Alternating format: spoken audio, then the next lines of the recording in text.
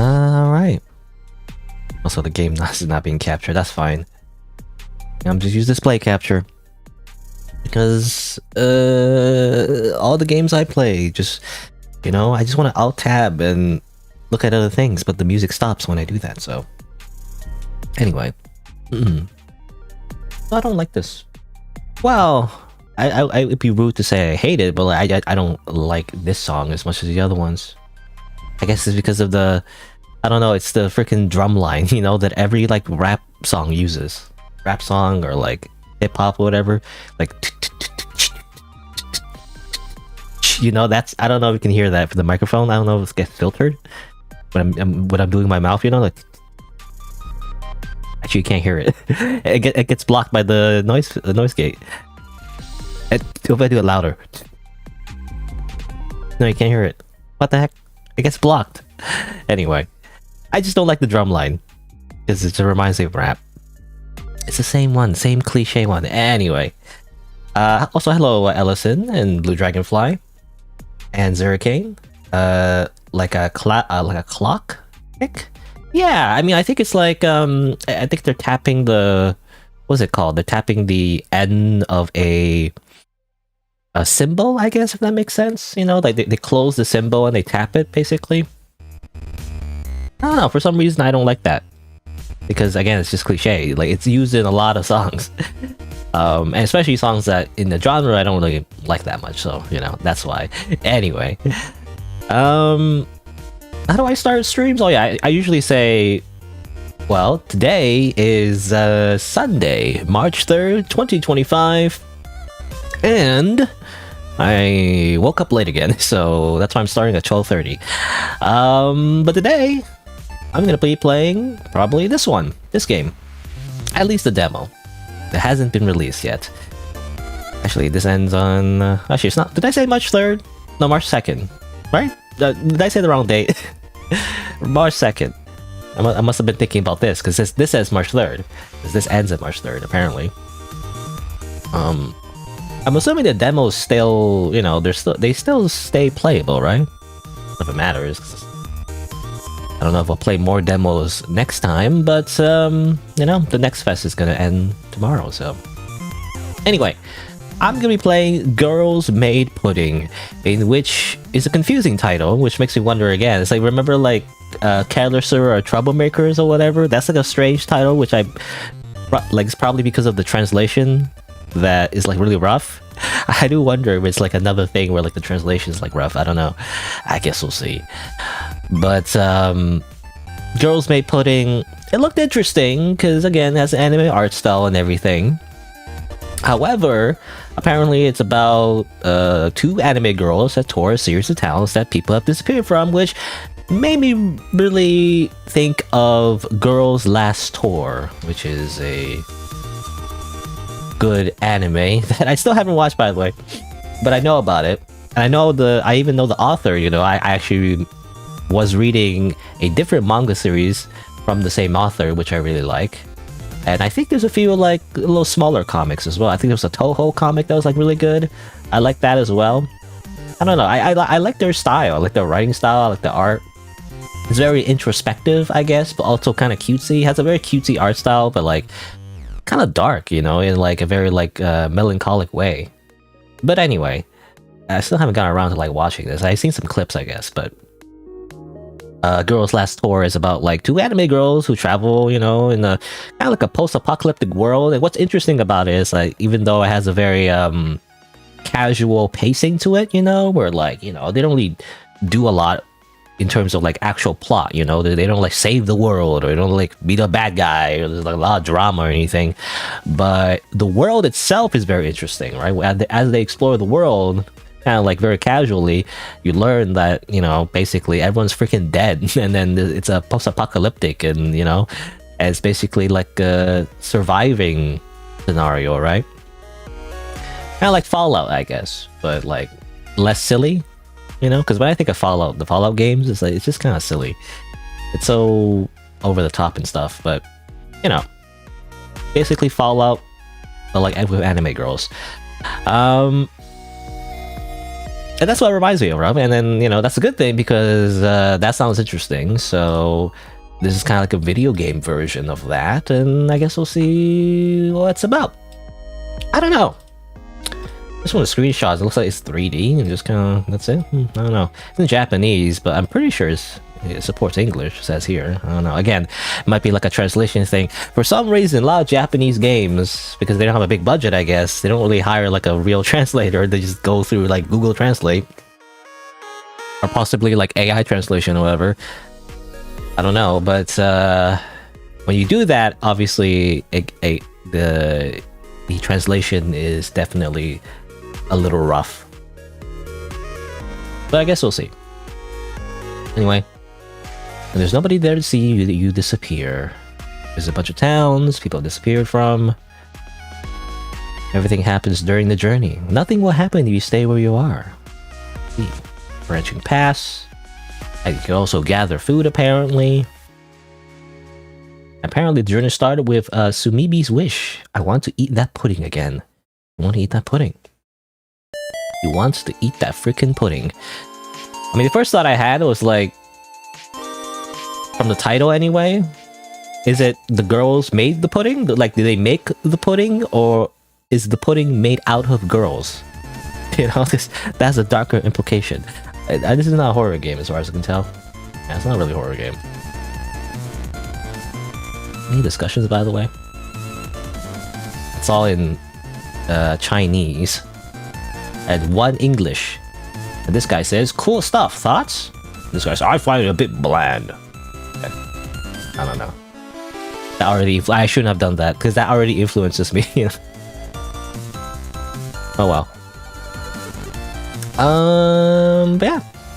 I guess I'll play this game. Let me just pause this. And depending on how long it is, maybe I'll do something else. I guess we'll see. Play capture. Game capture. Yeah, girls made pudding. That's a weird thing though in full screen where like there's black bars. I don't know if that's intentional or is it just wrong resolution again, Like why is there so many games like they don't do 16:9 correctly? Why is it like slightly off every time? Just double checking the volume. It's gonna increase a little bit.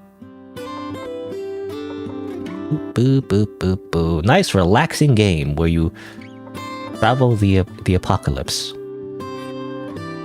Graphics normal. What about graphics extreme? No, just normal. That's funny because a lot of other games, they for some reason they call everything like low, medium, high, and there's very high, there's highest, and sometimes epic. For some reason they change it. So it's epic graphics. It's so epic. But no, this game just has normal as its highest setting. I don't imagine it's a very graphically intensive game.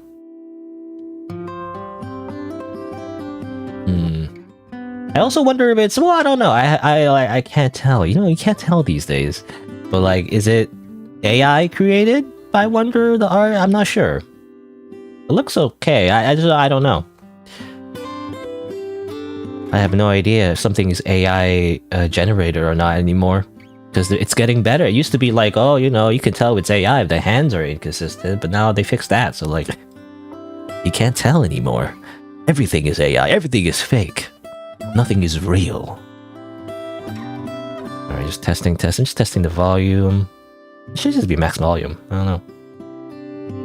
At least for the music. But the music is not like super, intense or anything, I guess. Testing. I want to hear the music again.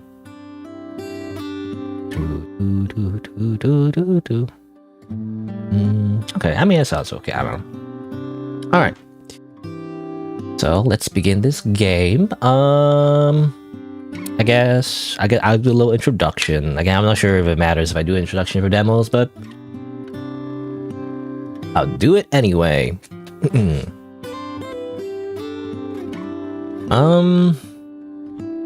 Hello, welcome to Girls Made Pudding, a game developed by Kazuhide Oka, available on Steam.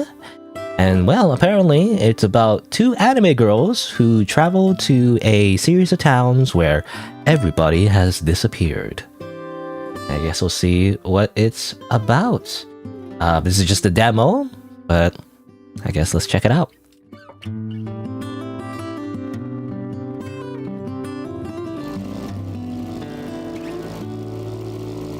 Oh, okay. Episode 1, Road of Beginnings. Control the camera. Okay, I wonder, is it better with like a mouse? Like a controller? Can I use the controller? I don't know, actually. There's not a lot of options here, actually. How do I... Oh, close. Okay, I'll just use the keyboard.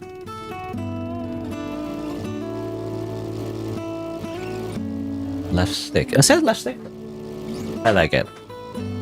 Oh, it doesn't seem to work. Plugged in my controller, but not really working. I don't know. When I play a 3D game, I prefer... Oh, well, I'll use a mouse, I guess. It feels awkward, though. There's a lot of mouse acceleration. So it's like... When there's a lot of acceleration to the camera, I'm like thinking like I should use the controller, because I feel like it's meant for controller. Okay, well, whatever. Okay, WSC to move. Oh, I can move like this, okay. Whee! Pale clouds cover the sky like a blanket. They're so uniform that if you looked at it, you say you felt... I didn't read that. You felt like you get sucked into it. The girl sitting in front of me working the bike's handlebars must have found it just the same. Oh, I didn't see that. So much space under the huge sky and the two of us were so close together. Okay, maybe I should like increase the speed actually? Like it's going too fast. I don't know. Let's go to the next thing anyway. And up there in the sky I found 2 black birds. Cook sashimi. Black birds, wait, what? A few sun rays managed to dodge both clouds and birds falling in the dark forest below. Unlike all the places that have recently fallen silent, the forest must have been always like that. I'd never seen the place before, but it reminded me of my hometown in the country. At that point, I didn't even pay attention to where I was anymore. We've come far, way too far for that. Okay. It's just how it goes. I don't know what I'm doing. Cooking. You can see topics you have unlocked on the right side of the screen. Fulfill the unlock conditions to progress the story. At the top left of the screen, you can see your satiety, or satiety? I don't know how to say that actually. Satiety? Your hunger, you know, your hunger meter. Energy and sanity. If any of these go down, you will die. These anime girls will freaking die. And you can fill them by cooking. I see, so you need to cook. We need to cook, Jesse. We'll change the speed of the, like also self-driving as well. That's interesting. Okay, well let's cook, I guess. How do we cook? We have tuna and cabbage. Well, let's try some tuna, put some cabbage in there.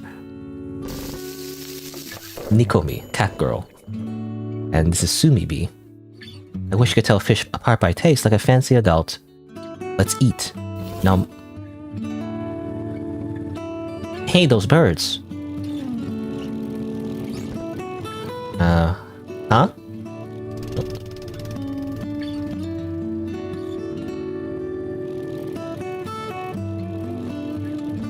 Cat girl.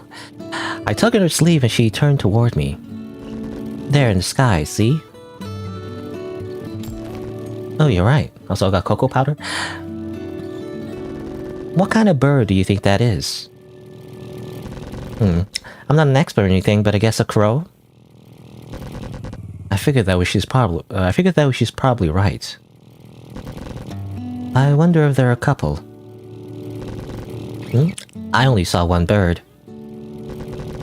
I took another look at the sky and sure enough, there was only one bird. What if I go on the right, actually? I'm going on the right. Turn the camera. Maybe I just made a mistake. There's an abandoned stand. I will rummage through it.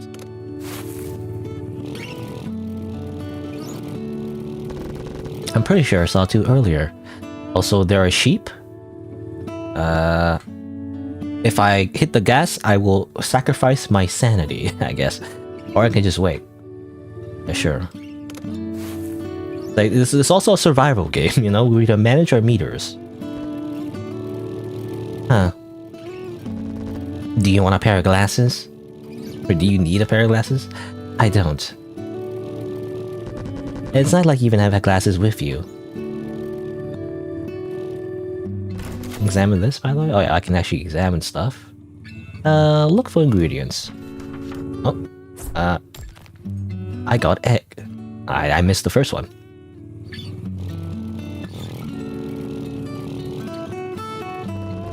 I think I had a pair in my bag. Fake lenses, though. Well, those don't really work. You always see them at the dollar store, and it's like, well, why would you wear those? Why would you have fake glasses in your bag? Kind of a fashion statement. I mean, I guess that's true. But you think I look smarter with glasses? That's kind of the thing dumb people say. Right. And so I guess they just have these little conversations as we cook food and just progress in our journey. That's what all it is. Cook to progress. What happens if we put cocoa powder and something else? That sounds disgusting. Let's put tuna and egg. That just cooks sashimi again. I don't know. I feel like using cocoa powder and something else just sounds disgusting. So, sure, let's just cook sashimi again. Let's see who can cook up. Sashimi! Not really sashimi though, if you cook it. Like if you like put it, like it sounds like they use fire, you know? Usually, sashimi is like technically you eat it raw. Or like, you know, it's like sushi basically. I wonder how my hometown's doing right now. Where's that? Way west from here. Oh, I didn't know that. There's so much I still don't know about you. Examine. Oh. Egg. You will give me an egg. Oh, hold on. Oh. The controller's kind of weird. I swear I should be using a controller, you know, but my controller doesn't work right now. But the game doesn't detect it anyway. I mean, you barely know anything about me. Look for more ingredients. Flour and cocoa powder. So I'm gonna learn more little by little from now on, right? I don't see why you would do that. I thought you were serious about me, like dating and marry. We're not dating, let alone for marriage. Damn, what the heck? You already denied? What's the point of playing this game? But isn't it weird spending all this time with someone you're not dating? You have a point. Did you have a boyfriend? Nope, never had one. I guess you do look like you don't care for dating. What about you? That's a secret. Imitsuda. Examine. Look for more ingredients. Oop. Oop. My inventory is full, what the heck? Guess I should use my inventory. Ooh, grown-ups and their secrets. Okay, I want to wait until they finish talking, you know, before I use anything in my inventory, you know? Let's see, we have... Can we use like 3? I can't use 3. I was thinking, so cocoa powder and flour makes sense. But, mystery dish. I thought you make like, I don't know, chocolate cake or something. Or chocolate muffins. It's like, I guess you need sugar too. That's why I wanted to add brown sugar, but it seems like you can only pick 2 options, you know? I guess we eat a mystery dish. Right. Cocoa powder. Go for Cocoa Puffs. Let's try this. This is a mystery dish again. Well, egg? Nope. Mystery dish. How about cocoa powder and cocoa powder? Yeah, just another mystery dish. Oh, doesn't matter, I guess. Let's just do that. Delicious mystery dish. Hey, it still increases our stats. Doesn't matter. Also, I can't... Hello? Oh, okay. I had to close that. Okay, let's I thought I could go back to that house to find a place to sleep, but turns out I can't just go back to it because you've already searched it and therefore you don't have another option. Unfortunately.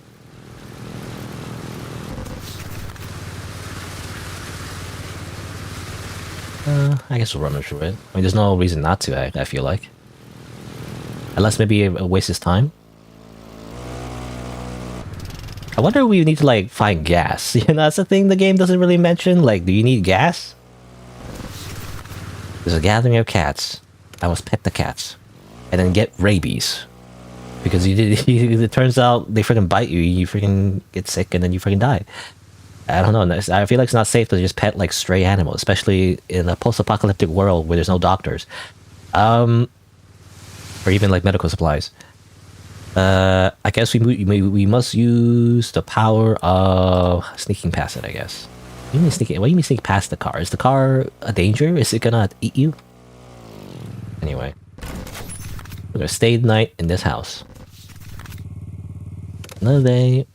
Another day went without incident.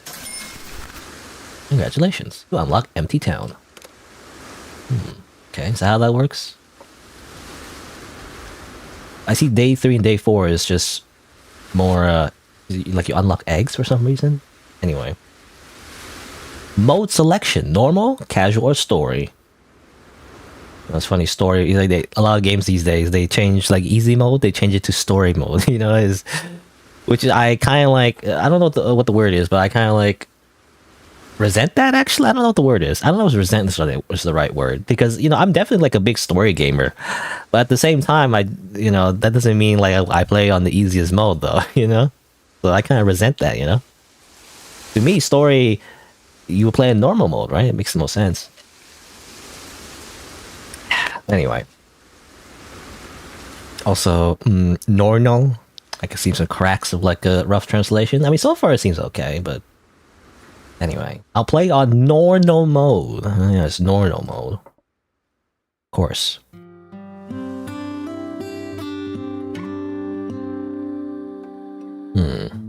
There's Forest Road and Empty Town. Okay, so it's like you can choose a location. I mean, can we just continue on a Forest Road? We'll just continue to the Forest Road before we go to the Empty Town. If it matters. Okay, so to unlock Road of Beginnings number 2, you gotta like go to the Empty Town. To unlock the girl in front of me, you have to make seafood salad. How do I make seafood salad? I thought I tried doing that already with cabbage and fish, but it didn't seem to work.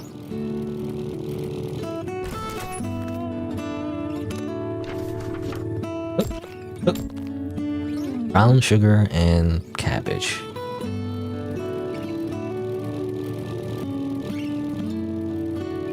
Ooh.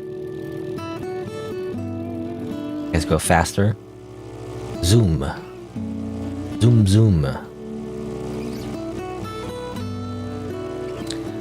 But yeah, so far it's kind of like, you know, it's just dialogue between two characters, and that's mostly all you do, it seems like, and then you just kind of drive around. I want to save the... It says I need to cook seafood salad in order to unlock that, but then what if I cook this? Does this count as seafood salad technically? I don't know if that counts. Brown sugar and brown sugar. An egg. I don't know.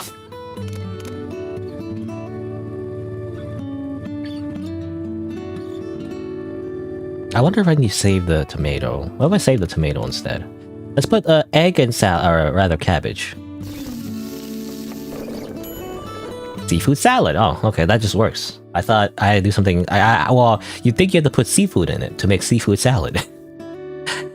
This is delicious. All hail Caesar dressing. You have Caesar dressing somehow? Even now, Sumibi doesn't know much about the girl in front of her, about Nekomi. Right, the game doesn't explain, like, why are these two together in the first place. Yeah, that's part of the point, though. She was more than an acquaintance, but not quite a friend. Oh, beep. I got milk. It was probably because they hadn't chosen to be with one another. They just found themselves together. They had no other option but to stick with each other. Their muscles. Would it be better if I wasn't here? Whoa, stop joking. You know I'd disappear.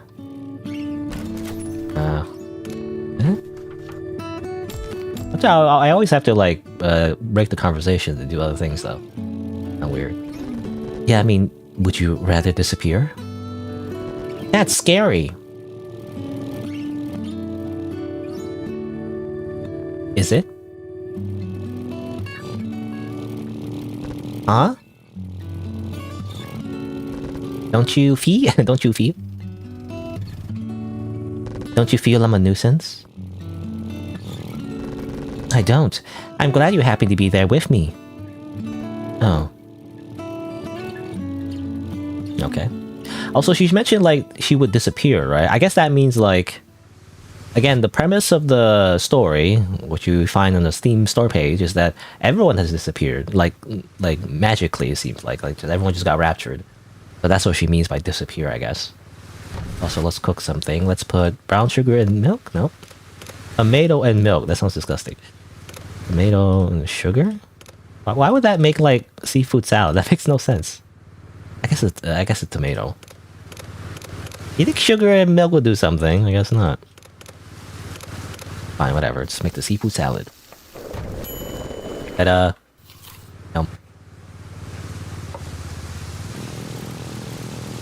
you know, let's use more of our green. Cause you know, the gamer in me wants to, like, save all my items, you know, forever. But I guess you should just use it.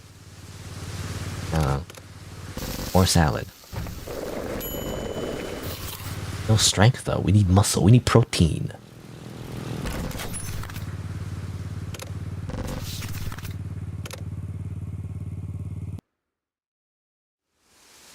Day 2. Unlock the country road.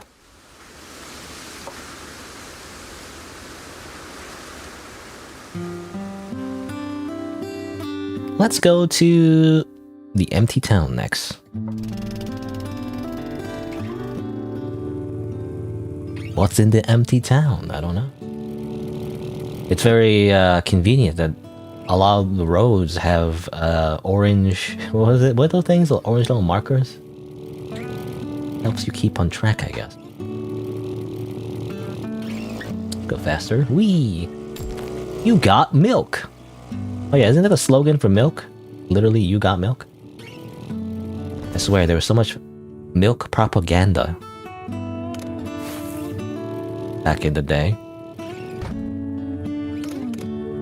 Milk and milk. Sure. Turns out milk and milk just creates a mystery there somehow for some reason. I wonder what happens to people who disappear. Don't they just stay? Oh, that's weird. I think that's a weird translation. Don't they just... I don't know what that means. I don't know what she's saying. Like, don't they just go away, I guess? Maybe. Or maybe they just become invisible. That'd be way better. But if nobody could see me and I were alone, I think I'd end up dying anyway. But we're doing okay here, even though it's just the two of us. I think you would, though. Maybe you wondered what would happen if you were truly, utterly alone. You've been wondering this time and again in the past few months. Okay. Boop, boop, boop, boop. Yeah, and translation is, I feel like, a little bit off. I don't know. So it's not the worst in the world, but it does feel a little bit off. Anyway, we need to cook a hamburger. Must cook the hamburger. We need meat.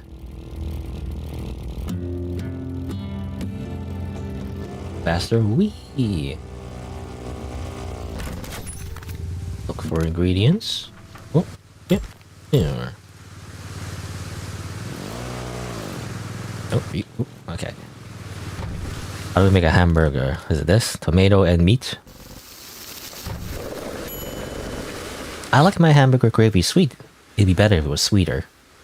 Well, this is more like a Salisbury steak. You know, it's like the Japanese hamburger, or I always forget hamburger, hamburger, hamburger. I don't know. I always forget how to say it, but like there's a difference, you know, in the way you pronounce it. Very similar pronunciation. But when we obviously in English, when you think hamburger, we think of the sandwich, but well, do you consider hamburger a sandwich? I mean, I guess you do, but I was reminded of the age-old debate: are hot dogs sandwiches? I don't know. Anyway, back then when everybody disappeared, what would you done if it weren't me? Huh? Like instead of me being there with you, it was the cafe's owner. I think I would have trusted her 100%. And if she told me to just go back home, I would have done that. So you would have disappeared. Scary, huh? And what about you? What about me? What if back then, if it were just you and Yunomi? What would you have done?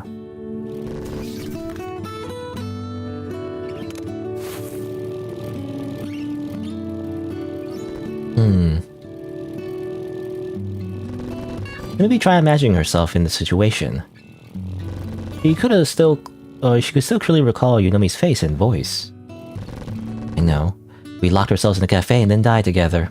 Ah yes, classic toxic Yuri double suicide. Rice and cabbage? I don't know, these combinations make no sense, by the way. Ever. Cooking while in the middle of a store will not unlock new stories. Well, I need to eat. You know, game, I need to eat so I can, like, not die. Is the problem. Anyway. We locked ourselves at the cafe and then died together. What? Why would you? Because I wouldn't mind dying if I had Yunomi by my side. That's extreme. Yeah, well, I just want to wait out the dialogue so I can, like, just... It's always... The timing is a little bit awkward, I feel like, because I feel like everything's just randomly generated. I do kind of wish that the game actually acknowledges when you're actually going through dialogue so that you can conveniently, you know, find checkpoints when you need it, but whatever.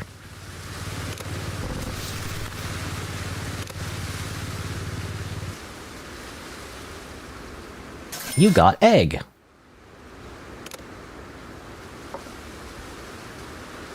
Another day went without incident.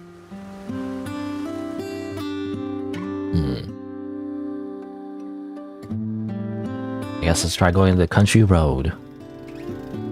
There's a song like that. It's like a meme song. I forget how it goes. Country roads take me home to the place where I belong. Na na na na na na na na. As it turns out, though, this is the wrong place because I have to unlock the road of beginnings number 2. I have to be in Empty Town, so this doesn't go anywhere actually. It's like a waste of time actually. So I guess I can stay the night. Isn't it too early? Screw you, Sunibi. I picked the wrong option. Okay, there's no story progression. Gosh. Whatever.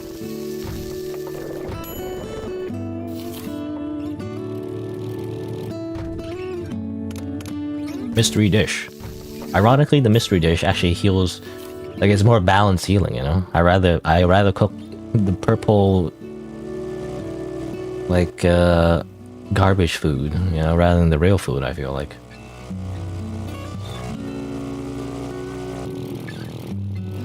Anyway, it's interesting so far.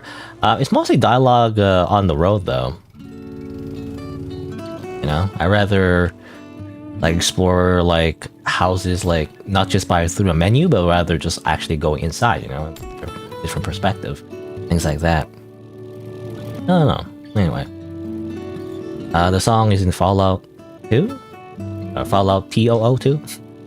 I guess so, right? Wasn't there like a trailer? Wasn't it for like... It was one of the more modern Fallouts though. Can't remember. But that's why it was a bit of a meme, you know? People kept like... quoting the song.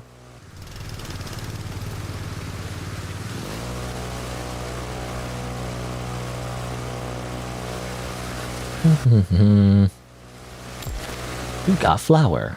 Alright, let's go in this freaking house and go to sleep. You know, all these houses are just, I guess, pristine. Just free motels, you know, life hack.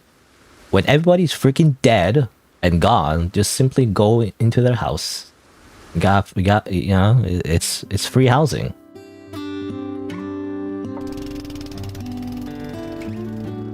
It's free real estate. Alright, let's cook some food. Flour and milk. No, you think that makes sense. Flour and tomato. Mystery dish. Whatever.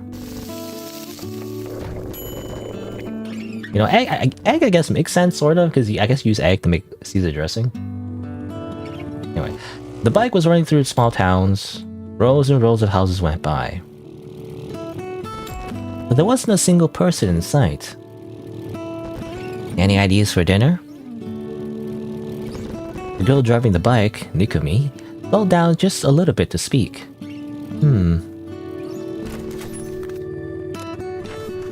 Oh, my inventory's full, never mind. Oops, I don't know why I did that. Behind her, Sumibi looks up. Now let me just cook something and just use my inventory, you know? Oh yeah, it says here you're in the middle of a story, so you don't unlock anything. Okay, that's what it means. I thought it would like skip the story or something, but no. It's just that you can't unlock the new next chapter. So you finish that, I guess.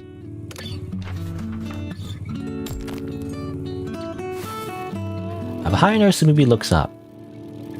I like some pizza. Pizza?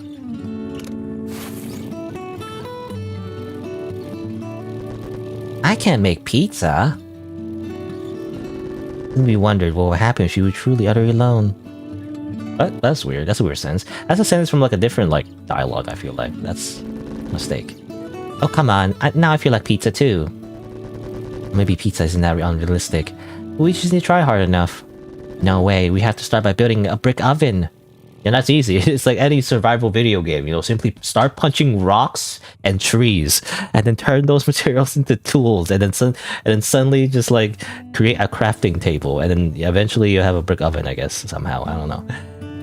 Just for some pizza? Doesn't have to be that authentic. It does. No, there goes our pizza dinner then. I can't make pizza. Yes, no, you know, in the post-apocalyptic world, you can't get pizza.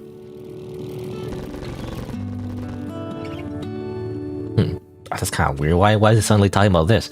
What you talk about doesn't matter. You're talking to a real person in the real world. Having someone you can talk to can mean so much. Of course, had they been alone, this journey would already be over. As they ride, Nikumi always has Sumibi in her field of vision and vice versa. They must not stop looking at each other. Not even for a second. I guess they disappear if that happens. I was just gonna say, you know, a lot of the modern life conveniences that you would normally have, you know, like pizza. This is impossible if there's no infrastructure, there's no other people running society. As it turns out. Anyway, let's make a mystery dish.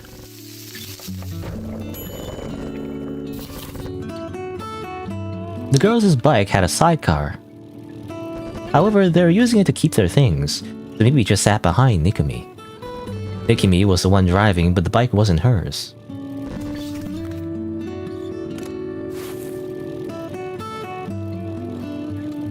It used to belong to the owner of the cafe where she worked. She didn't even have a license. She get freaking arrested by the post-apocalyptic police. No, she learned how to ride the bike along the way. You learned how to ride a bike so fast. Why are you mentioning that now? No reason, just a thought. Also, there's no explanation why she has cat ears, by the way. It's like, she's just a cat girl, I guess, you know? That's just normal. I'm assuming she's a cat girl, she worked in a cat girl maid cafe, and that's, you know, that's why. You should try driving too. It's pretty fun. Before trying it, Nikumi had no idea that riding a bike felt so good. Her dad used to take her on bike rides, but he was the one riding the bike. That's a no for me. Too scary. It can't be that hard if I'm able to do it. That's what's weird about you. You're clumsy, but you make this stuff look so easy. It's confusing for me too. You were always getting scolded in the cafe's kitchen, weren't you? I messed up a lot there, but I never made mistakes at the register.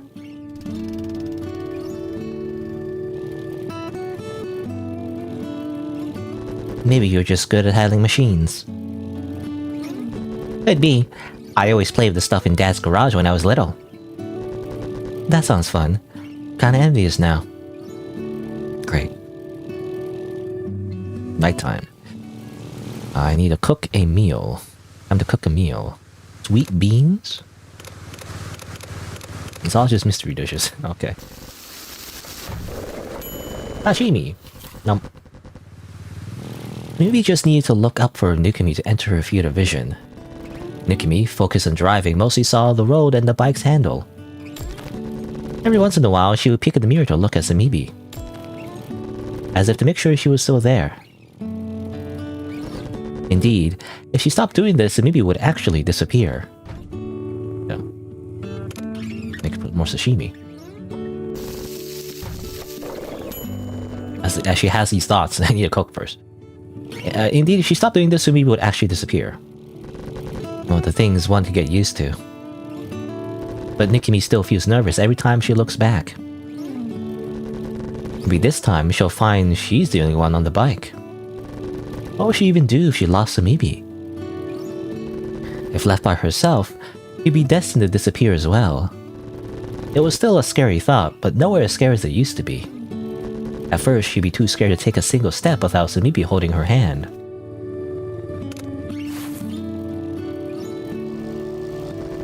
The quiet nights with no electricity and no running water were terrifying. And now it had been almost half a year. Enough time for all the people to disappear. Phones didn't even work anymore. You try guessing how many people were still left in the world. How many people were left alone and disappeared?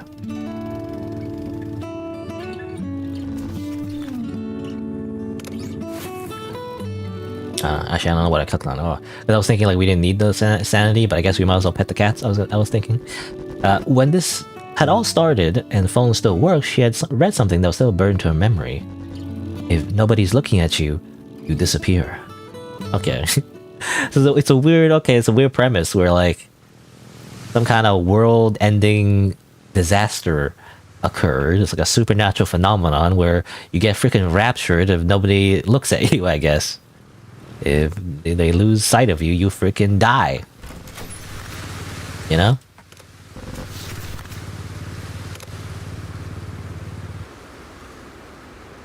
You got tomato.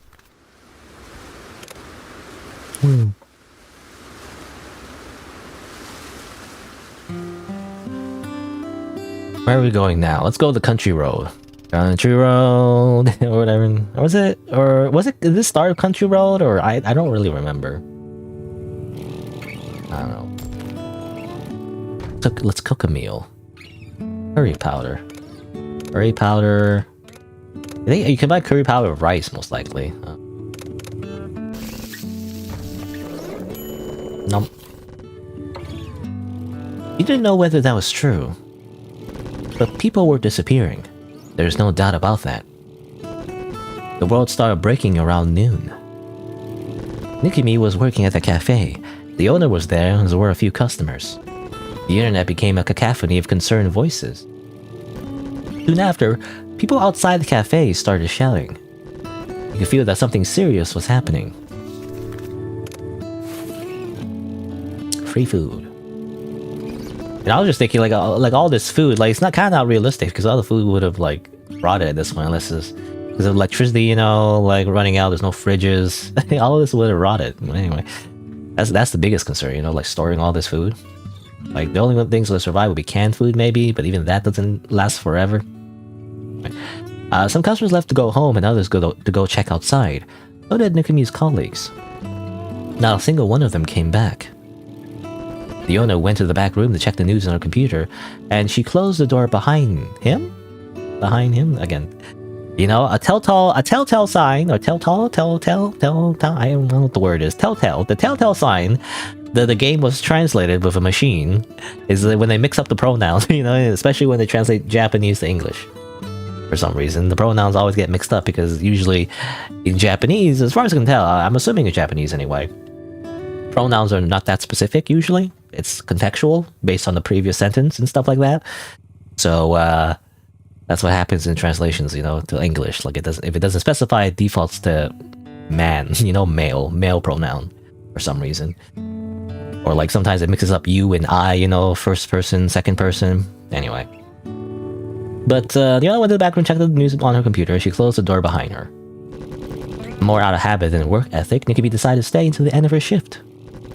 The owner wasn't coming back, so she went to the back room to check in on her. The owner fell into the back rooms. Oh no. He wasn't there.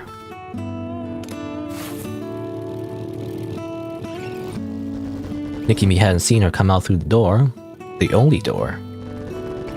Out of all the people who were left in the cafe, to begin with, only 2 were left. Nikki and Sumibi. Sumibi had been there since morning because her favorite maid was on shift. She knew all of her shifts and always showed up for them no matter how busy she was. I guess, of course, like literally maid cafe. As for that maid, she'd gone out to check on her family. I'll come back as soon as I know they're okay. That was the last thing she said. Right, that was her, like, a different maid. Not Nikumi. Nikumi waited and waited and waited. Eventually, it was only her and Sumibi. At that point, Sumibi didn't even know Nikumi's name. Hold on, I need to cook. I need to cook, Jesse. I cook hamburger. I can't. Okay, I shouldn't cook that. You know, it's like a weird strategy to it where I shouldn't cook stuff that might progress the story. At least not yet.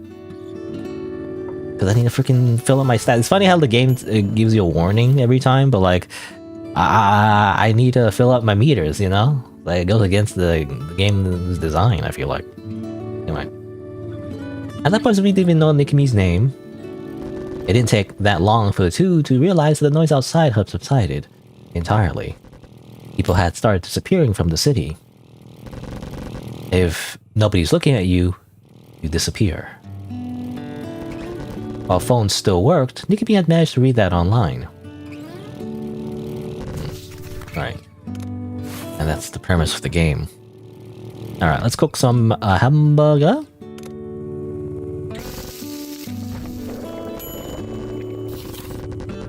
In the sidecar, there were a portable gas stove, cooking utensils, sleeping bags, and more. Putting them there was easier than tying them to the back of the bike, so the girls ended up using the sidecar like a car's trunk. Also, it was a dead end. What the heck? Go back. Say, Sumibi. Nikumi spoke up all of a sudden. When you're alone with someone, conversations can spark up just like that. What's your favorite dish? Pudding. Oh yes, idle drop. I know, but that's a dessert. I mean like a proper dish. I don't think I have one. Were you on a pudding-only diet or something? It's just that I don't have a strong preference, except for desserts. Come think of it, you were always getting the sweet stuff back at the cafe. You are missing out. Our beef stew was delicious. I did have that, once. Yonomi kept recommending it to me and eventually I caved. Well, how was it? I can't remember. You were giving Yonomi all your attention, weren't you? You frickin' lesbian, I don't know. Anyway. I guess this is like a weird Yuri maid cafe.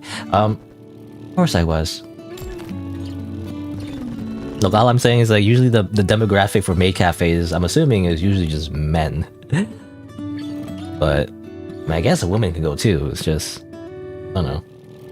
Anyway, Nikumi let out a sigh. Maybe she thought Sumibi was a lost cause. Maybe she was jealous. Oh no, jealous?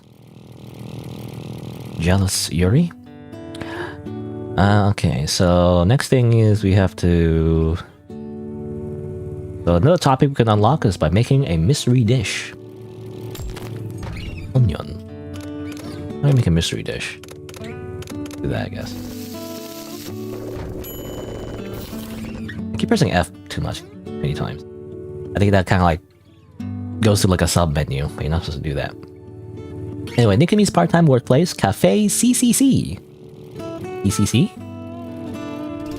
Is that like a Fate thing? Fate? Was it Fate Extra or can't remember? It was the one that. What's her face? Nero? You know, Nero. Like a fake character one. You know, the one with the saber face and she wears red. Is that where she was from or can't remember? Anyway. The waitresses wore maid uniforms but didn't consider it a maid cafe. Oh, really? It's a fake maid cafe. It's not a real maid cafe.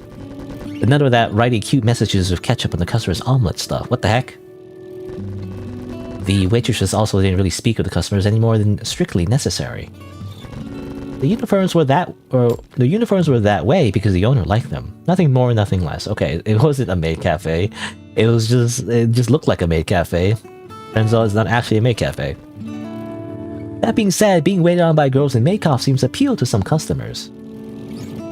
Tsunebi was one such customer. Ah yes, well what she really is, she's what's her face? She's the Kobayashi from Kobayashi's Dragon Maid, you know? She's apparently, inexplicably by the way, one of the main characters in that anime just likes maids for some reason. I don't know.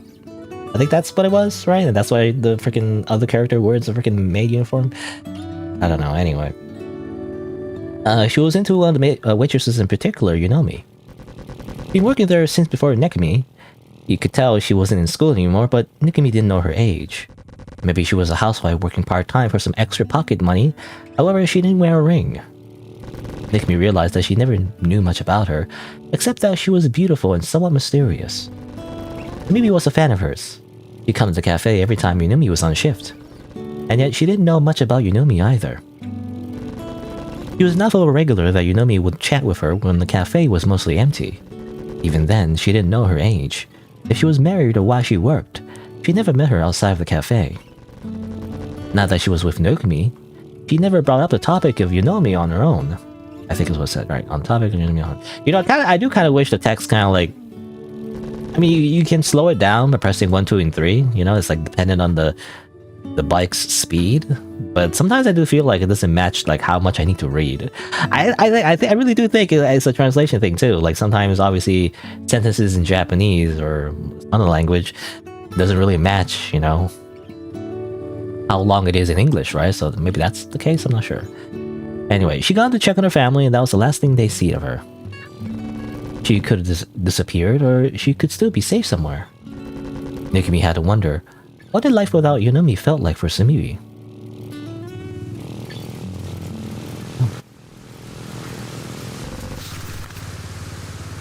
Hit the gas, gas, gas, gas. How's it go? I forget how the song goes. Gas, gas, gas. Na na na na na na na. I don't know. Anyway, midnight. We need to go to the empty town next.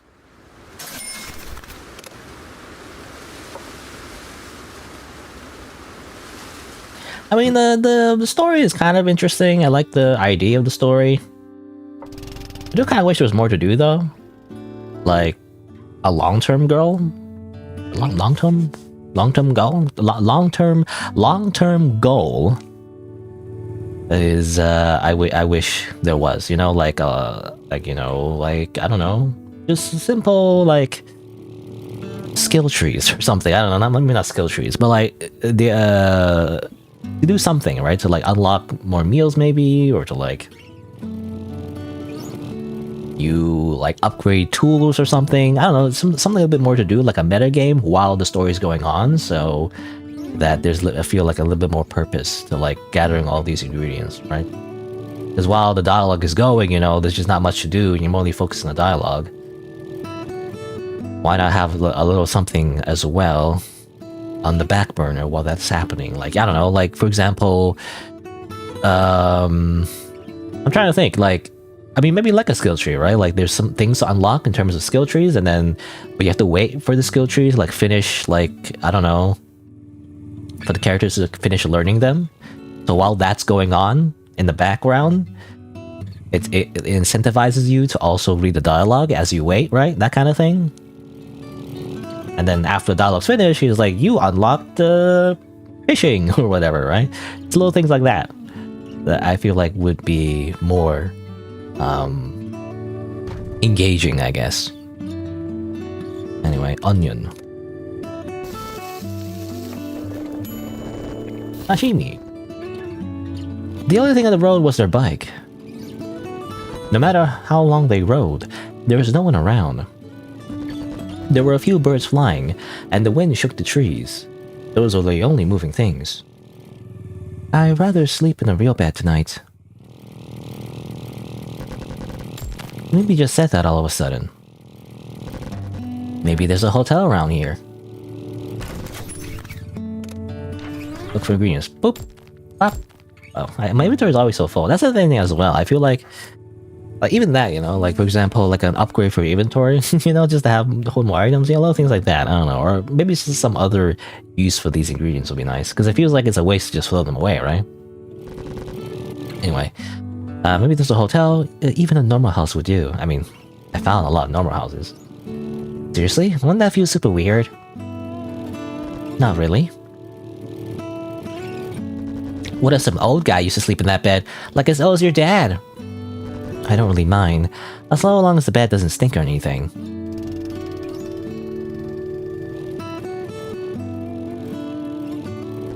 What if it does stink? It stinks like an old man. Well, we can just smell it and go for another bed. But I don't want to smell a stinky bed in the first place. The bike and its sidecar kept rolling over the asphalt. Let's go find a hotel, one where they do proper bed making and stuff. Can't you do the bed making yourself? You're a maid. I've never done anything like that. I'm just a normal girl in a maid costume. Yeah, I guess you are. You can't even cook. Well, that's rude. But I got a bit better at that lately. Yeah. A smile started taking shape on Mimi's face. I'll start cooking, otherwise I'm gonna die. Mystery dish.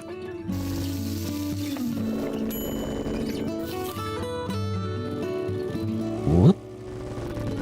You really get better at making pudding, though. Your pudding standards are just too high.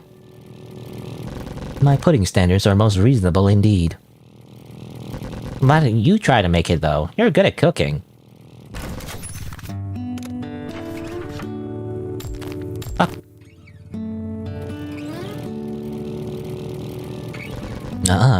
Too much of a hassle. What a princess. Excuse me, princess.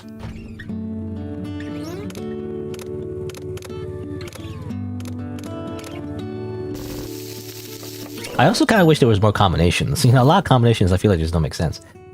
The town was still, the traffic lights, the street lights, and neon signs were all off. Part of it was expected since the sun was still up, but the dark traffic lights felt off.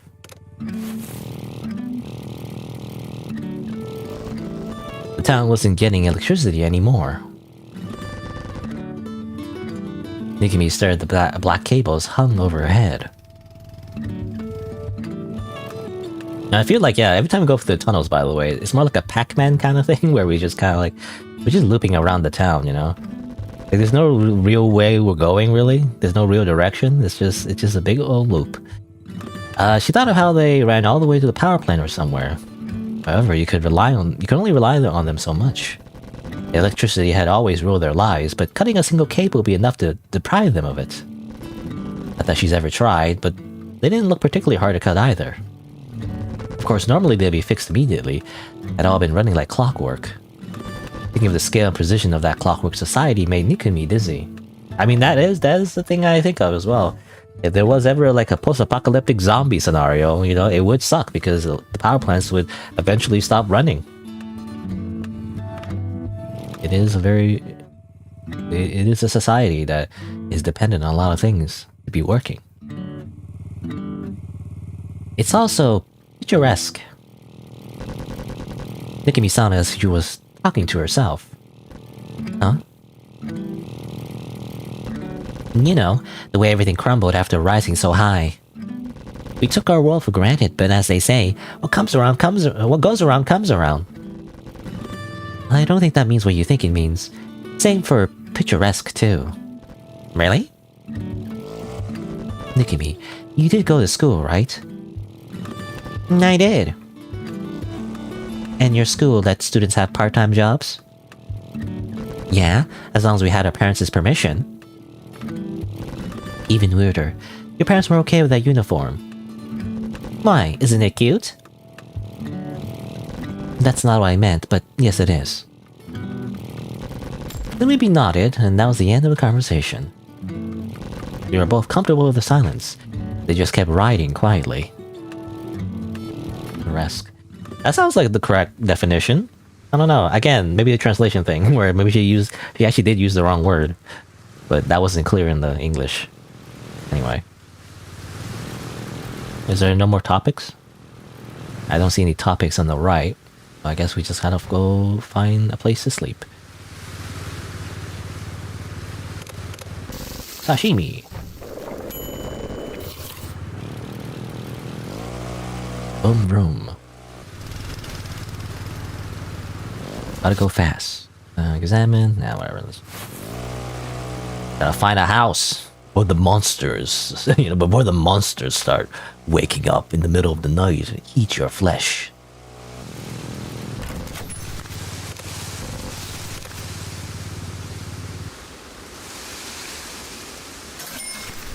You got cabbage. You got mail.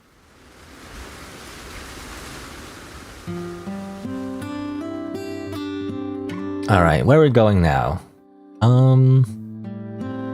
Sure, let's go back to the forest road. Why not? None of it matters. What topics do we have left, actually? We gotta visit to the country road. Damn, I'm in the wrong place. At least we can cook seafood salad, though, to unlock another topic. That?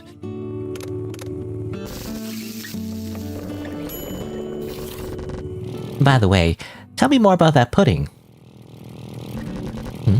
What's this all of a sudden? I just want to know more about it. I gave you the full explanation about 5 times already. I forgot it.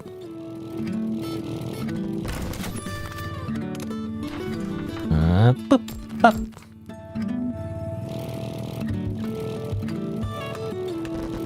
Libby started explaining what she knew about the pudding for the 6th time since they started traveling together. She explains it a lot, I guess. Now let me just cook something else. Or that.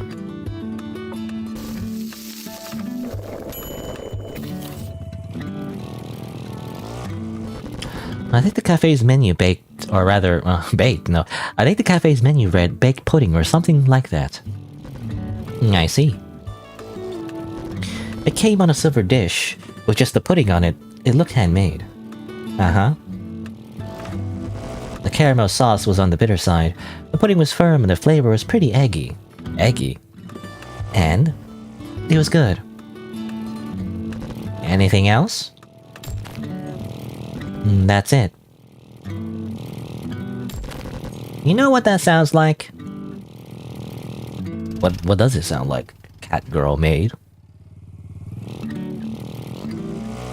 What? Like a normal pudding? Because it was a normal pudding. Did it have anything special, like a secret ingredient or something? It didn't. Or well, if it did, I would have known about it. Come on, I need some more info here. But that's literally all there is to it. I already told you. And I'll keep asking until we find a breakthrough. Kimmy looked up at the empty sky. Is that the whole point? We're traveling so that you can eat that pudding again. The whole point of their whole existence. Also, you can do like, yeah, different camera angles. I do feel like it's weird. Like, WSD doesn't really go like WSD like you would think. It does control more like a controller, you know? I do feel like this is meant for controller. It was weird. I do have a controller, but it's not working.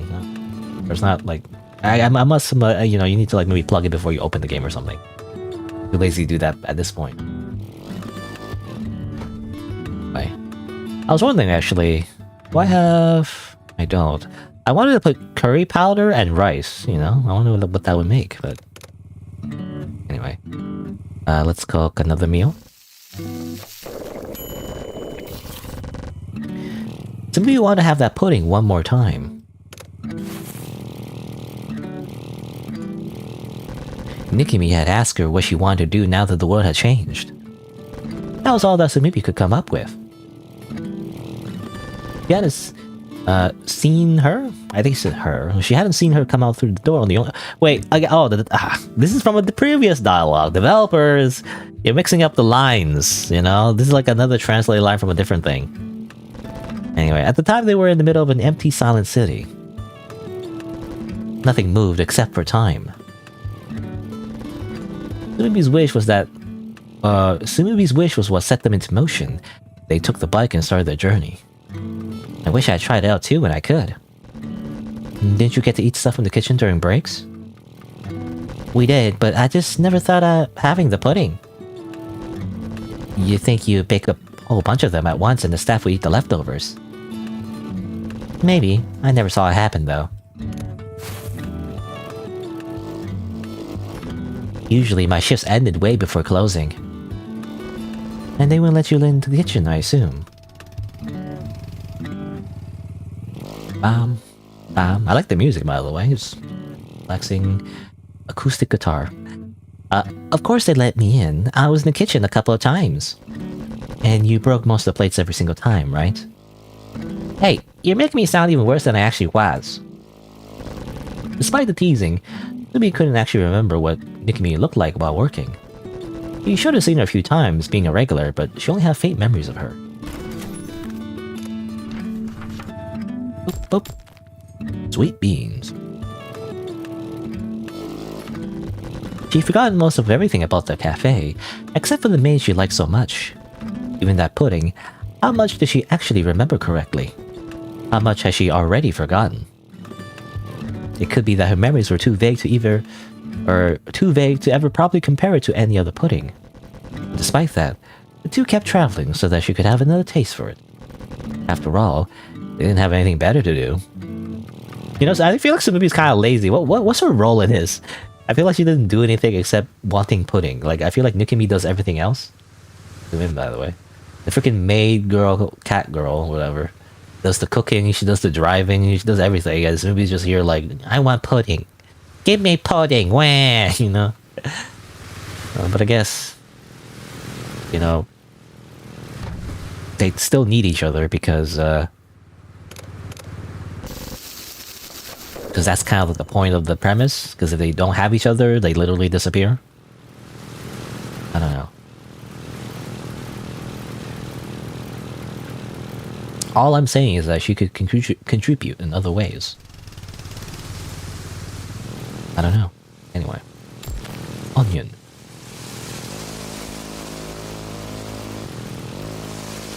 Okay, where's that? Where's a freaking house? Found a house. Room. Weesh. Weesh? I don't know why I made that sound. Weesh. I was trying to make like a drifting noise. That's not how a drift sounds. Drifto. Okay, so I think the next topic we need to go to the country road.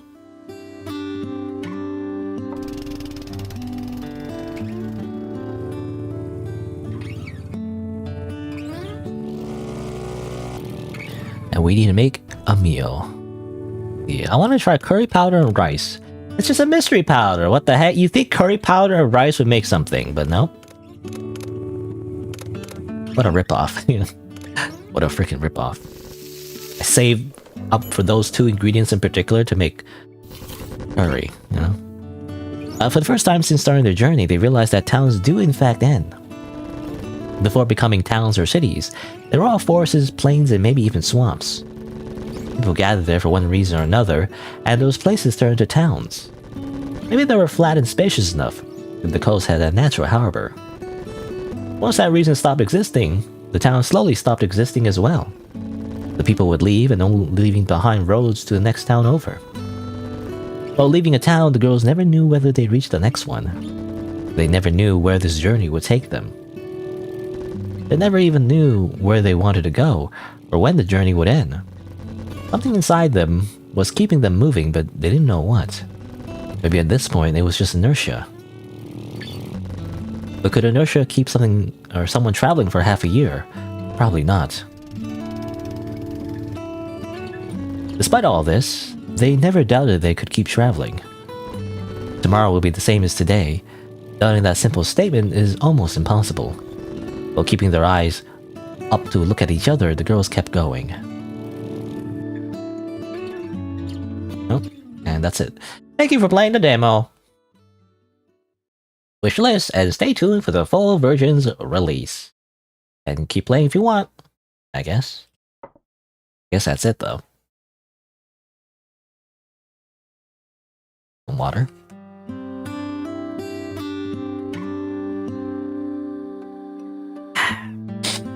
All right, so there you go. That's the game.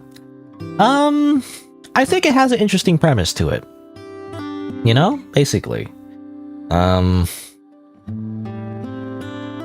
mean, I don't know. I like the general premise. I like the general like idea of the story, where we kind of slowly learn who these characters are as they go through, you know, a bunch of dialogue. A lot of narration at the end, though. I feel like so that kind of felt weird. You know, it's kind of weird that they switched from dialogue to like a lot of narration for some reason. So, you know, I felt that was a little weird. But I don't know, like the only, I mean, the criticism I have is basically definitely the biggest thing is the translation, right? Because I do feel like it's supposed to be like insightful, you know, and self-reflective and all that. But obviously that's hampered by the translation, right? I mean, it's not only just the typos, actually. I feel like there's some glitches in the code, actually, in the script, where they kind of repeat lines from a previous scenario for some reason. So that's kind of strange. But I don't know. I mean, obviously, like, what does my opinion really matter at this point? But I really do feel like in a game that's very narrative or like dialogue heavy, like having a proper good translation is just so important.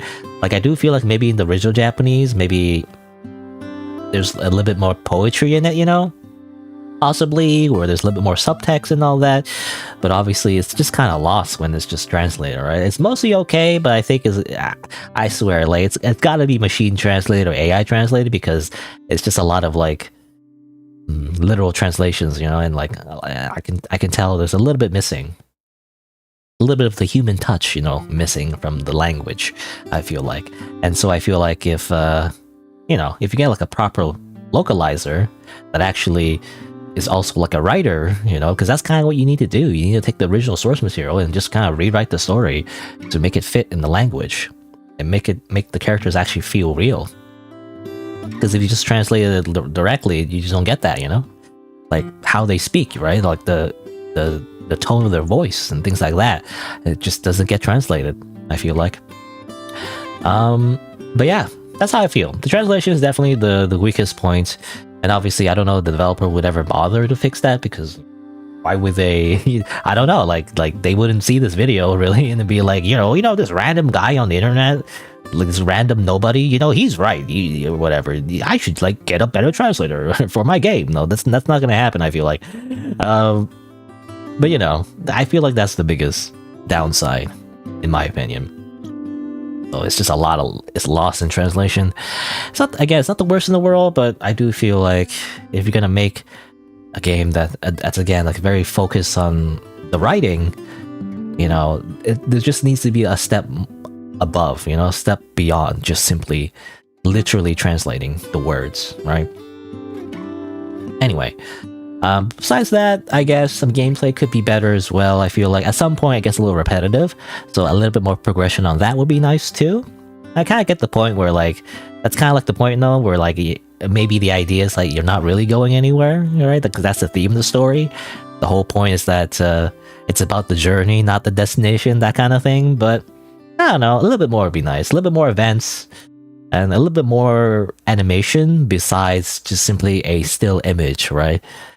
Like, I don't know, like other things, like random events. A little bit more, you know, engaging. And also, like, I guess the biggest thing as well is that sometimes a little, like, meta games, like the meta like gameplay, kind of gets in the way of the dialogue, right? Because when you're like hungry and all that, you have to like pause the dialogue to like go cook your food and all that. Like I kind of wish it was kind of a little bit separated, where it would, you know, maybe slow down while the characters are talking, so that you can pay attention to the dialogue. And then, you know, when you come back, you know, when they're finished, then the gameplay resumes again at full speed. And so then you have to pay attention to your meters and all that. I don't know, something like that. I mean, the whole point is that they're supposed to have these two, like, mechanics, you know, or two parts of the game be compatible, but sometimes they're, like, conflicting with each other, right? And fighting for the pacing. Or fighting for the player's attention, rather. You know, that kind of thing. So I do wish, like, I don't know, like, you don't want to separate it entirely, because then, you know, then you're like, what's the point of the mechanics, right? It just feels like arbitrary. I don't know. I'm not sure how you would fix it, or how you would make it better. But I do feel like that's definitely a sore spot, where, like, for some reason, the mechanics of the game kind of, like, contrast with the dialogue. It should feel like, it should be together, not against each other. That's how I feel like, anyway. Again, I don't know, like, maybe slow it down, or like make it so like it happens in the background, maybe. Like maybe while the dialogue's happening, you can, you know, freaking like, it's kind of like a weird ADHD Zoomer meme thing, but like, you know, like Subway Surfers in the freaking corner or something, like have the gameplay happen at the same time, but don't interrupt the dialogue, right? That kind of thing. I mean, that's kind of what the game is going for, I think, right? It's supposed to be like this not very like super complicated gameplay. I just don't like it when it, you know, like, well, while the girls are speaking, you come across a bunch of sheep, you know, or like, oh, you have to cook some food now, and it gets interrupted, right? I'd rather just be popping up like on the side while the dialogue is still going, you know?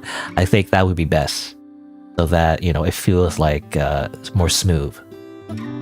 Anyway. That's what Steam reviews are for? Yeah, I guess. I don't like Steam review. I mean, this is the review, by the way. You know, I'm too lazy to write a whole Steam review. And, I mean, I don't know. A lot of Steam reviews, I feel like, don't really get seen. Because people just make a whole bunch, and there's like just one or two Steam reviews that just get at the front. I don't know. Also, oh yeah, I'm trying to think. For demos, anyway, I don't think you can write a Steam review. I mean, let me check, actually. Alt-tab. I mean, I'm just talking out of my ass, but can you make a Steam review? I don't think you can, actually, yeah. I don't know, it just says there's no Steam reviews. Can I write a Steam review? Not sure. I don't know how to write a Steam review, actually. I think I wrote a few, but in the past, I don't know if there's a way to do that. There's no Steam reviews at the moment, I guess, but I'm not sure if you can write a Steam review for like a demo. Anyway. Alright, let's go. But anyway, you know, just to wrap up though, because I rambled for too long, again, I do like the premise though. I mean, I like the relaxing music, you know, and everything. It's like, it's very like low commitment. I don't know, like I want to love it, you know, but there's just some things holding it back. I guess we'll see. Maybe in the full game, it will like, drastically improve, but at its current state, I don't know. It's like a meh, I don't know if I would like to play the whole thing. But there you go, those are my thoughts. But I guess that's it for Girls Made Pudding. We never got that pudding. So, you know, eventually, I guess when they get that pudding is when the game ends. I feel like, you know, that's it. They got, it's kind of like a symbolic thing, you know, where like the pudding doesn't matter. It's just more so like it's a representation of the end of the journey. But anyway. Alright, so let's see. Well, I don't know if I need to do like an outro, but I'll do it anyway. So as a little reminder, for anyone who might be watching the VOD or possibly the video, if you didn't know, I actually stream these games live. Wow, crazy. So if you like, you can subscribe to my YouTube channel, change the notification bell from personalized to all to get notified when I go live. You can also, what was I gonna say? I messed up. You can also follow my Twitch and Twitter as well if you like. But there you go. And I guess, you know, I'll move on to the next thing. Alright. So let's see. I guess we'll exit now. Hit the game. About like an hour and a half, so I think I have time to do more. I have to switch games though and everything. Hold on.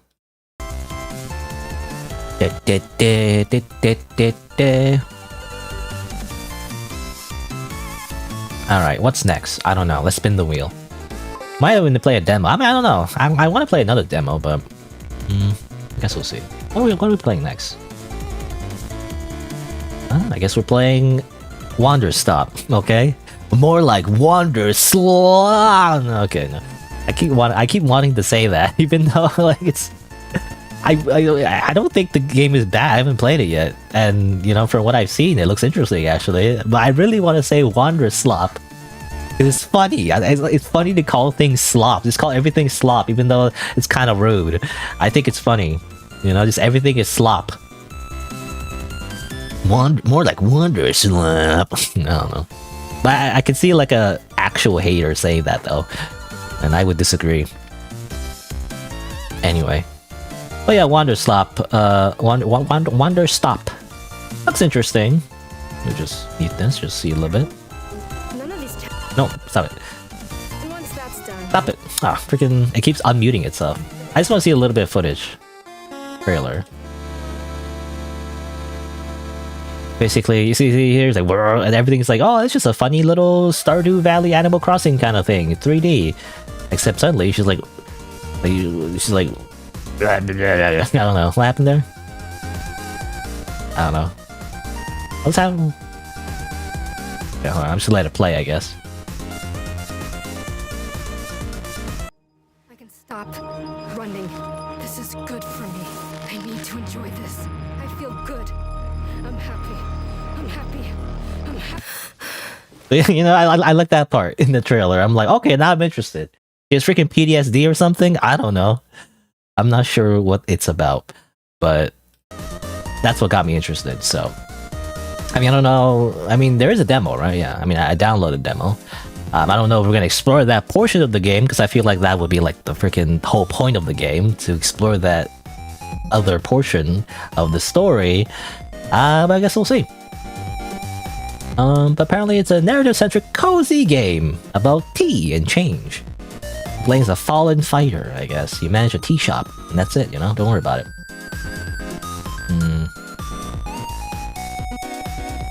You might tidy up, decorate.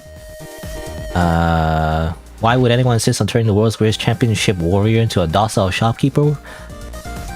She won't do it, she can't? What? No. Theme of Ivy Road. So, person who made Standing Parable Beginner's Guide. Co-creator of Gone Home. I don't much know about Gone Home. I think it was like a lot of people like there's like some weird thing where a lot of people hated that game for some reason. I didn't know much about it. Takumi and Daniel, the guy who made the music of Minecraft, apparently. I mean, there's that one song that plays. Did they make that one song though? It's that one song in Minecraft that plays, I feel like. Oh, that one song. Where it's like just nice relaxing piano, I think. Something like that. Anyway, so, I mean, let's try it out. Let's see. I'm gonna pause this. Let's see if I can even open it. I even actually try it out first. Oh, can I even capture it and everything? Ooh.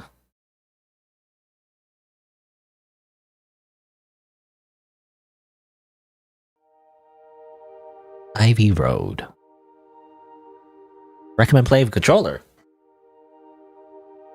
I did plug it in for the last game. It didn't work. It didn't connect though. Use autosave. There you go. Now I can use my controller.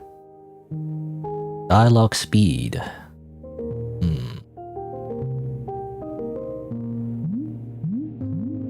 Controls. Graphics. Okay. Seems alright. Okay. Thank you for playing this Wanderstop demo. Please be aware that your progress in the demo will not transfer to the full game. You gotta replay everything again, you know? That's also a downside of demos. is that often you do have to like replay the first part of the game that you already played, you know? Makes it a little bit awkward, especially when, for me anyway, because I can't really upload videos as fast as I like to, at least for, you know, edited stuff.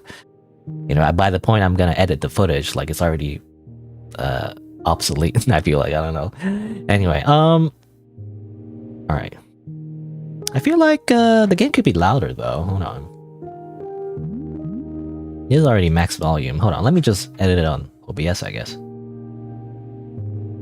Just add a little bit more. You know, I don't know if it's the correct thing to do, by the way, but like I just add gain on my desktop audio to increase the volume. Assuming that's you're supposed to do it. I don't know. Testing, microphone tests. Seems alright. I don't know. I don't want it to be too loud. I also don't want to be too quiet. Alright.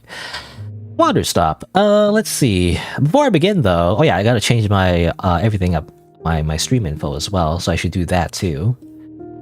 So let's see. Wanderstop. So I did Girls May Pudding. Now it is Wanderstop demo.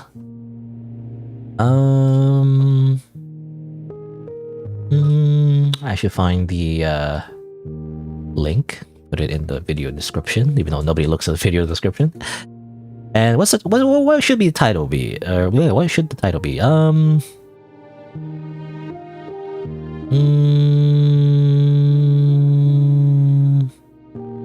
Managing a tea shop. Everything is fine. In all caps. Don't worry about it.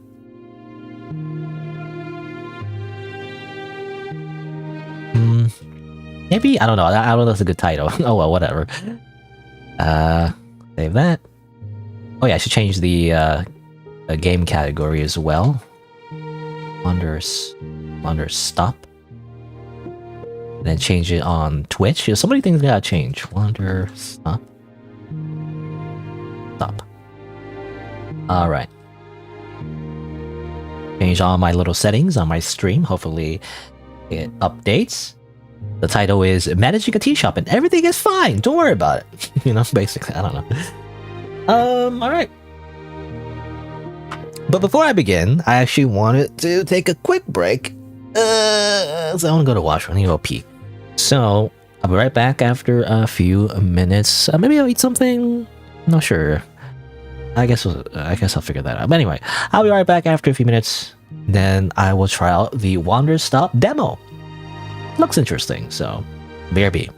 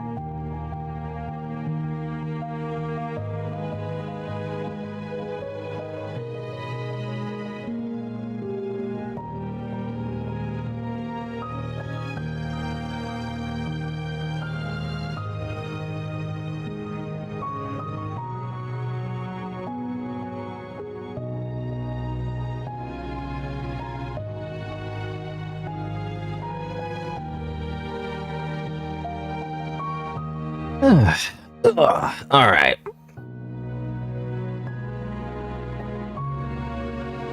Let's play this demo. All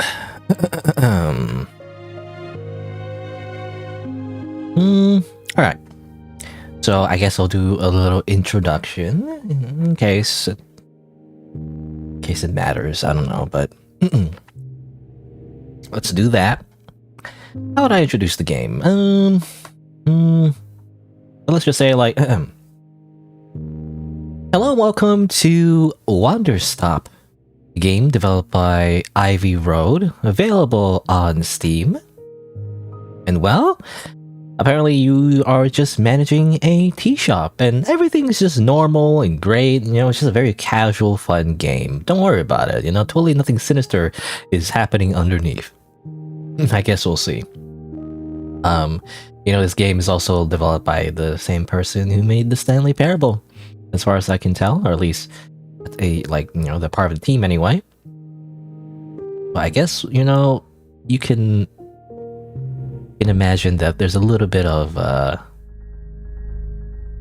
possibly fourth wall breaking. I mean, I don't know. I don't know if it's going for a fourth wall break kind of thing, but you know, the Stanley Parable and everything. My name is Alta. Anyway. And I am a fighter. She's a fighter. When you're in a fight with someone, only one thing matters. Control. Are you in control or not? Because if you're not, here's what happens.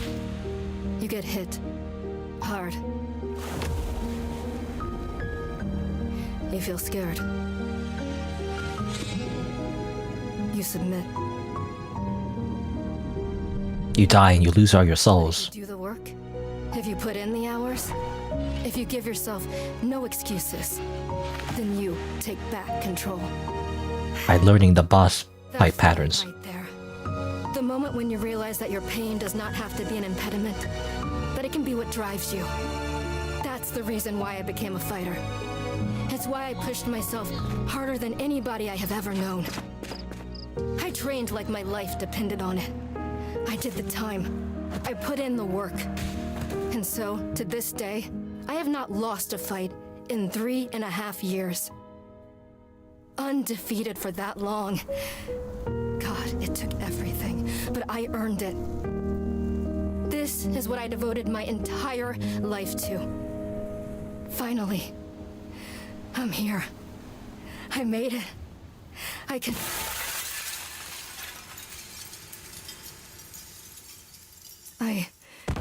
I lost? How? No. I must have gotten sloppy, complacent. I must have slacked on my training. I'm so stupid. But I can use this failure to push myself even harder. Train myself back up better than ever. Right. Maybe the loss was actually a lesson I needed. Once I've made it back to the top, I'll never allow... Ow! Again. I'm a failure. I'm weak. I'm a failure. Again. I'm a failure. A failure. You don't deserve it. I don't deserve it. I don't want to be this person. No. Snap out of it, Alta. Do not go to that place again. Take responsibility. This can be fixed. Only one person in the world is good enough to train me back up. Master Winters. She was an unrivaled fighter in her time. A god. She'll know what to do. Her home lies deep within a forest, at the edge of the world. I'll find her no matter what it takes. I'll do whatever she demands of me. And when I leave this place, it will be on nobody's terms, but mine. Wanderstop. By the way, during the cutscene, sometimes the controller vibrated, you know, in some moments. Like to match the cutscene, you know, when she was having that breakdown, you know, when she was crashing out, it was also vibrating. Anyway, I was gonna mention, like, I didn't want to talk over the cutscene too much. But basically, yeah, this game is made by the same developer who made Stanley Parable and stuff like that. So I'm expecting some kind of fourth wall breaking. Maybe not fourth wall breaking, but like some kind of like at least subversion of the genre.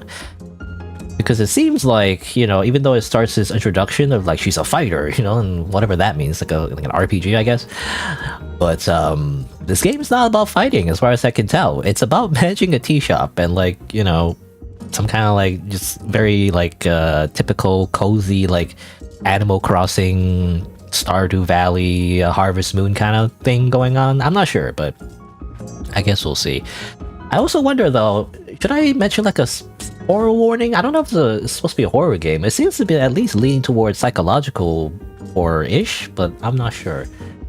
But I don't know. I mean, I'll give the warning now, even though I feel like it's a little bit late. But just in case, as a little bit of a warning, this game might have some mature themes that some may consider disturbing. So you know, real discretion is advised. Anyway, so you know, she's running. She does a lot of cardio, I guess. Yeah, it feels good. It's refreshing to have something to chase again. What kind of training will Master Winters put me through? I'm sure it'll be brutal. You know, I gotta do all these like esoteric chores that, you know, you gotta like what did the Master Miyagi say again? Like wax on, wax off, you know, kind of thing. Do a bunch of like chores, like for the master, and suddenly that makes you learn the Kamehameha. I don't know. Good. I hope it's brutal. Just have to. Wow, I'm tired. No. No time for relaxing. We have to keep moving. Right. Can't slow down. I can't hesitate. Hesitation is why I lost those fights. I guess a lesson learned from... I mean, slight spoilers, but, you know, well, I don't know. I don't know how to say this, but, like, basically, Sekiro, you know, hesitation is defeat. I was just wondering, did the character say that? Like, did he say that in the beginning of the game, or is it a spoiler to say that? I don't remember. Anyway, hesitation is defeat. I was lazy. I let myself get complacent. I have to ensure it never happens again. That's all that matters. I have to... Wait, what's going on? Why does my sword suddenly feel so heavy? What happened? You just level up your strength? Did you somehow de-level up? Or rather, level down? Anyway. I can't carry it. Stop this, Alta. Pick up your sword. Pick it up! What are you doing? No. No. This is impossible. I've carried this sword with me every single day for more than 7 years. It's part of my own body at this point. What's going on? What's wrong with me? Do I leave the sword here? Can I do that? Is that okay? Well, time to go bare-fisted, you know? Time to respec into a monk. We can do, like, unarmed attacks. I don't know if I have any other choice. I'll never find Master Winters at this pace I'm going. I'll just leave it here for now. Then as soon as I find her, we'll come get the sword and resume the training. I'll be right back. A bad idea. Another adventurer will come into the forest and be like, wow, this is a legendary level 20 sword. Thanks for the loot. Okay, there we go. It feels good to move quickly. If I keep up this pace, I could... hang on. No, we must keep moving. Right, don't stop. Keep moving. This is exactly what it took to become undefeated. As long as I prove myself to Master Winters, she'll know what to do next. She'll fix me. She'll fix all of this. She can fix me. Right? I can be fixed.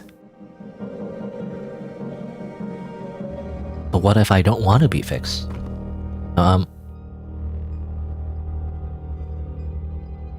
Anyway, this is a tea shop management game. Supposedly.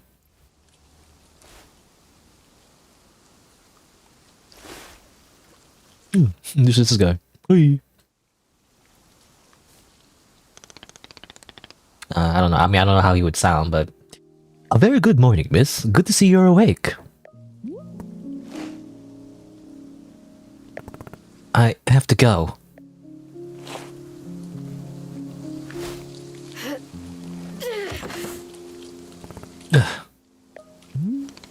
My goodness. Are you not feeling well? I can't stay here. I need to leave. Oh, I see. How delightful. Say, Boro would very much like a cup of tea. Which is to say, this one's name is Boro. A pleasure to be making your acquaintance. Oh, I do wonder, okay, do they have an accent or something? I don't know how to do accents. They speak in a way that implies that they're not fluent in at least standard American English, you know, basically. It's just, you know, because when you refer to yourself in third person, it's kind of weird, and, you know. And a pleasure to be making your acquaintance, I feel like it's not something that a native English speaker would say, at least in North America. A pleasure to be making your acquaintance. I don't know, I can't do an accent. I'll just do the same voice I had before. And are you having a name as well? Alta. Wonderful. Welcome to Wanderstop, Miss Alta. Wanderstop is the name of my tea shop, you see. Right there in front of us. As long as I'm making tea, would Miss Alta like some tea as well? No. An acceptable answer. Tea only for Boro then. But wait. Did you carry me here from the forest? Indeed. It seems like I'm still having the upper body strength of my youth. He's quite wide. Boro was once fastidious? How do you say this word? Fastidious? Maybe. I don't know. I mean, that's how you pronounce it. Boro was once fastidious about developing his triceps, if you can imagine. Oh, yes, bodybuilding. Is Boro a bodybuilder? You know, I've been getting into, like, you know, resistance training myself, actually. You know, I wanted to say weightlifting. I hesitate to say weightlifting because weightlifting is like a particular sport. You know, weightlifting and powerlifting is like a particular type of sport. Really, I just mean like, you know, picking up a couple dumbbells, you know, and just doing home workouts, you know, is what I mean. It's for like a casual person. But anyway. My sword. We have to get back and get my sword. Oh, not to worry. Boro already retrieved the sword. It was lying not far from where I found you. So, you could pick up the sword. Did it feel really heavy? No, I don't believe so. Just the normal sword weight. Is the sword supposed to be heavy? Of course not, it's just a sword. Indeed, we are in agreement that it is a sword and it is a normal weight. May I be asking what brought you here to this forest? I am looking for someone. I see. For fun? Master Winters is a legendary warrior. She lives somewhere out here. I need her to train me. So, for fun. Wonderful. Now then, it is time for the tea Boro promised to himself. Very exciting. Something has occurred to me. You said you are not wanting to drink tea, but perhaps you wish to help me make a tea. The making of tea, it is good for the soul and body. Perhaps help you recover. I'm a fighter, not a tea maker. Only fighting for Miss Alta. She does not sleep, breathe, or eat, only fight. Yeah, basically. Well, I suggest that you at least do the breathing. Very important stuff. And although making tea is perhaps not as vital as breathing, I think you enjoyed it. Think of yourself, you have collapsed from your journeys and are badly in need of rest. You can run back into the woods, yes, it's true. Or you can briefly relax here while keeping your hands occupied. What is there to lose by spending just a few easy minutes making tea? And then, of course, straight back to your exciting journeys in the forest. Nothing but a momentary diversion. What do you say? You know, this seems like a Hansel and Gretel situation, like you're the freaking witch that wants to eat me or something. I don't know, man. You're gonna turn me into tea. You know, Soylent tea is people. Do not feel like you have to answer right away. I'll be over there inside the shop. Well, you know, I mean, Boro doesn't seem evil from first impressions or anything, but I'm just suspicious, is all I'm saying. If you wish to help me make tea, come speak with me and I will be glad to show you how. It's entirely up to you. Please, take your time and be well. How do you make profit, by the way? Like, aren't we in the middle of like a random forest? How do people pay for your tea? I'm not sure. Or are you just like, just rich? You know, you're just a weird, eccentric billionaire that like lives in the middle of the forest, has nothing better to do, just makes tea all day because they can afford to do so. And I don't know. It all comes back to capitalism. Anyway, all right. I mean, this is a Wanderstop. I mean, at least a demo anyway. I don't know how much we're gonna actually explore of the story, but like, yeah, that's the premise. Apparently, she's like a fighter. You know, it's supposed to be this premise where it's like she's a fighter, like an RPG type fighter, and it's obviously some kind of analogy for her like trying to like find a purpose in life, and that's all she knew. And like, the setup is supposed to be that maybe she's supposed to be healing from the idea that you know, maybe not all she needs to do with her life is just to continue doing the whole fighting thing. She needs to find other things to do in her life. Like, she needs to find a hobby, basically, to be like a well-rounded person instead of obsessing over something that is actually extremely competitive, and a lot of it is actually out of your control. And you know, and a lot of people don't really make it to be number one in the first place. So you should just be proud of your own achievements already, and just, you know, start to think about your other parts of your life. And anyway,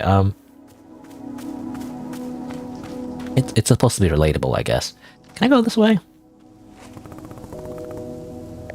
Sure, why not? Bye. Nah. No thanks. I'm wasting time here. Let's go find Master Winters and start a real adventure. The real action RPG, Souls-like, rogue-like RPG thing. I don't know, I said RPG twice.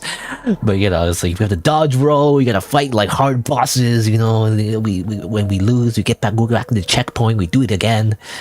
You know, that's what it's really about.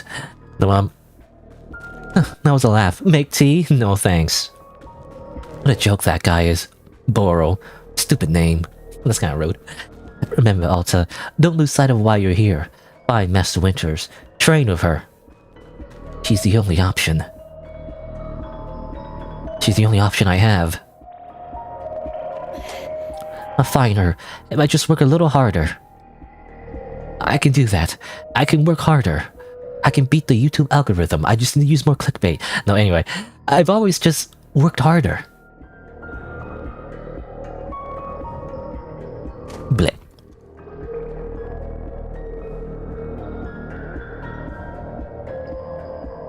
I mean, obviously she's also overworking. I mean, that's another theme as well. I feel like she's overworking herself, not letting her actually like rest, you know, which is actually an important part of training as well. You need to actually rest and recover.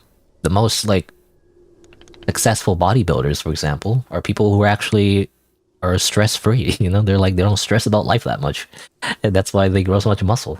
Anyway, welcome back, miss. Another exciting adventure in the forest, it seems. Oh. Please be careful not to push yourself too hard. You've been in a great deal of stress. I thrive on stress. This is very big talk for someone who just passed out twice. Generally speaking, collapsing from exhaustion is, how to phrase it, not intended. This isn't exhaustion. Something's just wrong with me. Is the thing that's wrong with you exhaustion? No, it's something else. I don't know what. Whatever it is, Master Winters can help me. Oh yes, how silly of me to think it was exhaustion. Then I believe I'll be returning back to look after the shop. As always, you're welcome to join me in making tea, but it is your decision to be making. Wishing you the best, miss. Okay, we're just back here. I feel like how much can we push this? How much can we just try going to the forest? Several times. At some point I feel like the game will be like, no, shut up players, stop trying to not play the game, and then they just like, it's just like a bad ending where she freaking dies. I don't know. Anyway, you know, as for the game itself, it's actually quite, I actually like the aesthetic, you know, it's very, I mean, it's cartoony, I don't know how to describe it. I don't know what the word is, but you know, it's like, it's not cel-shaded, but it's like a similar idea where I feel like this kind of like art style is kind of timeless, I feel like, you know? No matter how much graphical performance your game has, or whatever, or graphic fidelity it has. I mean, at some point, I feel like it gets outdated, but like I feel like in this kind of art style, where it's like a little cartoony, you know, has a very like consistent design to it and everything. I feel like it's one of those games where I feel like it lasts for a long time at least, like straight out of like a storybook or something, like a well, not a storybook, rather a picture book, rather is what I'm trying to say. I got gift shroom. Bleh. Just do that. Dash it. To open the pocket, press and hold the D-pad. Retrieve it. Scroll through the inventory list. Okay. Stash it. Shrink shroom. Stash that. Yeah, it's supposed to be like a planting game. Should really just go, but like, what happens if I just go back to the forest again? I'm just kind of curious. I'm like, I went to this forest for one thing and one thing only, okay? I'm not here to engage with the main mechanics of the actual game that the developer, or developers, plural maybe, has spent time honing and crafting and endless nights coding and programming the game, where the main point of the game is just to, like, plant mushrooms. Nah, I'm just gonna go back and just, you know, ruin the whole thing and just keep going back to the forest. How has this all been so complicated, so confusing? None of this is like me at all. I've always worked harder to get what I need. You know, meritocracy is real. You know, it's capitalism rewards those who just works hard. You know, copium. What's changed? Is something different? Maybe if I make tea just once or twice, it could heal me. Oh, that's communism. That's communism talking. Although don't believe it. I don't know. I don't know why I'm making the weird analogy of the social economics. I only do it a couple of times so that I don't forget my mission. Whatever happens, Alta, don't lose your fire. Don't lose this passion. Blank.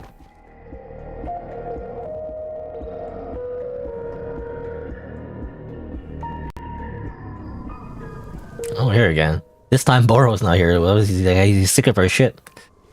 Like, Boro is not bothering to chat with you now. You're obviously a stupid head, so I'm just gonna be at my shop relaxing while you just run in the forest every single time and die for exhaustion. Oh well. Just silly person. How do I run now? Run. Anyway, time to go back to the forest. I don't need no tea. If anything, actually, I in real life, by the way, me, me, I actually don't like tea that much. I actually don't like hot drinks. I don't know. I prefer colder drinks, personally. I like, you know, soda. Sugar-free soda in particular, because you gotta watch your calories. Which I've actually, I don't know, this is like off topic, but like, I have been making progress on it, actually. I've lost like, I don't know, I think 8 pounds at this point, which is a good thing because I was a little bit overweight. And, you know, at some point I learned, like, you know, according to my BMI, which again, the BMI is not really that accurate, obviously, but like, it's a general good guide for the average person. Like, as long as you're not a freaking competitive bodybuilder, which I feel like most people who use a BMI calculator aren't, then it's fairly accurate. For the longest time, though, I thought, you know, I had a correct BMI, as in, like, the standard BMI, but then, as it turns out, by the way, if you're freaking Asian, or, like, you're, I can't remember, like a different population, like non-Caucasian, basically, for the most part, the BMI is actually, you need to be at a lower BMI than a white guy, basically. And, you know, turns out I had to lose a little bit more weight, and so I did. I was like, now I want a good weight. I feel like I could lose more, though. But that would just be for, like, aesthetic reasons, you know, more than health. But anyway. What am I doing? Oh, yeah. Anyway, so we went back to the forest, but obviously there's no new dialogue. You know, that's a telltale sign, you know, that whenever you, like, try to do things in a more open-ended type of game, whenever something repeats twice, usually that means there isn't anything else to explore. You know, I mean, obviously that reminds you of Stanley Parable, right? Like in Stanley Parable, like if the dialogue looks exactly the same, it doesn't change, then that indicates to the player there's no more new content, basically. But that's the funny part about Stanley Parable, is like you keep trying different things, and you know, and trying to like either go with or go against whatever the narrator says in that game. Which is kind of like the point of the premise of Stanley Parable, you know, like there's a narrator, and then he tells you to do things, and then you end up like sometimes not doing what he says. He gets angry and all that. That's the joke. You know, the funny part is that even though he tells you like sometimes like there's you shouldn't go here, Stanley. There's nothing here, Stanley. Like, why are you going through this door? There's nothing here. You expect me to, like, give you more dialogue, even though you do this thing where you, like, go against what I'm saying? And it's like, yeah, actually. Because if you keep saying new things, that means there's new dialogue. So I'm going to keep doing this until you repeat. When you start repeating is when there's no more new dialogue. Anyway. Alright, so let's actually explore this little area properly, which is basically the game, really. So D-pad is the various items we can like put in our pockets. Brewing pocket, tools, and seeds. Run of that. Like a jump button. I wish I could jump. You know, that's something that's missing. I want to jump, even though there's no platforming in this game, probably. Oh, that. Okay, that gives you little quest markers. That's nice. I like that, actually. It's a balance between simply having a giant quest objective open the whole time versus, you know, getting lost because you don't know where to go. And obviously there's the whole thing of yellow paint. You know, everything's subtly colored with yellow paint. This is where you need to climb. There's yellow paint on it or something. I forget what game it was. Wasn't it like Resident Evil or something? The remake? Was it Resident Evil 4? Can't remember, but the whole thing I remember about like how people complaining that, you know, it's too obvious. Like it's immersion breaking, whatever. I like it though. I like the yellow paint though, because it's a little bit more immersive than the alternative, which is a giant quest marker. But in this game, you know, you can choose it. You can just hold down the button, you can see. You can also don't have to hold down the button, and then you can just not have that UI element, which is nice. I mean, I feel like games these days, I mean, the games that do it well anyway, I feel like are the ones that actually have dynamic UI, where like it turns off if it's not relevant, right? You're just standing still and there's not much happening. Like in Elden Ring, for example, I think that's the default option, which is nice, actually. It kind of turns itself off when you don't need to see it. Hello, penguin. I pick up the penguin. I pet it. I can't pocket this. Oh yeah, I was trying to pocket it, I guess. Is that how you pet a penguin? No. It's like drooping to the side. Hold on. Okay, there you go. This is how you pet it.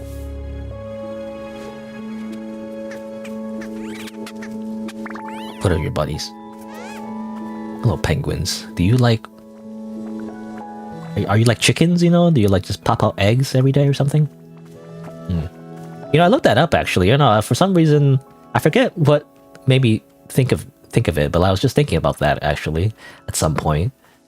Like when chickens, you know, lay eggs and everything, like do they care about the eggs that they lay? I wonder. It's like their children, right? But obviously it's not fertilized. But then farmers, I mean, a typical farmer, I guess, would just eat their eggs and be like, do they worry about that at all? Like they're just like popping out eggs every single day, like by the dozens. Do they care at all that we're just eating their eggs? They're eating their unborn children. I don't know. Again, it's not really children, I guess. It's like unfertilized usually. Hopefully, anyway. Pink seeds. I'm just exploring. Well, I should probably just go to Burrow. He'll probably explain everything anyway, instead of me just wandering around. That's what the game's called, the Wanderstop. Wanderstop? Not Wanderslop. I really want to say Wanderslop. I don't know. It really rolls off the tongue, even though it's a really rude remark about the game. And I don't really believe it. It's just so funny to me. Say Wanderslop. It rolls off the tongue. I can already see the hater comments calling it more like Wanderstop. But again, I don't actually believe that, and I think this is actually a very interesting premise, and I actually want to, I most likely will probably play the full game. If it's at a reasonable price, hopefully it's not like another $80 game, every game's like $80, at least Canadian dollars anyway. So expensive.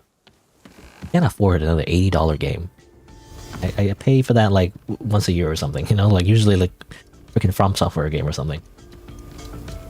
I mean, isn't the Elden Ring Night Ring coming out as well? I don't know. That's expensive too.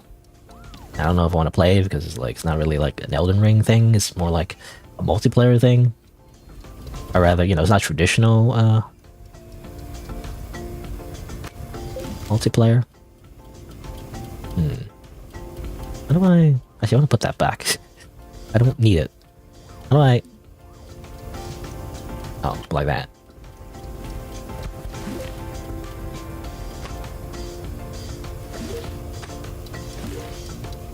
Oh, just put some stuff on the shelves. Why not? Give shrooms. I don't need all this. I guess I'll just put it on the shelf. All right, Burrow. I put some stuff on your shelf for no reason. Amazing. It's very like how do you describe it? I don't know what the genre is called, but it's very Willy Wonka. Willy Wonka, or what do you call it? I forget. There's a difference between the book name, the movie name, but there's another movie that's a more modern version of the movie with Johnny Depp or something. Anyway, the original movie, Charlie and the Chocolate Factory. That's what it reminds me of. Everything's all wacky, it's like obviously doesn't make any logical sense. And yet it works, I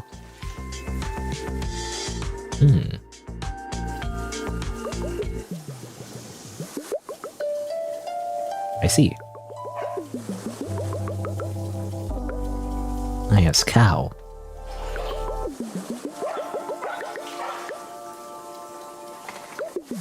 I don't know, just put it back. Anyway, hello, Boro. Oh, hello, miss. You decided to join me. I'll do this above you only until I'm well enough to travel. Very good. I am understanding completely. Now then, we must be showing you the steps to make tea. If we're going to do this properly, we must harvest our own ingredients. No cutting corners at Wanderstop. Please, won't you come with me? I will show you to the maintenance room to gather our tools. Load R2 to highlight. Using, what's it called? I mean, well, the first thing I think of is Batman, like it's detective senses or whatever. It also reminds me of in the Hitman series, I think, in the more modern Hitman series. I forget what it's called. It's like a button you press and it also makes everything blurry and just shows you the important parts. Right. What are we doing here, Boro? Do I have to work for you for free? Isn't this... aren't you exploiting my labor? Anyway, welcome to the maintenance room. Here you will find all sorts of useful tools for running a tea shop. For instance, the tools that we must use to dry the tea leaves. Do you see the basket that's right here? Go ahead and pick it up. With the basket in hand, you can gather up tea leaves that have grown outside. Just scoop them right into the basket, no trimming required. Remember, you'll need an entirely full basket before I can't speak. Remember, you'll need an entirely full basket before the tea drying process can begin. Once your basket is full, return here and place the leaves into one of these bowls. The leaves will begin naturally drying themselves just like that. If you have used up all the tea bushes that are in front of our shop, you can always find more out in the clearing. They regrow in plentiful numbers along the outer edge of the clearing. No need to worry about running out. All sounds good? Why don't you get some tea leaves drying, then please come speak with me. I don't know what kind of voice I'm giving Boro. I never really know.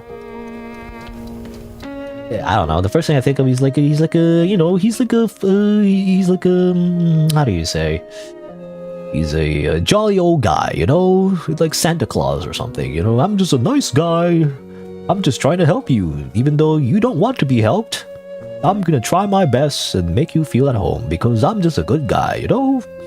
I live a peaceful life with my penguins. I eat their children every day. What? Anyway, tea leaves? Where do I get tea leaves again? He said in front of the shop, right? What's this? Nothing special, I guess.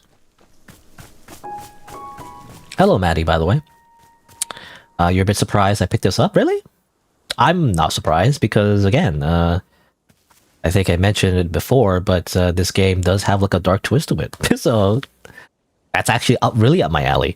Any kind of game that seems a little cutesy and innocent on the outside, but actually has some darker, mature themes on the inside, it's actually exactly what I like about video games. But anyway.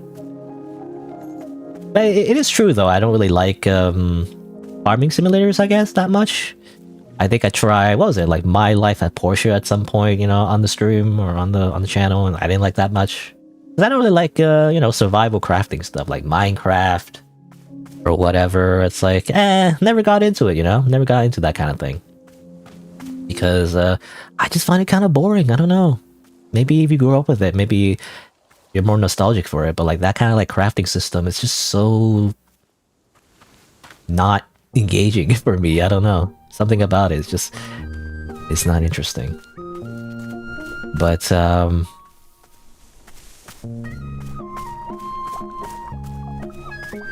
yeah. But you know, I'm willing to give this a shot because again, it does definitely have quite the what's the word? Is it reputation? Is that the right word? But you know, the developer. I mean, it even says on the store page, made by the same guy who made the Stanley Parable. Stanley Parable is, well, it's definitely a very, how do you say, unique game? You know, it got very popular, has a very unique type of, you know, style to it and everything. I don't know if that's the right word, style, but you know, it's a unique game, basically. It can be definitely something that you either hate or love, though, I guess. I can see some people not liking it because there's no like real quote-unquote gameplay in a way. But you know, I like the Stanley Parable. I played the original mod, so I really liked it. I especially love the narrator. In fact, I mean, I can't really do what he does, you know, but I'm very much, how do you say, what's the word? You know, I don't want to say jealous, is that the right word? But I'm very much inspired by voice actors that do specifically narration, you know, like Stanley Parable, Darkest Dungeon, you know, the ones that get like a lot of like praise, you know, for their narration. And that's kind of exactly, I mean, I don't know if I'm like that necessarily, but I would like to, again, I don't know what the word is. I'm inspired by it, basically, you know? Like, if I was a voice actor, which I'm not, I would be the narrator, you know? If I had to choose. I would like to be a narrator of, like, some kind of story or, like, a game, you know? That sounds really cool to me, you know? That's exactly what I want to be. Of course, it's not that easy. It's not really a career choice, really, for me. But again, if I in a magical universe where I had to, like, you know, do anything I want, you know, then that was exactly what I want to be. I want to be like a narrator, you know, especially like a narrator that is very, I don't know, like a very much essential part of the product, I guess product, I don't know, essential part of the piece of media, I guess. Because there's definitely like a very good narrators as well that are kind of like in the background. You don't really hear them, you know, they're just there, and that's cool too. But I especially am and I don't know, I can't think of the word, but like, again, inspired, I guess. I'm especially inspired by narrators who like stand out despite just being they're just the narrator, right? But like somehow they play a very important part and they're very distinguished, you know. Anyway. What's another like narrator? Like I guess Bastion as well, you know, Supergiant Games also made Bastion. They had like a strong narrator too. I didn't actually love that game as much. You know, the Supergiant games are very overhyped, I feel like. You know, maybe that's controversial. I played a few of their games. I played Bastion, I played Transistor, and they're okay games, but I feel like it was a little bit overhyped, in my opinion. It still felt like meh. Still felt like okay, like a decent game, but didn't feel like mind-blowing at all, really. Maybe that's just me. Anyway, I'm just kind of wandering aimlessly. So let me just double check. So again, we're supposed to just get tea leaves. He said, Boro said that he was right in front of his shop. You can gather some right in front of his shop. Let me double check. Can I just talk to him again? Just double check. What am I supposed to be doing? The first step was to pick up the tea leaf basket. All right. I gotta pick up the basket. I forgot the first step. I thought I could just walk up. Because I thought, well, for some reason in my head, I thought I could, like, pick up the leaves in my hands, stuff it in my pockets, and then put it in the other thing. But no, you have to pick up the tea leaf basket, and then you can do it. Okay. Whoop. That's funny. Whoop. Whoop. You just do that, I guess. Ha, hoo, ha, hoo, ha. I'm a fighter. This is how I pick up leaves, because I'm a fighter. Oh yes. Subtle storytelling, I guess. I don't know storytelling, but it is interesting how she like swipes the basket like a sword, which fits her character, you know.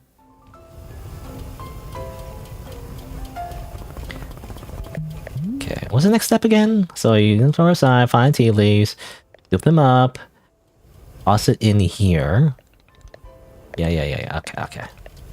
I'm just that stupid of a player, I guess. I got distracted. I was talking about something else. I don't know. Anyway, over here. There you go. And I gotta get some more. Excellent job. Please come see me discuss next steps. Oh, actually, no. Okay, that's it. Something else I need to do. You set the leaves out to dry, and it'll be several minutes before the process is complete. Once they have fully dried, they will clump together into a tea ball, easy for storage and transportation. Yes, the tea ball really is the most convenient of nature's miracles. But miss, we can put the tea ball out of our minds for now. The next step is to do a bit of gardening. Perhaps you already saw the wall of tools behind you? Each of them can help us in some way. For now, though, all we are needing is the watering can. It looks like a frog. Please, won't you take the watering can with you? Perhaps stash it in your pocket for easy use. Then, with your watering can stash, come and meet me outside by the garden. Stashing items. Okay. Stash that. Put in inventory. Yep. Grab this. Cup and stash. There's other tools as well, but I guess we'll come back to it. Assuming we'll come back to it. Again, this is just a demo, so I don't know if we'll explore every mechanic in this game. Welcome to the garden. Here's where Boro likes to do the planting of the plants. As you can see, we're already having a blue fern here in the garden. But miss, we can grow this simple plant to a larger one, almost like magic. Please imagine a grid surrounding our blue fern. It's very specifically a grid. If you were to plant 2 additional simple plants on either side of it, forming a line like a puzzle game, the fern in the middle becomes a plant egg. It is a miracle of life. What is this? This is a very strange mechanic that I haven't really seen in video games. Here, I will give you a seed for more blue ferns so that you can try it for yourself. Of course, you could be making these plants anywhere in the clearing that you like, not just the garden. Boro simply enjoys the feeling of making plants in the garden. So why don't you go ahead and make a line of blue seeds, and let me know when it's done. Whatever you say, bro.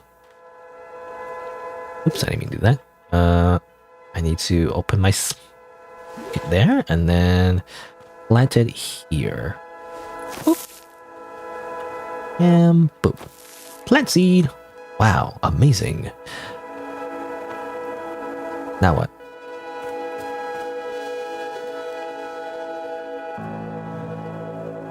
What's that music? Why is it so epic? Anyway, that was like really like, I don't know. That was like really beautiful for some reason, but it just came out of nowhere though. I mean, just like Minecraft music, which by the way, apparently one of the people on the team made Minecraft music. I don't know if it's the same person because I don't really know much about Minecraft really in details, but apparently one of the people who made music in Minecraft also made music in this game. I finished making the plant egg. Fantastic! The next step is to be watering it. Remember the watering can you stashed earlier? Now is the time to be retrieving it. Please take the watering can to any of the spigots connected to the water. We have several around. Fill the watering can with water, then pour it onto your new egg. Once you've done this, please do come speak with me again. Sure thing, buddy. Watering can. Hold the button. Ah yes, typical Harvest Moon type gameplay. You know, you gotta fill the bucket, gotta pour the water onto the plants. Well, it goes like that, I guess. So it just transforms. And then I put this, I put this watering can full of water. Just stuff it in my pocket, you know, as you do. Aha! You have successfully watered the plant egg. Once you water the egg, it will grow into a hybrid plant. The plant you have made is what I call a small hybrid. Try using your watering can on it again, it will grow even more seeds. In this way, you can be using small hybrids to make as many new plants as you like. Once you've picked a fresh new seed from the small hybrid, please let me know. You know, these plants apparently they just grow so fast. Usually it takes like a season or something, you know? Depending on the plant, I guess. It just grows in 2 seconds.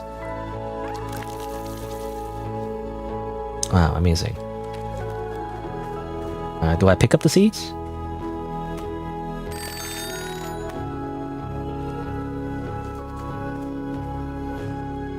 Okay, I got more seeds. Or rather, Alto was saying that. Oops. Okay, I got more seeds. Excellent. Let's move on to the next step. Can it be written down anywhere? Yes, of course. All of this is written in the book in our library. I will point you to it later. But for now, I would like to show you the next type of plant. Can you guess what we'll be making after small hybrids? Guess! I have no idea. It could be literally anything. Burrow will have to be less subtle than his naming conventions. The answer is large hybrids. Just as small hybrids produce seeds, large hybrids will give us fruits. Remember how you use a line pattern to be making a small hybrid? Well, to make a large hybrid, we will instead use this triangular pattern. You do not have to reuse any of the plants we planted to make the small hybrid. This is entirely new shape. How does that sound? Simply use some of the blue seeds you produced to make this new triangular pattern. Once you've made the large hybrid, water it to receive fruit just like you did to get seeds. Go ahead and try it, and please tell me when you pick the fresh fruit from the plant. Alright. I mean, where do we plant it? I feel like if I do it here, it just feels wrong, you know, because there's like this whole field over here, like this. I don't know, whatever. Doesn't matter, but I like it to be organized, you know? Okay, so let's, I don't know, let's start... I mean, I want to do it like right next to it, maybe. Possibly. Or is there like another place? I don't know, it feels weird because it feels like there's a whole like... What do you call this? A hexagon? Is that a hexagon? I don't know, 6 sides? I don't know. It feels weird to have like another plant, you know? It just feels like not centered then, in that case. Whatever. I don't know why I worry about this. It doesn't matter. It's just a demo. Alright. Here. Here. Here. And here. Ta-da! And then tools. Oops. No, not that. One. And then water. Ta-da! The weird vine thing. Wait, I gotta keep watering it, actually.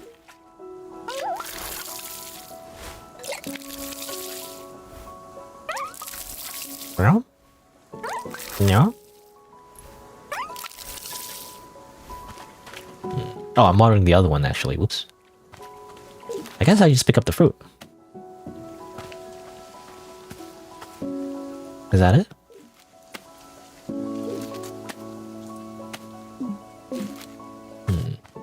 Do I do more? Hold on.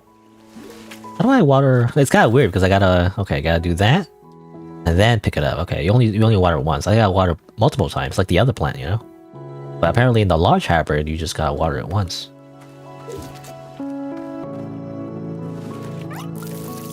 But for this one, I can keep watering. Oh no, actually, okay. Eventually, it runs out because I see here, yeah, the yellow glowing parts of it went away. So I guess that's all it could produce. Anyway.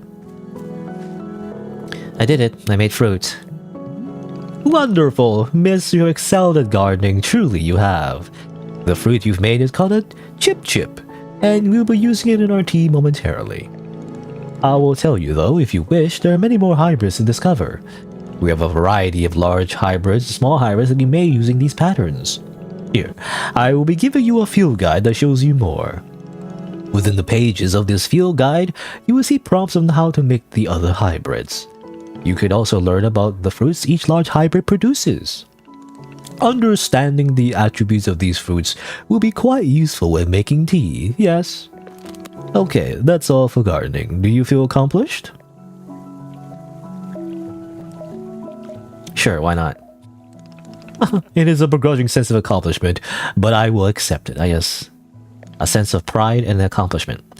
However, we're now done with gardening and it's time to make tea. Come, let's go inside and I'll explain the tea machine to you. Field guide. Simple plants. Small hybrids. Large hybrids. Is there other patterns, I wonder? Not sure.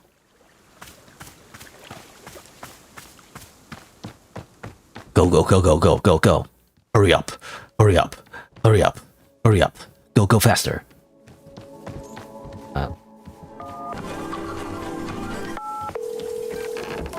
Phone? Like phone sounds? Well, the tea leaves are done. Oh, actually, I gotta talk to them. Here we are back inside the shop. What a whirlwind adventure you and I have been on. Why is this so complicated? I thought tea was simple.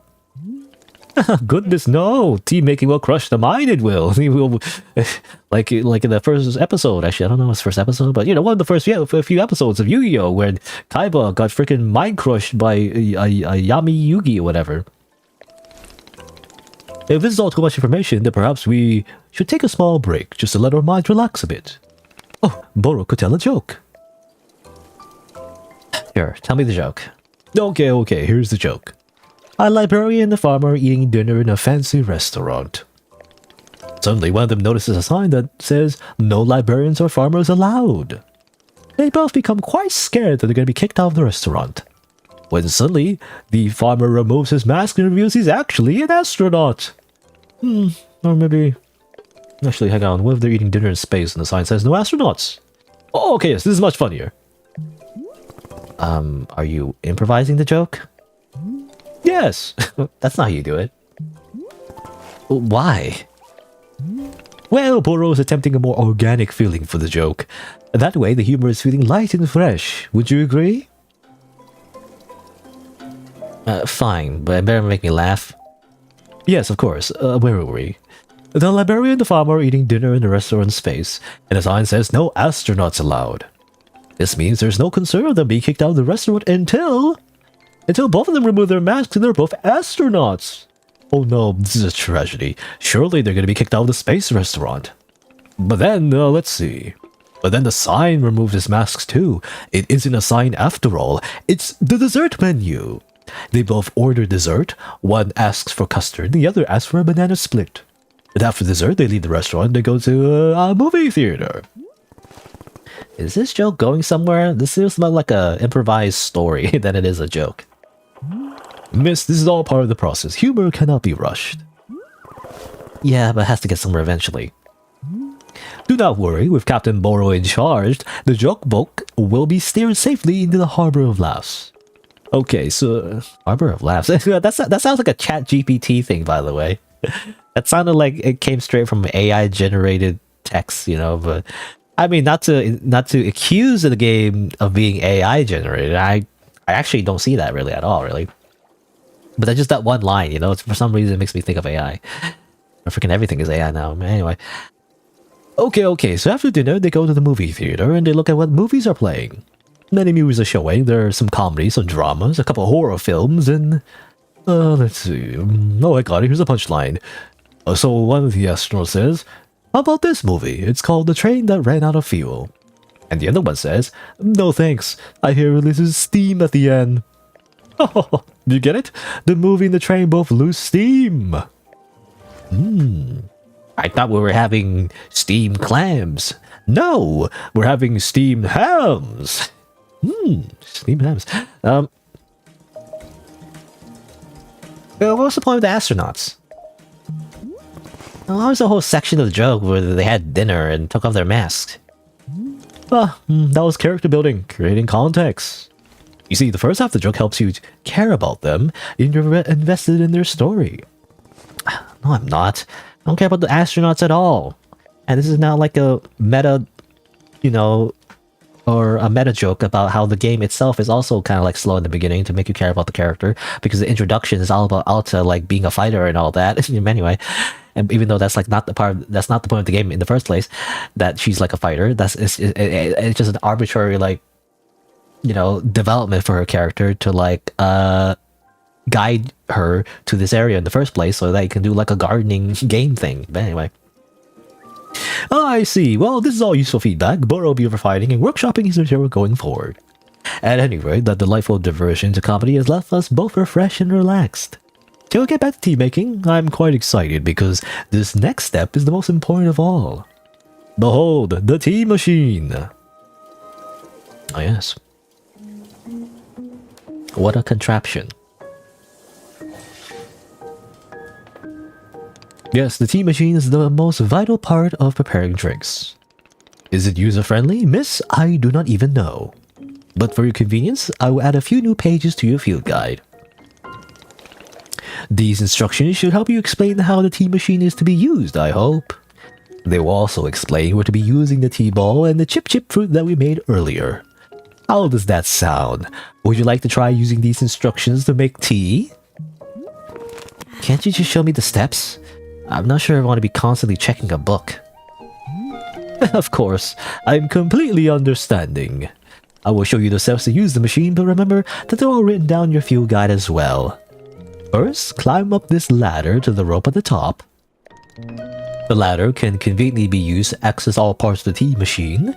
Once you're up here, pull down the rope to pour as much water as you like. Okay, go give it a shot and I'll move on to the next step when you're done. Alright. It's just the tutorial, basically. The whole game. Also, how does the ladder stay upright? How much water is too much water? Okay, I wanted to like overfill it. Next up is to heat the water. Simply climb down the ladder a bit to reach the bellows. Pump the bellows while keeping the heat at exactly the right temperature. Once the water is fully boiling, this step will be complete. Yeah.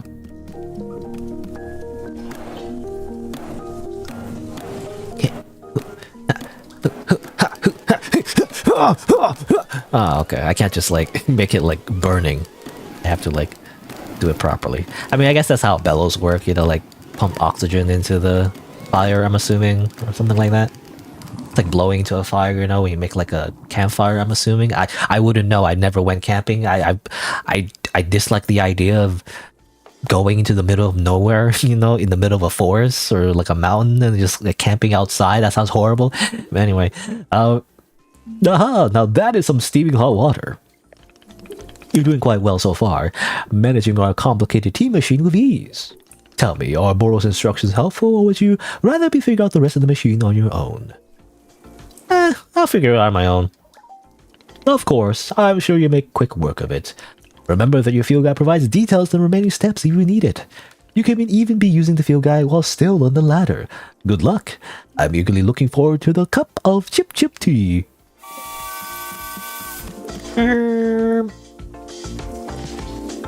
Yeah, I was just wondering, again, I was still wondering, like, how is this ladder upright. It's just standing like that. This is very dangerous.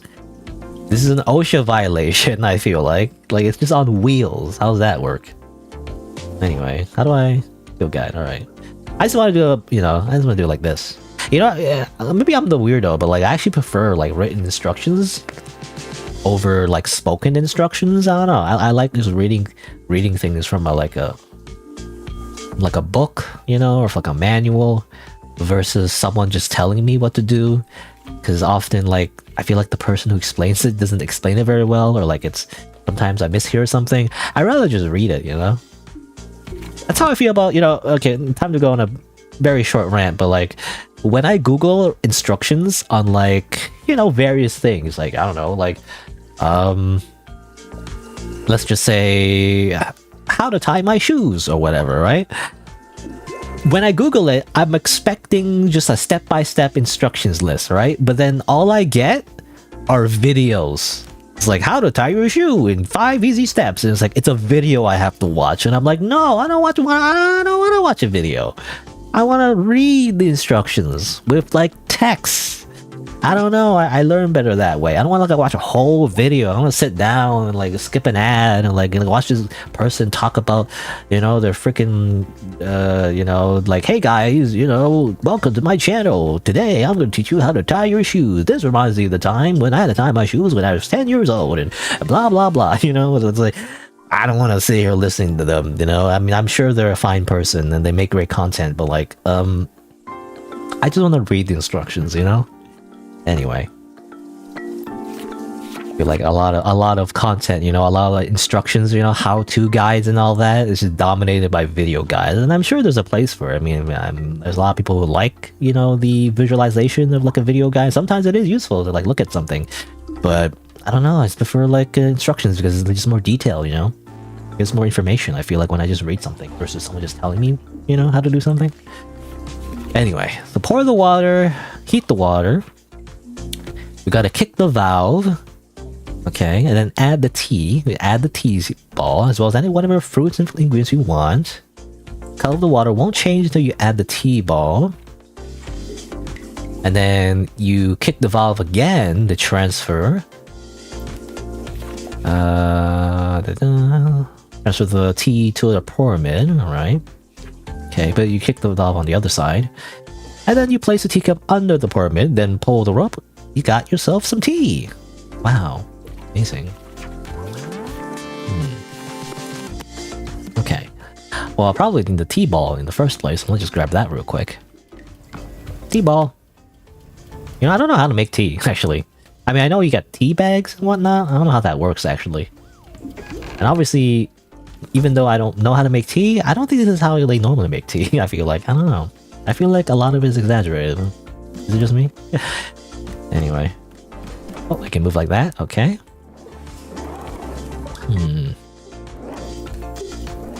Actually, what's over here? I can like walk over here. Just the upper area. Anyway. Alright, so we do this. Boop. We transfer it. Over here. And now we gotta put stuff. Let's see. How do I put stuff? I guess. How do I... okay. That. Then do I toss it? Like so? Oop. And then put a little chip. How many chips do we need, actually? I'm not sure, actually. I don't know if it matters how much I put in. I'm assuming we just need one. Also, the picture says you can put a clock inside there for some reason. Just for fun, I guess. Well, anyway. I guess that's it. And we're good. Now we need a teacup. I guess we grab this. Teacup.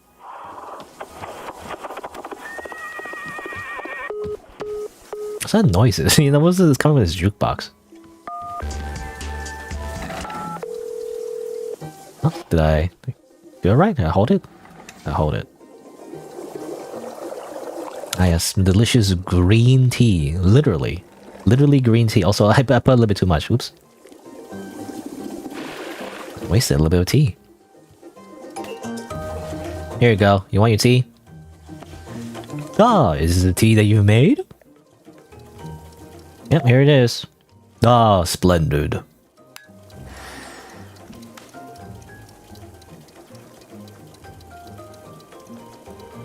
Delicious is everything that Bora was hoping for.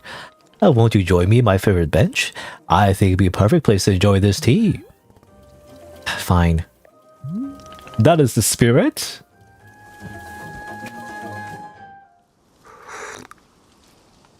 We're a small teacup for a big man, you know? For such a big man. Delightful. A cup of tea, a nice view, and a new acquaintance. Tell me, do you find the scenery as enchanting as I do? Is it a feast for your eyes? I'm not an art critic. Does one need to be an art critic to admire the view? Guess not. But an art critic would be better at it. Just like I'm better than art critics at fighting. And you're better than me at whatever it is you do.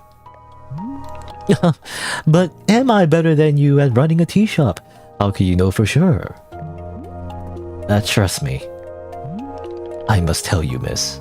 There are few satisfactions in the world like running a tea shop. To make a warm drink and put it in the hands of a customer. Yum, what a feeling. If you ever put a mission on hold, I'm always looking for help here in the shop. Wait, put my mission on hold?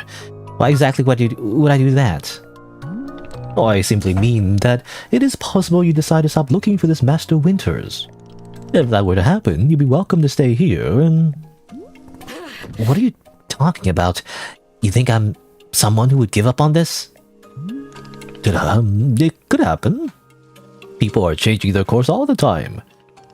Perhaps you're not able to be fighting her, or you're simply tired. It is normal to... Wait. No, stop right there. You've known me for like 10 minutes. You're talking about how I quit? I've devoted every day of my life to this. Every single day for years and years. No idea the sacrifices I've made. The pain I've endured. You can't begin to imagine it. You understand that fighting is one single thing I spent my life on? I can't give up.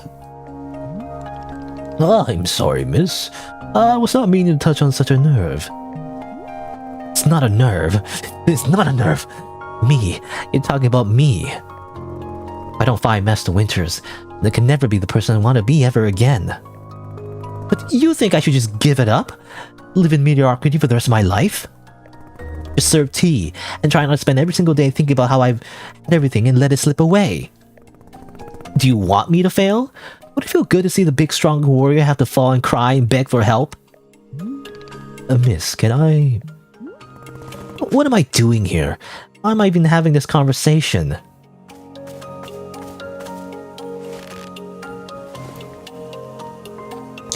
You know, maybe you should like... go to a gym. You know, maybe your muscles, you know, you didn't work out enough. Build your strength to pick up that sword again. Anyway, why can't I lift my sword? It doesn't make sense. I need to get out of here. I need to get out of here right now. You know what you're missing, Alta, is a little bit more protein. Gotta add some more protein in your diet, you know? Gotta make sure you get enough calories. Make sure you train at least twice a week. Maybe 3 times a week, depending.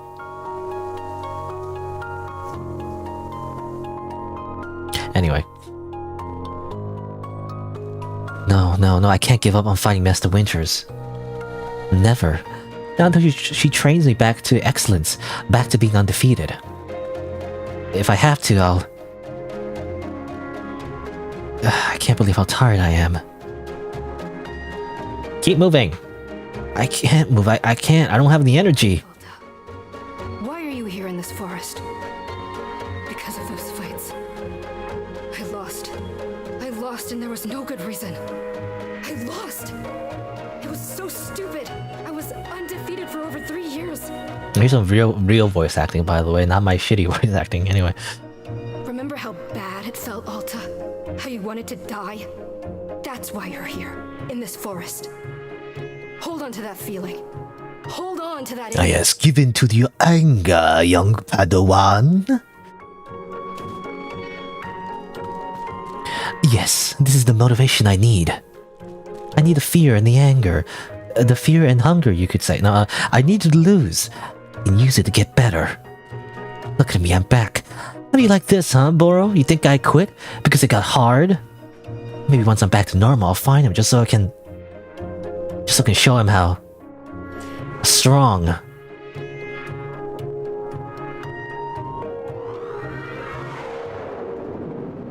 Yeah, but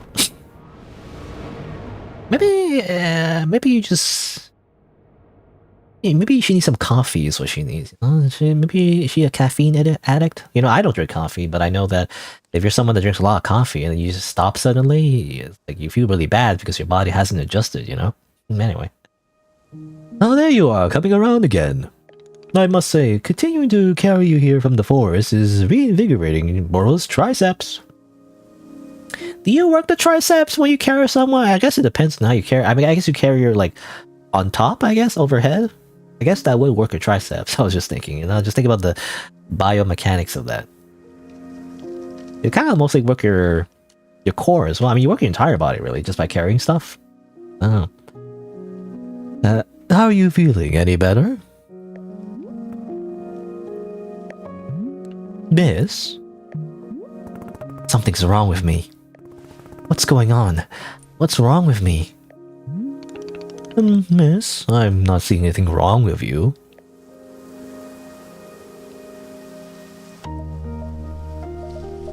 I collapsed out there multiple times. That's not like me. Yes, was surprised that a person pushing themselves to the brink of exhaustion would collapse. It is a mystery. I'm completely baffled.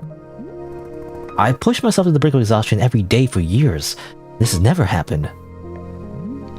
Well, perhaps is the result of pushing yourself to the brink of exhaustion every day for years. You know, have you ever heard of deloading? Anyway, the days add up, miss. I'm not okay with it. Not okay with the body having physical limits? Yes, we will fill out a complaint form right away. Miss Alta, you are tired. Can you not see how tired you are? It is palpable you radiate exhaustion. I am not a scientist doctor. I did not do the 14 years of scientist doctor school, but it is obvious that what you need is some time to rest. Take your attention off this task of yours and just let the mind wander. You know, you could even say this is why this place is called Wanderstop. That sounds unproductive. Extremely. Now you are understanding. Miss Alto being so productive is causing her great harm, it would seem. But if I can find Master Winters, any pain I put myself through now will be worth it. Miss, I cannot make you stay here. You're welcome to return to the forest. You can go out there and run to your heart's content. It's really good cardio. You can collapse again and again and again if that's what you want. And then one of these times you will be collapsing for good. But here in the tea shop, you could spend some time relaxing. Will it fix you? No. But it may let you heal just a little bit. So here's what I am suggesting. Stay here and help me run the tea shop just for now. The work is simple here, but it's enjoyable. It's not hard. We have no goals to meet, no schedule to keep. We work on our own time. It might be a good way to take your mind off things and just relax. Then when you feel fully at 100% strength again, away you go. Simple, restful, and no obligations. What do you say? Again, are you just exploiting me for free labor? You know, like, what do you mean no schedule, no goals? How can you afford this tea shop, by the way? Where are your assets coming from? Are you a former mafia boss or something? A bunch of laundered money and you've killed a bunch of people or something? I'm just suspicious. Anyway, I could leave now. Indeed you could. It is not being my place to stop you. As always, I merely offer this to you. It is your choice what you would like to do. Please, do come see me if you'd like to consider helping me run the tea shop. Take your time. There's no rush, except for the inevitable end of your mortality. Memento mori. But anyway.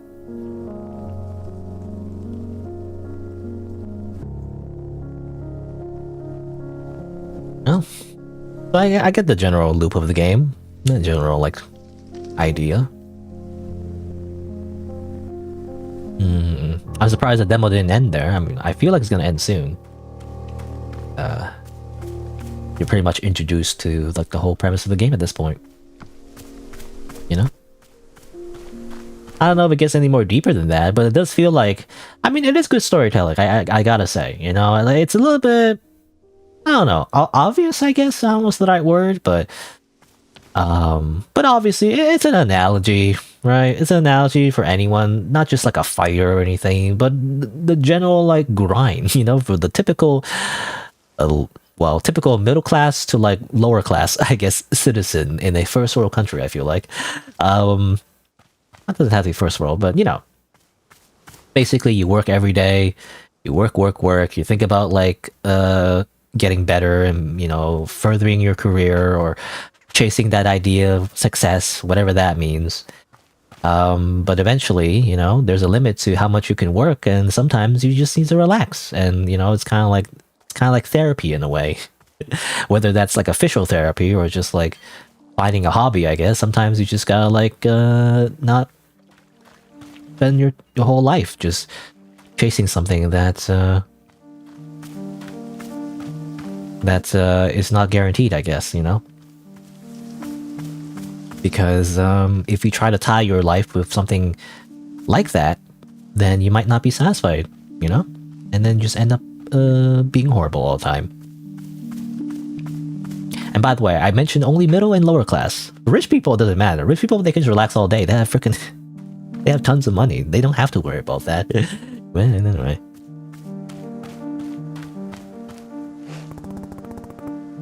Doesn't matter what they do. They can just go on vacation 24/7.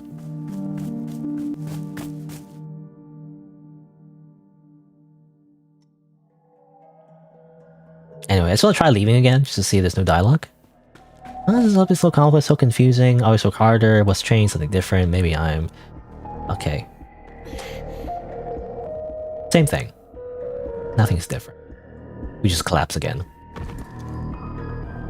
If anything, this is a curse, you know?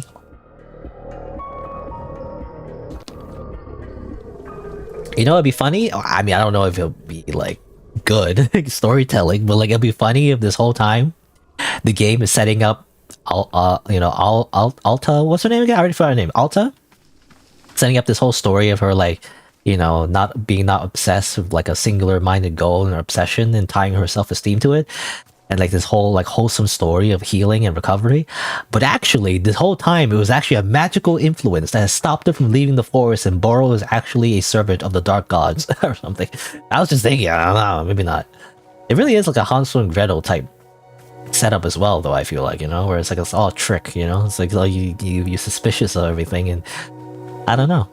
And that could be a thing too. The story could go that way as well, where, you know, you just end up being suspicious of Boro the whole time, and you're just never sure, you know? If he's actually trying to help you, or is he trying to like turn you into tea leaves? Sure. Anyway. Alright, well, let's just continue and just go talk to Boro, I guess. You know, I feel like I didn't spend enough time just looking around the area, you know? I mean, this is the demo, so I feel like eventually it's gonna end really soon. So I just kinda wanna take the time to just look around, you know? Just to see the sights. It's a nice place. You can see the stars from here for some reason. How's that work? You know? Is that possible? I don't know if you can see the stars during daytime, I feel like. And maybe the moon sometimes? Definitely not the stars, right? That's impossible.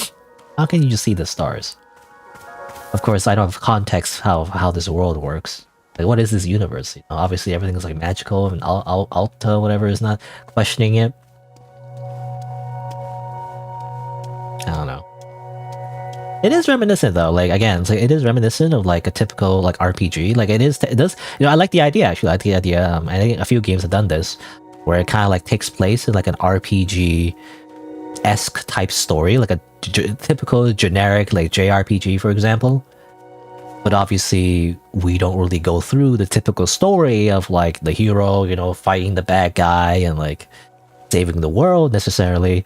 We actually end up focusing on another aspect of the world that isn't usually really covered all that much, you know. I think a good example would be Reciteer, I guess. Reciteer item shop tale, whatever. It's all set up to be as if it's a world with like an RPG type story to it, but actually we just don't spend that time doing that. We just spend time being a merchant, for example, you know, instead. And exploring those little stories is actually kind of interesting to me, especially when there is kind of like a background lore to it, you know, where there is some kind of like something sinister in the background, but obviously we just don't really, you know, confront it directly. It just kind of happens in the background, you know, which is kind of interesting. It kind of inverses the hero's journey in a way, where like instead of like focusing on the actual hero, we're like the side character, you know. I don't know, something like that. Anyway,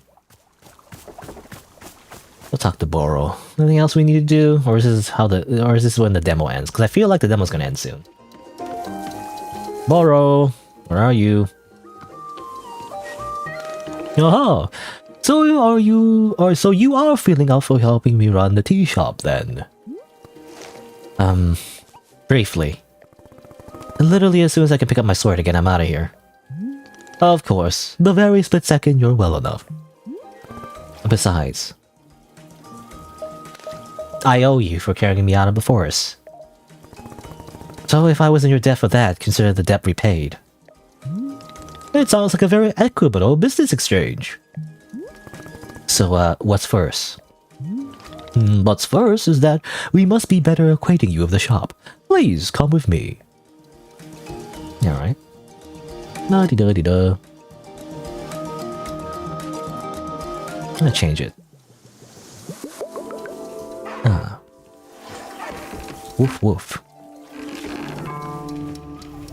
Was there like woof? I remember when I tuned in that radio station, it was just barking dogs. Welcome back to the maintenance room. Miss Alta, the last time we were here, I pointed you in the direction of our watering can. But I did not tell you much about the other tools. They're also quite useful, yes? The broom is useful for sweeping up any unsightly leaf piles that gather outside, and if you find any trinkets hidden in the leaves, you're welcome to keep them. Similarly, if you notice any weeds growing outside, perhaps you'll use our clippers. Personally, Boro finds it quite relaxing to do a bit of weeding. Am I weird for thinking this? Perhaps. This is all quite a lot of information, yes? Here I would add some notes to your field guide. That way it is all conveniently written down. I hope you will be taking good care of our shop tools. Boro is quite fond of them. Also, did you see the little trains moving on the rail? This is our dishwasher. When a cup is dirty, you can be placing it here on one of the dishwashing train cars. Then the cup will be dropped over here in the maintenance room, thoroughly cleaned. Okay. It just works automatically, 24/7. It is the traditional rail, train, and waterfall dishwashing system as in the olden times, of course. Is everything making sense so far? Sure. Yes. Lying. I'm lying.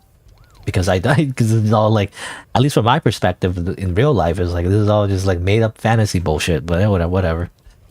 Very good, I'm glad to hear. While we're here in the maintenance room, let us get you some attire. If you're to run a shop, then you must look the part. How else would our customers know to come to you for tea? Oh god, people just walk up to me and ask me for tea? With the right apron, they will. Here, let us see if this apron looks the part on you. Congratulations. Also, we stopped wearing that bandana, you know, the whole time. Or, what do you call it? Bandana, or, you know, the face mask thing. Wow, with this apron, you look like someone full of excitement to run a tea shop. I look angrier. Grr.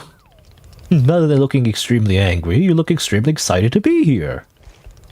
Okay, there's one more thing we must do before opening the shop. This way. Are these glowing, by the way? I don't know why these are glowing. I mean, I don't know if I need these right now. I'm just gonna grab the broom, put it in my infinite pockets, I guess. As you do. Where's Boro? Where'd he go? Over there. La la la.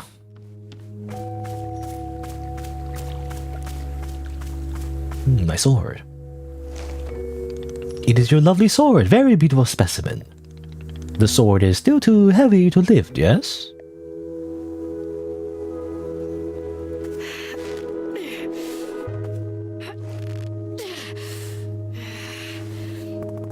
I know she has tattoos, by the way. I didn't see that before.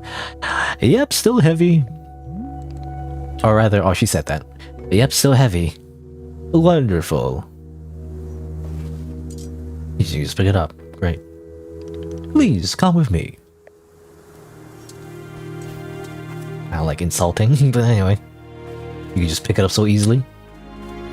I don't know, I feel like obviously the real reason she can't pick up her sword is kind of like, again, symbolic. It's like the idea of, picking up the sword is like a symbolic thing, of picking up where you left off, that kind of thing. What do you call it? I don't know. Like, pulling Excalibur from the stone or whatever. It's not about strength, it's more about like destiny. And I think the reason why she can't pull out the sword, or like rather pick up the sword, is because even though she says she wants to go to Master Winters or whatever and train and all that, her heart is actually not really into it. And she doesn't really want to become a fighter again. Rather, her real problem is her shock, from losing. Really, that's what she needs to get over with. Even though she says to herself that she will use it as a way to get stronger and everything. But I don't know. She says that, but she doesn't. I guess she doesn't really mean it, real. She still can't actually get over the fact that she lost. Truly. But anyway, that's my assumption. It really doesn't feel heavy to you. Not even a small amount. For now, let's leave the sword right here.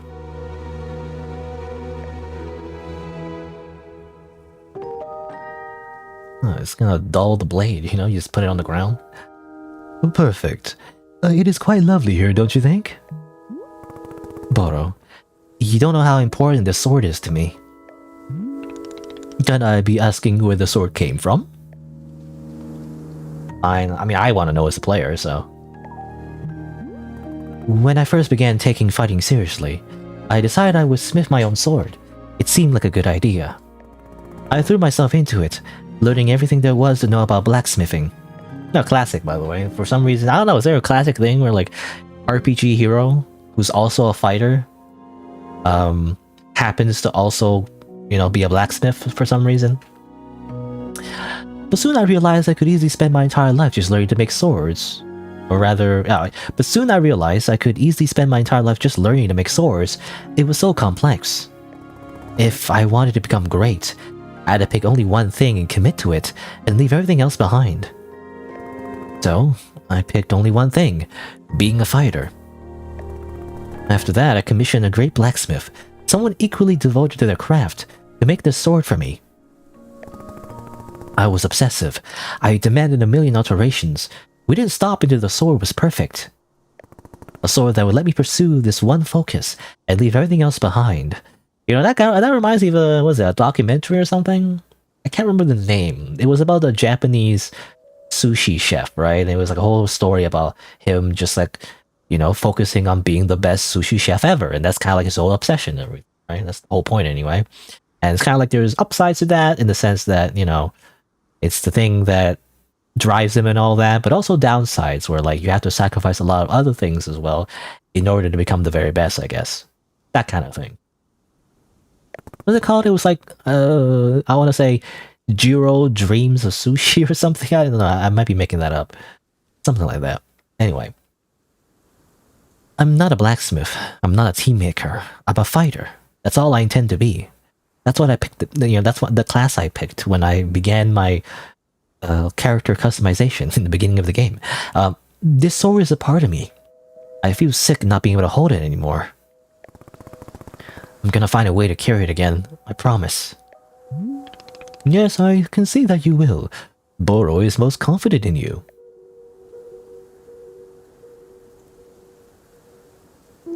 Alright, I believe it's time for us to open the shop. Are you having other questions before we start? Yeah, I'll figure it out. Perfect. You're already having the entrepreneurial spirit. Customers may very well arrive soon. in case you wish to prepare any tea ingredients for them. Oh, and remember earlier you asked if the gardening instructions were written down? Well, I have good news. You should go and visit the library in the upstairs section of our shop. There is a book in there on gardening, written by Boral's very good friend Sylvia. You may find it useful. I'm quite certain Sylvia has phrased it better than I could have. With that, let's begin the exciting tea management adventure. It is beginning! Here we go!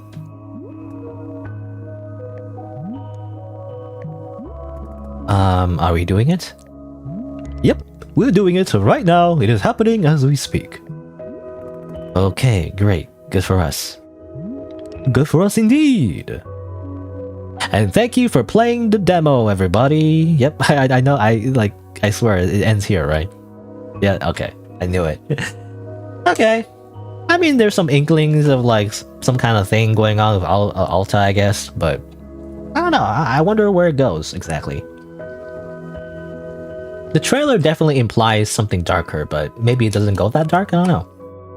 No, the only darkest part of the game is just the, you know, just her getting over her trauma, basically. From the creator of Standing Parable. Yeah, this is just the trailer. I'm just gonna... And I like... Fighter. Yep. I'm meant to be in the arena. I'm just gonna skip that. That's just the no, that's just the trailer. You can just watch that on your own. But yeah, there you go. That's the demo. How do I feel about it? I mean, I like the general premise. I do like how, even though it's seemingly just a, you know, typical farming type game, we didn't really get the tea shop part where, like, we actually sell tea to customers. I wonder, maybe it's not just, obviously it's just not it's not, yeah, I can't speak. It's not just the gardening, but also maybe like a little bit of dine and dash, possibly, you know, where you have to like receive instructions of the customers and all that. I don't know. I mean, I like the general premise. What got me into it though is definitely the, again, like the psychological aspect of Alta, her getting through her, like, how do you say, getting through her baggage, I guess, you know? But at least from just the demo, it doesn't seem that deep, you know? It just kind of seems, I don't know. I mean, again, the writing is good though. I like the writing. I like how there's a lot of symbolism and analogies you can make. So I do feel like the writing is actually very good. But again, I do wonder, like, in contrast to the trailer, it seems like, you know, I don't know. It's just kind of like just her going through her, like, little mental problems. It's really just her going to I can't speak. I really can't speak today. It's just her going through therapy, basically, you know? That's what it feels like. It's just her going through therapy, and that's kind of it. I don't know. I don't know if it gets any deeper than that. If it does, I might actually check out the full game.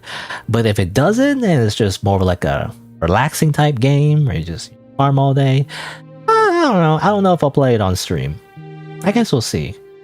Because if it does have a deeper story, then I would like that, actually, you know? Because I do, again, I do prefer if the story has a kind of like, I don't know, like a more, I don't know what the word is, but something that explores darker themes, basically. You know? Something to do with death, maybe? I don't know.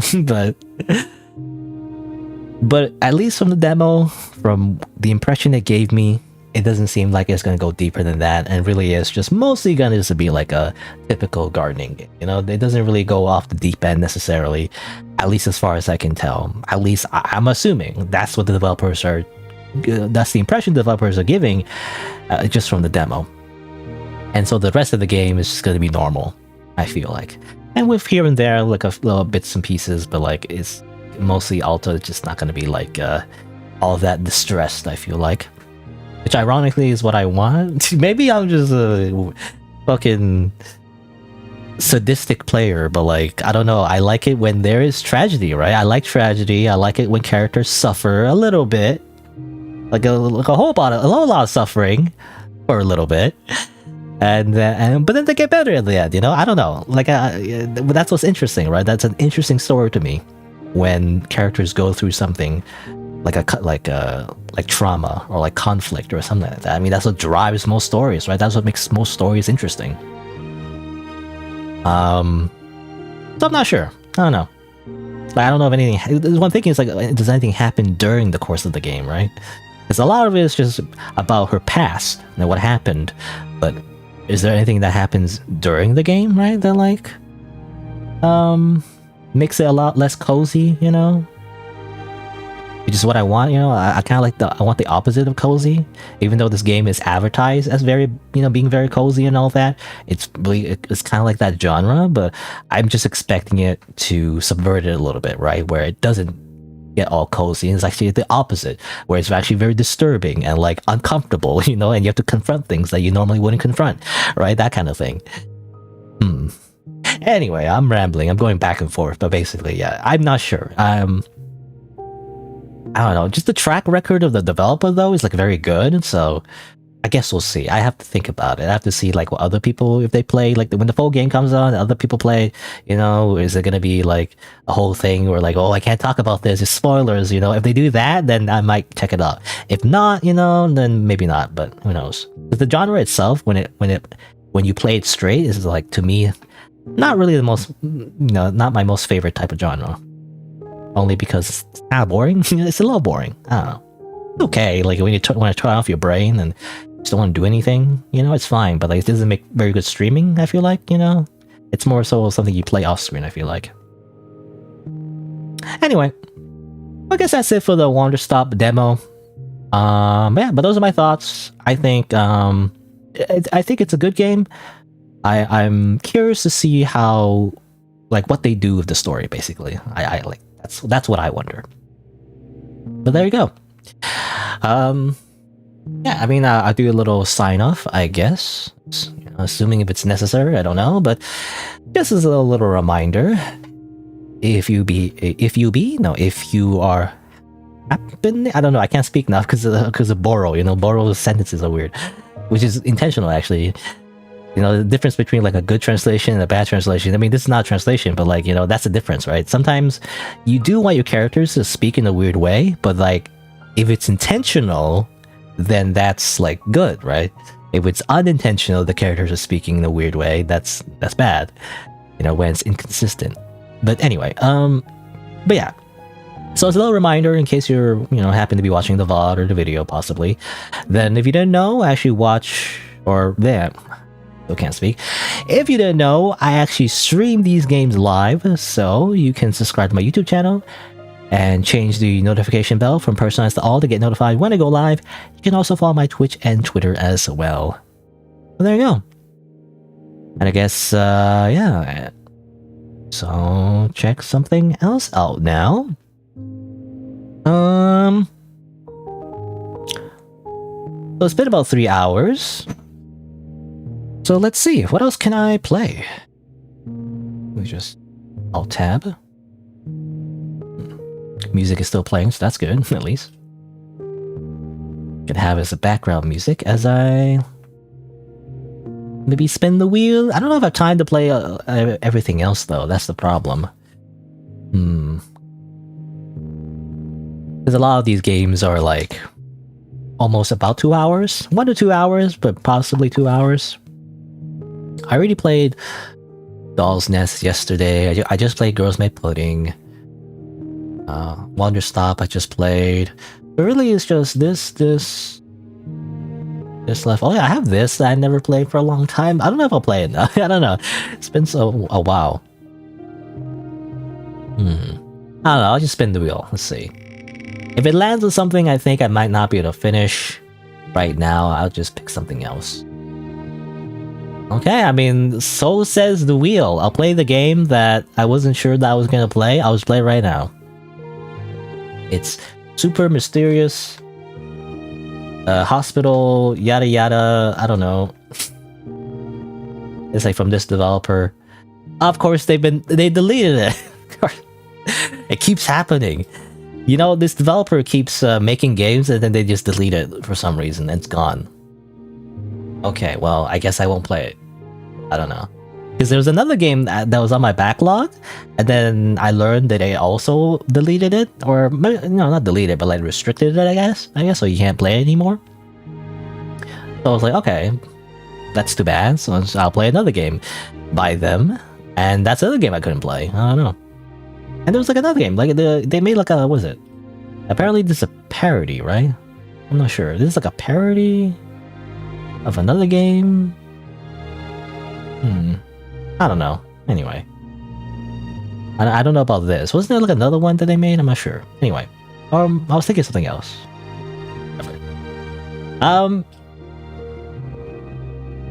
So never mind.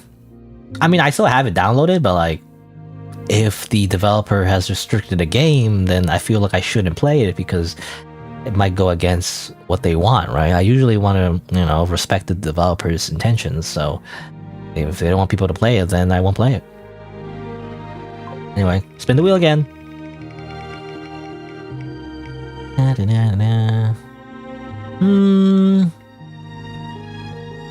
Okay, well, I want to do this demo, but maybe not today. Maybe next time. I'll save this for next week, maybe. What was it? Cafe Dreamland? That's just a cafe in real life. What the heck? Don't dox me. Hopefully. Is dox me or something? I'm not sure.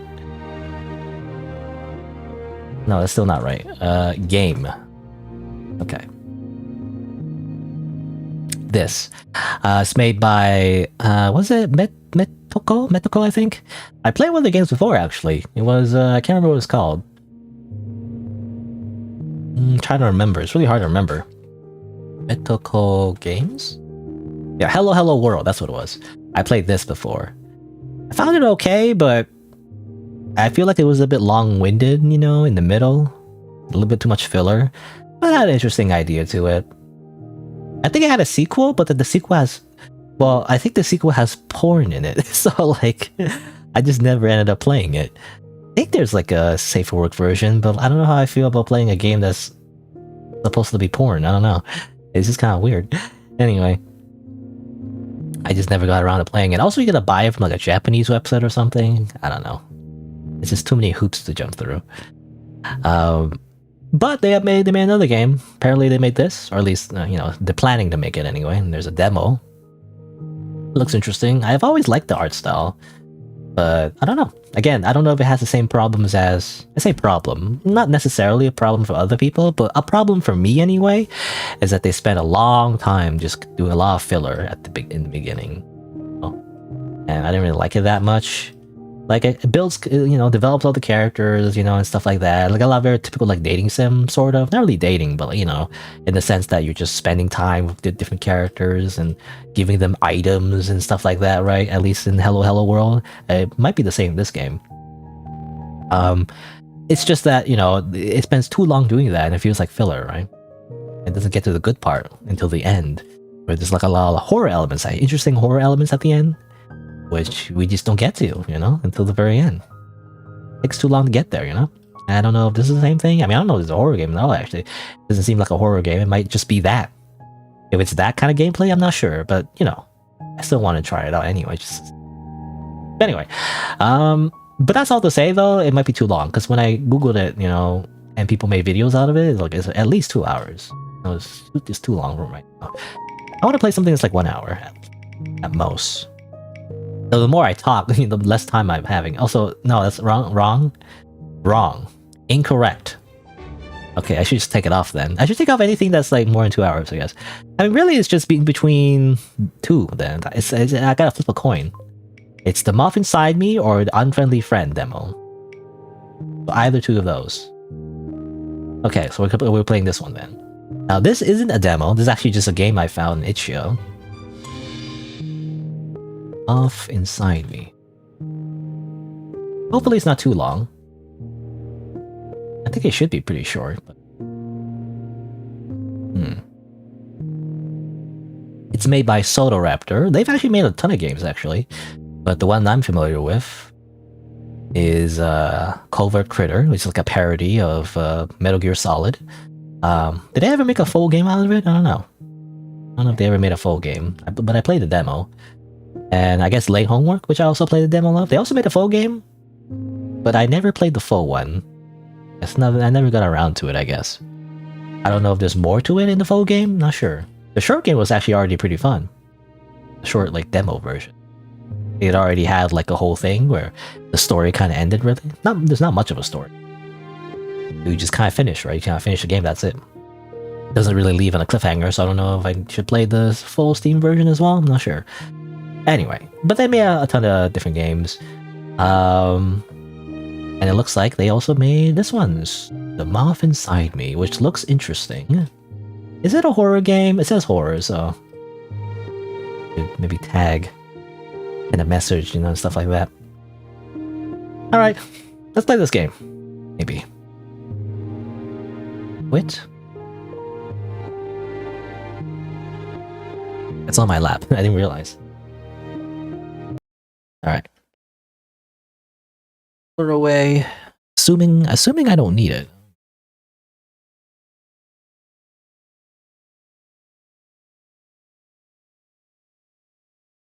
Let's open up The Moth Inside Me. Not the moth inside me, oh no. Why is it inside me? Did I eat one? Accidentally?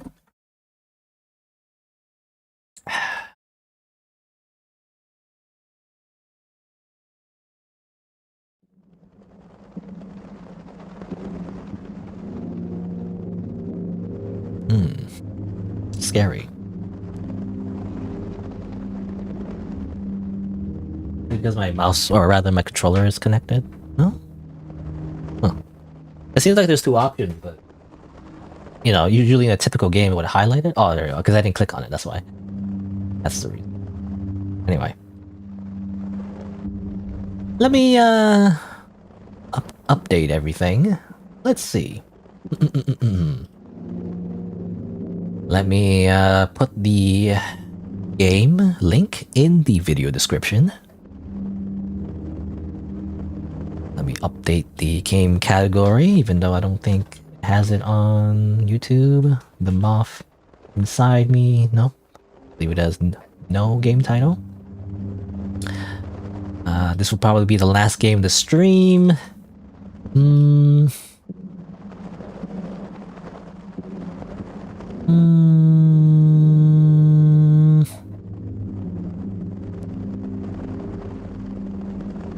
I don't know. I don't know what the game is exactly about, but it has something to do with dreams. So, like, I'm assuming...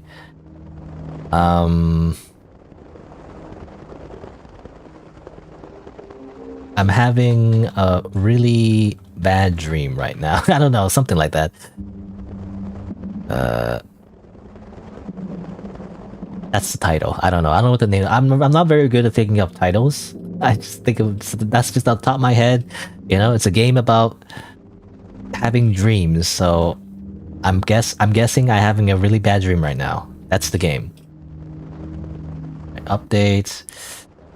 The Moth Inside Me. A short dream simulation game is what it says on the store page.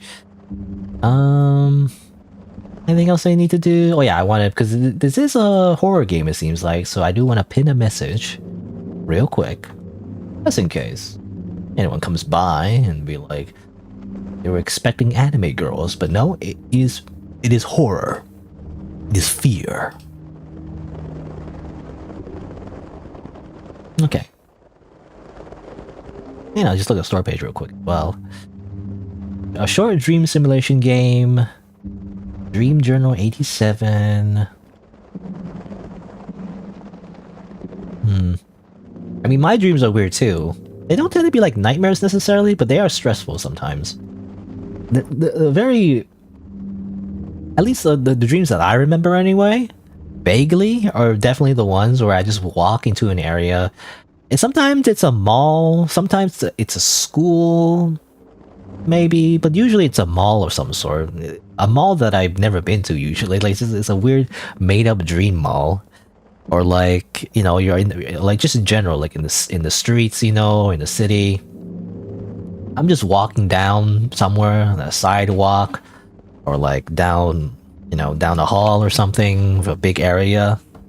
How do you describe it actually? What do you describe like a big, like, you know, like a big hall for like a mall? A hall mall? That's not correct. I don't know.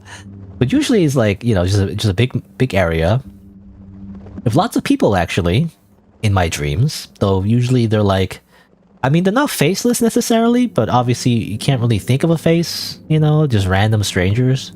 It's funny because your brain does do that, you know, it does like remember faces very well, and sometimes just unconsciously just like takes a snapshot of random strangers you've just briefly looked at in real life, and somehow it's still in your brain, you know, even though you never met them or even know them or even remember them consciously. But anyway, that happens a lot actually, where I just walking around, there's a crowd, not too big of a crowd, but you know, a normal amount. I'm just going somewhere, you know, and often like it changes, right? Within the dream, like I'm going somewhere and I'm late, but then somehow I'm going somewhere else, and often I'm trying to go to the washroom, you know? Often I'm going to the washroom, but I can't find the washroom. It's like, or the washroom is out of service, or like it's not working, or it's like an area where the washrooms are dirty. I don't know. There's always a thing where like I can't use the washroom in my dreams. I don't know why.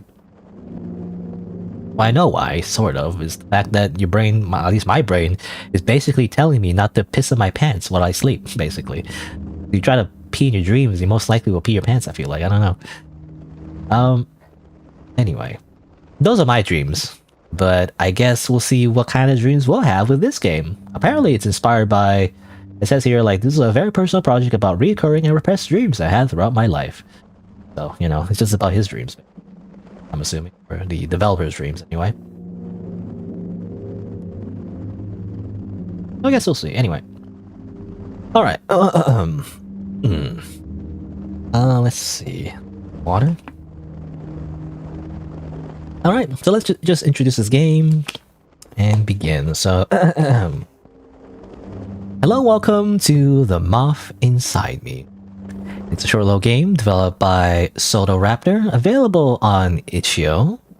And, well, it is a dream simulator, it seems like. Or at least, you know, it's kind of based on the developer's dreams. Well, I guess we'll see what happens. It is tagged as horror, so there may be some disturbing elements. Viewer discretion is advised. Let's begin. You know, I can only assume the developer kept like a dream journal, you know, just wrote down whatever they saw in their dreams and turned it into a video game. And I can only imagine that it's probably like nonsensical and like weird and surreal, but I guess we'll see.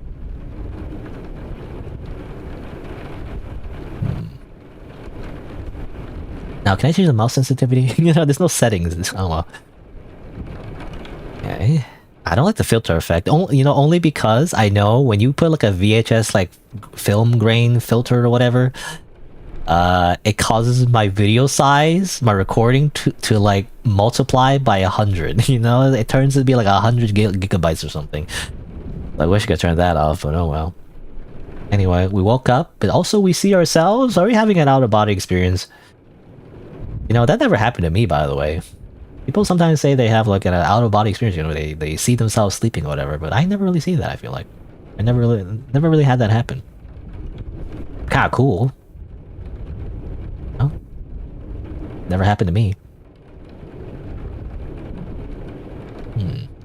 Broken alarm clock. Was there a power outage? That happens sometimes. Or at least I think it's broken our alarm clock. It's like blinking.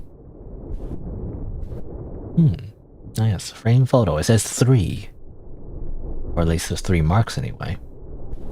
Turn off the light. You know, I try to keep a... You know, well, I say I try to keep a... I can't speak. I was gonna say, I try to keep a dream journal at some point. But not really. I kind of tried for like one night, but then I just got too lazy. You know, like... I have to like wake up and go pick up like a pen and paper, just paper rather, like a notebook rather. But like I'm just kind of groggy and I'm too lazy. I mean, some people use their phones instead, but I kind of don't want to pick up my phone. I don't know, because maybe I'm weird, but like I don't really like using my phone when I don't need to, because the screen is just all oily, you know. And I clean it, but like I don't know. I mean, you use your phone all the time, right? At least when you use it. So you'll always be like transferring like finger oil, you know, skin oil on your phone. And it's just, it feels greasy and like, I don't know, disgusting. Like, I don't want to be touching my phone right after I wake up. Because I don't know, I like to keep my bed clean and I don't want to like rub my phone oils. I don't know, it's like my phone oils all over my blankets and stuff. I'm saying it as if it's a big deal. I mean, it's not really a big deal, but like, I don't know. It's not, I don't like the feeling of like touchscreens. It feels dirty, and I feel like I need to clean my hands afterwards. So I don't like to use it, you know, in bed, really. But you know, in terms of dreams, I guess I'll just talk about a bit about dreams and my dreams. I might have mentioned this multiple times sometimes, you know, in my own my playthroughs, you know, but you know, a common dream I have as well, when I think about it, is definitely the one where like you wake up, right? So I don't get an out of body experience type dream, but I definitely do I always get the one where I wake up and I'm like, oh, okay, time to wake up. I try to get up, you know, and it's like, oh, you know, I'm trying groggy, going to the washroom, and then I wake up again. And it's like, wait a minute, I thought I woke up. Oh, actually, I was still asleep. Okay, well, time to wake up, start my day. And it's like, oh, actually, I woke up again. It's like, I keep waking up because I've never actually fully woke up. I keep thinking that I woke up, but I actually never woke up. It keeps happening, you know, in an endless loop. And it's a really annoying dream. And sometimes I get this thing. I don't know if anyone... Obviously, it's a dream, so like it's obviously dependent on the person. But like, I often get this thing where I can't really see anything. You know, like it's as if my life is a video game and the camera is broken. From a first-person perspective, the camera is like stuck on like a random angle, like on the floor or something. And I move my body, and I'm moving my body, but my sight isn't moving with me. And it's so annoying. And that commonly happens during that time where like when I wake up, you know, or at least I think I wake up. I'm thinking I've woken up and I feel like, okay, I'm waking up, okay, I'm moving my body. Wait, why isn't my eyesight moving with my body? This is annoying, you know. And in the dream, you know, I don't think about like whether or not it makes sense. I just think like, this is just annoying, you know. It's like, come on, you know, why are my eyeballs moving with my head? Weird. Anyway, you know, and I try to move around, but I can't.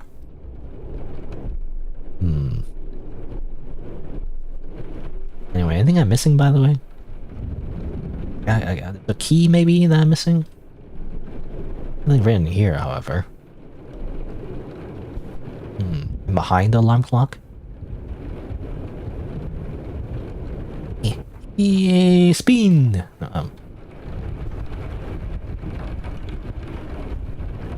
But yeah, that's a very common dream that when I get, it's just so annoying. That's why I remember it. I keep waking up and then... And sometimes I get so frustrated, I just freaking punch myself in the face, you know, and I still can't wake up. You know how people say, like, it's a trope, right? It might work with some people, I don't know, but like when you like pinch your cheek or whatever, you wake up or something, but like it doesn't work for me. I literally sometimes bang my head in the wall in my dream, and I still don't wake up. I'm like, come on, wake up already. You know, like I'm freaking going crazy. I can't wake up. Still annoying. Again, often it's like the most annoying part is like often it's because my my eyesight, you know, doesn't move from my body or something. Or sometimes it seems like I can't open my eyes. That's another thing too. A common reoccurrence is like I'm trying to open my eyes, but I can't. It stays like a little bit open, but mostly shut. And in a way, maybe that's because in real life, it's like that in real life, right? When you're sleeping, your eyelids are mostly shut. You can barely see anything outside. So like in my dream, I'm also like that, you know? And that's annoying too. And I guess it's often like what you remember about your dreams is often your last moments. You don't really remember most of your dreams. Most of the time when you're like in REM sleep or whatever, in the sleep cycle or something like that, you often don't really remember most of your dreams because they happen, you know, before your brain can even process it, really. Most of it happens at the end. Even if it feels like a long time, it actually just happens like before you wake up. And I often get this weird thing, you know, where it's very transitory. Transitory? Like transitioning from real life, or from dream to real life. Anyway, we're suddenly in Silent Hill? Why are we suddenly in Silent Hill, by the way? Moss. Oh, yes, that's the name of the game, the moth inside me. Why is there a moth inside me? Why did I eat a moth for breakfast? I don't know. Oh, chains. Hey. Hello. Yeah, dirty. I'm gonna clean this up. Anything else to look at? Run a little bit. Frame photo. But in real life, you know, this is just people in real life. Okay, I don't know what that's. Okay, there was a 3 kind of like symbol mark, but now this is like. Well, I'm gonna be honest, it just reminds me of the Nazi symbol. Maybe it's not supposed to be that, but it reminds me of the Nazi symbol, except it's got a few parts rubbed off. I don't know, man. Is it just me? Anyway, but that's how I'm going to remember it, because I don't know how else I'm gonna remember it. I mean, I could take a screenshot, but I don't know, I'm just too lazy. And I don't want to alt-tab and screenshot it, you know, and spend time doing that. Anyway.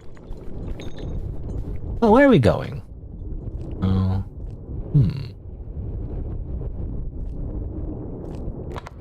I can't go that way. Can we go this way? Nope. Over here. Hello? No? Can't interact with it, so I guess not. Where are we going exactly? Can't go outside, as far as I can tell. These little, like... I don't know. I don't know what these are, but, holes? Not holes. Pipes? You know, that's the thing. Is a pipe... Is a straw a hole? Is a straw a double-sided hole? You know? Kind of thing going on? Oh, I mean, this is a mirror, actually. Oh, yeah. Wait, this is a mirror. I wonder if I can see anything from this mirror. Wouldn't be seeing otherwise. I don't know. Well, I don't know where to go from here. Do I just head back? Well, I just headed back. There's no cutscene this time. There was a cutscene when I went there. There's chains here now, though. Computer? And light. The light kind of has a weird effect to it. Turn off all the lights. Ah.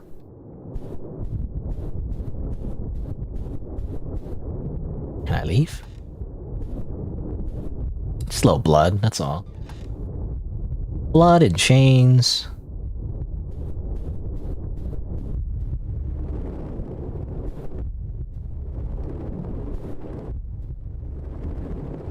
Heartbeats. How strange.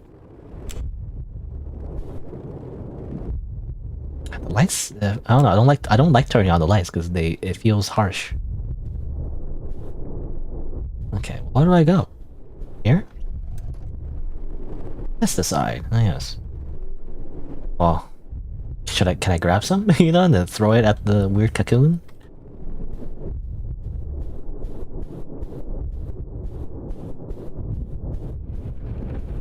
Old crackers.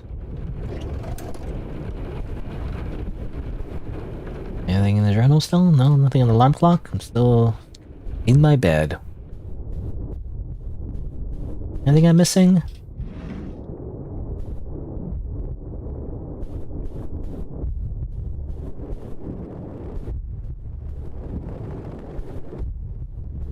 Oh, anything in here, actually? Actually, I looked in here, right? Urgent. Oh, there you go. Oh, I thought I couldn't open this door, but I can. No one in the mirror, by the way. I guess I'm a vampire. Ah, the lights. It burns. Dirty towel. What's behind the curtain? A bunch of moss. The spirit bomb, you know, in the first spirit bomb in Dragon Ball Z, you know, before he like use two hands to like summon a giant orb. The first time he did it, it was like more like a small ball, you know, and trying to throw it at Vegeta. Assuming we put it in here? Maybe? Yeah, at least one. Yeah. Does that do something?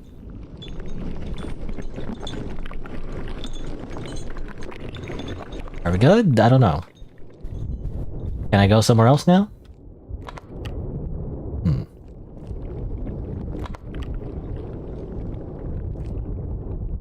Still can't open. I can't interact with this one. Now what?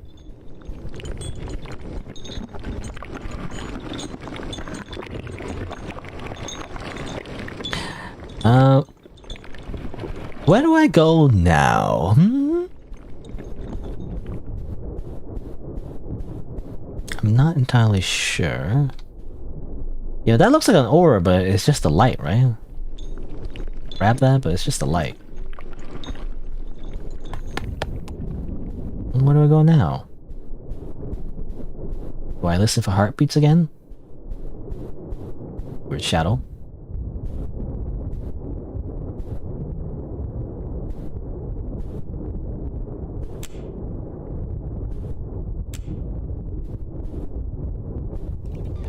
Come on, open it.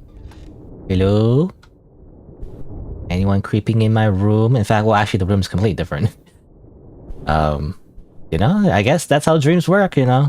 That does happen in dreams. You go in one room, you go into another room, and everything's suddenly different. And you also don't question it, I feel like. In a dream, you just never question anything. Everything is just normal, don't worry about it. Same photo. Another symbol. I'm not gonna remember this, I feel like. It'd be hard to remember. I feel like that's a passcode or something. Some sort.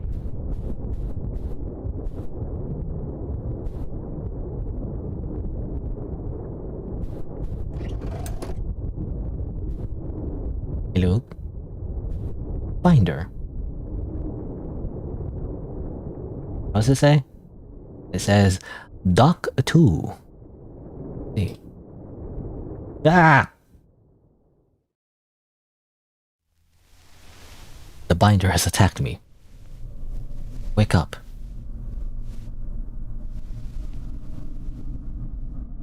Ah yes.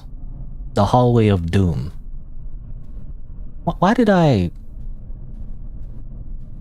decide to sleep in the hallway of doom? Seemed like a bad idea. Oh. Nice fluorescent lighting.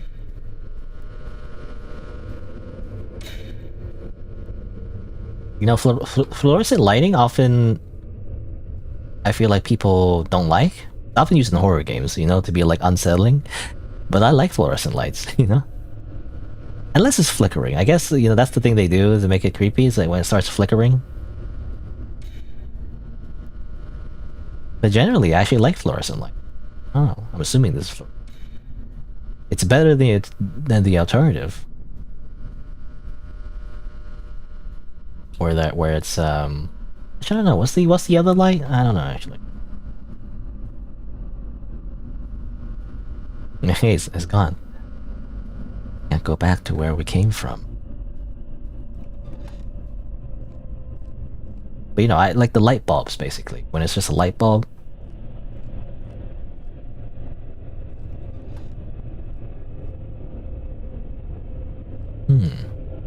You know, this is less of a dream simulator or a dream simulation. I guess, you know, I don't know what the game, the store page, I call it. I can't remember, but I was just gonna say this is like more like the back rooms. But when you think about it, I guess it's like kind of the same thing. There's even a pool, you know? There's always a pool for some reason in the back rooms. You always start off like a... Like the meme, you know? It's like you always... Or the urban myth is always you start in like a weird yellow office building with no furniture. Except walls. But then you always end up in a pool for some reason. Computers and pools. This is the old type of computer, by the way. Thing in there? Anyway, let's go inside the black hole. Let's turn into spaghetti. The spaghettification begins. Or no, maybe not. It's going away. Oh man. They always leave me. Black holes. No, anytime you try to become a spaghetti, they always leave you. You can never trust those black holes. I guess I don't know. I don't know what. Anyway, I don't know what I'm trying to say. Can I go back, or should I go back? I'm not sure.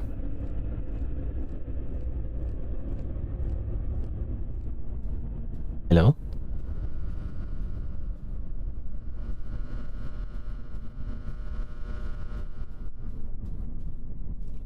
Go this way instead. Ah yes, the office cubicle. I never really had a chance to work in an office cubicle like this. You always see in those movies, you know, as a freaking millennial, you know, you see those movies where it's always like a character, they're like working at an office, they're like, oh, my life sucks, you know, this is so soul draining, I'm just another cog in the machine. And it's like, what the fuck are you talking about? That sounds like a dream. I would love to work in like a tiny little office that's blocked off by all corners and nobody talks with me. That's amazing. I would love to be in that position and to have like a stable job. Are you crazy? Why are you complaining? You know, those are the people that you should be telling are entitled, you know? Always, well, I don't know how true it is, but obviously the trope or the cliche is like usually the older person telling the younger person that they're entitled and all that. But the boomers are the ones that had it nice, I feel like, you know? They freaking had these nice cubicles and all that. And they complain about it? Are you kidding me? Anyway. Goodbye, black hole. Ah.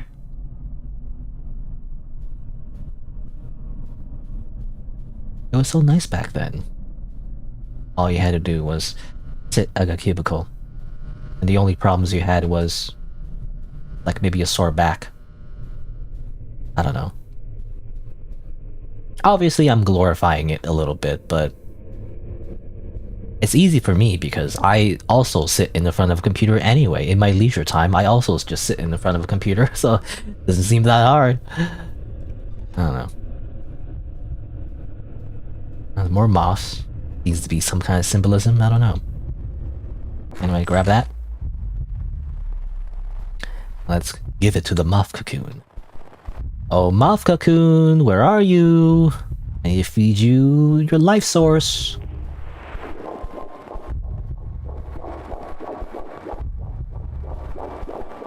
You know, it's interesting that this game has an objective in a way.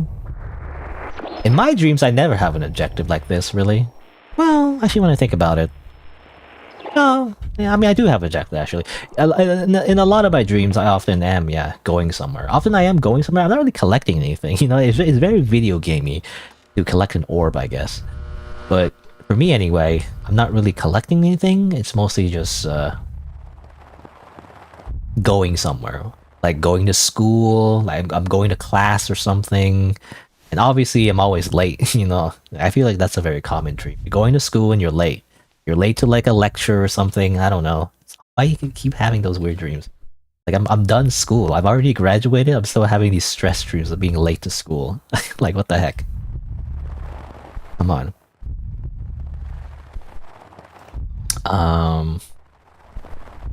Walls are getting rough. Irritating. For some reason. Very Silent Hill. Anyway, but yeah, I always late to school and everything, or I'm just going somewhere just in general. Sometimes I'm going home, you know? I feel like, yeah, I'm just always going somewhere in my dream. But I never reach my destination, really. Most of the time, anyway. But there is one exception, actually. I do remember. It's really vague, and obviously I don't really remember all the details. But there was one time, actually, I did reach my destination. At least once, I think. It was a typical dream where I'm just walking somewhere, you know, in a very vague city dreamscape, I guess, where, you know, seems normal on the outside, but like when you actually like think about it, it's just very weird, you know, you've never been to it before. Like in my dream anyway, it always feels like I'm in a familiar place, but when I think about it, I'm not actually. It's all just like bits and pieces of real life that doesn't make any sense. Also, who's there? Hello? I don't know how I can help them. I don't have a front door. Or is this the front door maybe? But obviously I can't do anything about it. Very interesting that... I don't know.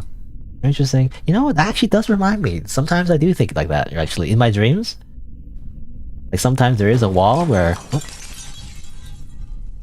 Or sometimes there's a wall... I want to finish my thought, but like sometimes there is a wall where like it's just not complete here. There's a thing on top of that. Like there's a gap for some reason, even though that makes no sense. Anyway. My computer. Oh, got a key at least. Turn that off. It just get even darker. Hopefully it's not too dark on the OBS actually. I just prefer it dark because I don't like that effect, you know? I mean, it's intentional, but like that effect like this, for some reason is distressing. Toilet is full, obviously, of course. Toilet is broken, can't flush. Also, there's weird maggots in my sink. Giant maggots, really, I don't know. Or maybe more like moth cocoons. What was I talking about? Something about like, yes, at some point in one of my dreams I did reach my destination. What's going on? Audio jump scare, I feel like. Hello? Another broken computer. Now the fumes are gonna get everywhere. Or is it a computer? It's more like a TV-ish? I don't know. I still don't understand those symbols. Yeah, I don't know if you need to remember them. I'm not gonna remember them, I feel like. Here. I have a key. Use the key or something. Yeah.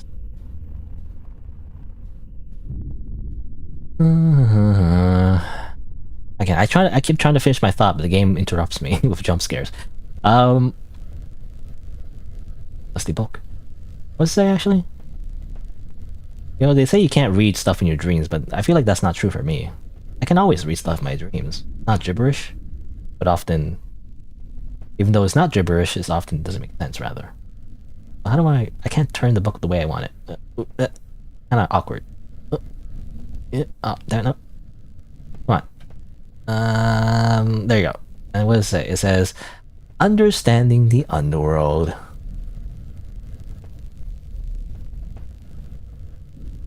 There's one time, I'm trying to finish my thought here, but like there's one time I did reach the destination of whatever my dream objective was, I guess, in a way.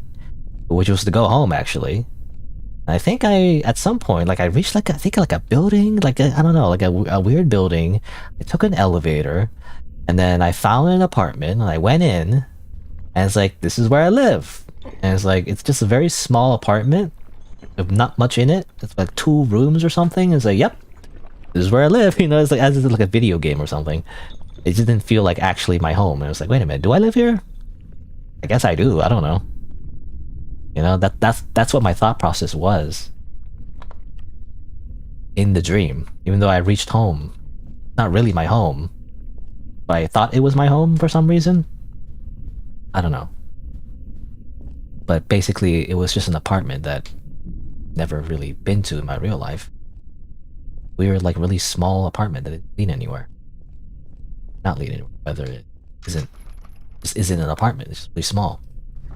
Anyway, beer, yes. The true objective of the developer is to get drunk. That's the true, barely hidden message of his dreams. Is to drink tons of alcohol. I don't know. I don't know.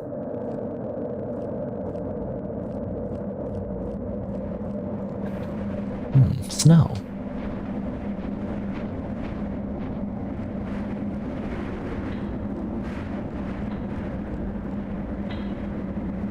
Warehouse, I guess.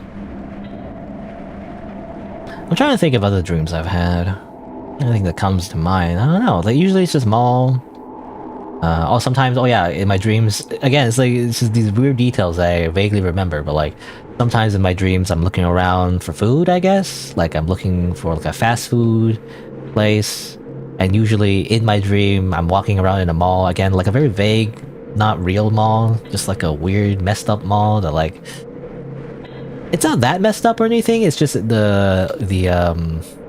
like an endless mall, I guess, you know? It's a weird endless mall where I just keep walking and there's just more and more stores and I get a general idea where everything is, but like it's just new every time, but I don't realize it when I'm in the dream though. Like it's as if I've been there the whole time. In my dream. It's like it's just a normal mall. But like when I think back to it, it's like it doesn't make any sense, you know? There's like it just keeps going. I go to one end, and then there's more stores over there, and I go up an escalator. Sometimes the escalators are like weird, kind of like amusement park rides for some reason, where you gotta climb it somehow. Like it makes no sense. I don't know. Anyway. But sometimes in my dreams, I'm looking for food. Actually, I'm just like I'm looking for like I'm going to the food court, and there's like a bunch of different types of like fast food like little I don't know what we call it, but like areas, I guess.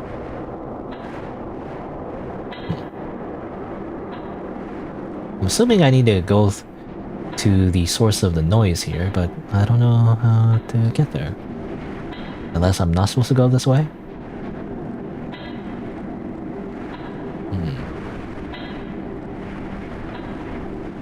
Feel like it's bad game design if you put an obvious noise that makes the player go towards it, but you actually can't go that way. Maybe not, I don't know. Maybe I'm complaining.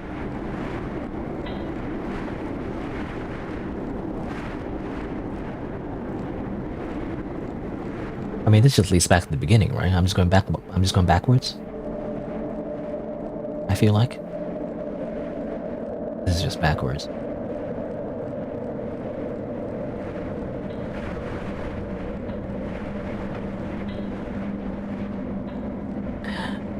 Boop, boop, boo.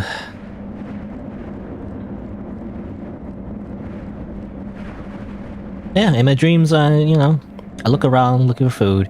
I never end up buying anything though. You know, I always look at like, oh, look at this Chinese food, or look at hamburgers. Oh, there's this place that sells pasta. You know, it's like just a bunch of places, random places in my dream of like delicious food. I never buy anything. I never decide. You know, maybe there's like some kind of implication or something of me just being indecisive, but like I just never end up deciding on something to buy and eat. I just end up just you know, it's like, oh, should I get this or should I get that? And you know, I never pick anything. You know, this is too expensive. Assuming there's even like a sense of like money in my dreams. I don't even know. I don't know. Can you like calculate numbers in your dreams? That's actually something I never really done in my dreams. Like actually do math. Probably very hard. You know, I mentioned like you can't, you know, a common thing for a lot of people is that they can't read in their dreams. It's all gibberish. To me, it's not true. I remember certain instances where I read stuff in my dream. Like I read a sign or something. But, sure, I guess. But definitely math? I don't think I've ever seen numbers in my dreams, actually. Can you calculate math in your dreams? Probably hard, right? I mean, they do say something about how, like, your dreams or whatever is, like, uses one side of the brain, which I don't think is entirely true. It's like, there's, like, one side of the brain that's, like, for, like, imagination. The other one is for more logic, I guess. But I don't know. I don't think that's true, actually. I think it's an oversimplification of how the brain works, but I don't know. I imagine, like, the parts of the brain that are active when you're asleep most likely is not the parts that are very logical and therefore probably can't really do math, you know, while you're asleep. I don't know. I don't know if that's the thing or not. Where's it coming from? Is it this clock? Is it going tick-tock, tick-tock very loudly? Not sure where to go from here, though.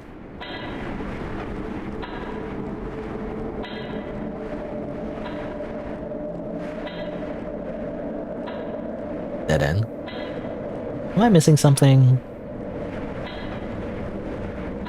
Where do I go?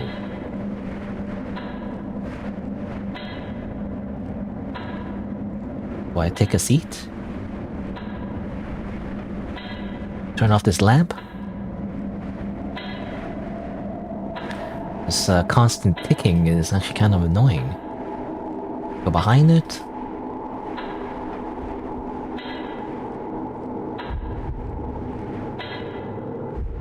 I do hear a heartbeat. It's behind this little container thing. How do I get past it? Hello? You know, there's some kind of puzzle. Light flickering over there. I've been here before, right? This is how I entered in the first place.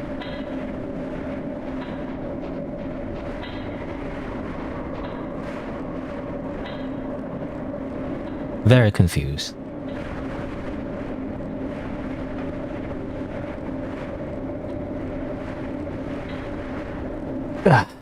So by the way, it's snowing inside, makes no sense, but of course, that's the point.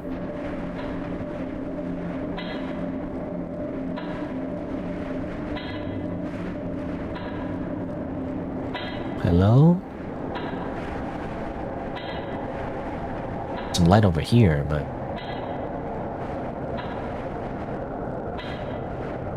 I feel like I'm going in a big circle. It's like... how do you progress? It's not obvious. Where's the yellow paint? Where's the quest markers? I don't get it. Did I just not interact with something? Like, obviously you're supposed to interact with this, right? But I'm trying to, and nothing's happening. Nothing's freaking happening. I feel like you're supposed to interact with it, but like, you know, it's making a loud noise, so like you think it's the thing you're supposed to interact with. What? What the heck is this? Why is that thing? Why did this move? Huh? What activated that? I have no idea. Oh, whatever. Time to jump. Whee! I guess you had to look at the rug or something? That wasn't obvious. I was looking at the thing that was making noise, you know?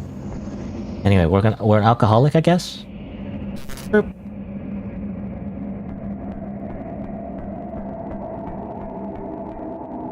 Not really a problem with me, you know? I don't know. Maybe I'm just not cool. But in my generation, you know, we were like told not to smoke. So I feel like my generation just doesn't smoke very often, really. And also drinking, you know? Though... depends, I guess. I guess if you were just cool, I guess you just drink, but... I don't know, for me, I just never started drinking any kind of alcoholic beverage. Because I'm like, it's kind of bad for you, and kind of tastes bad, usually.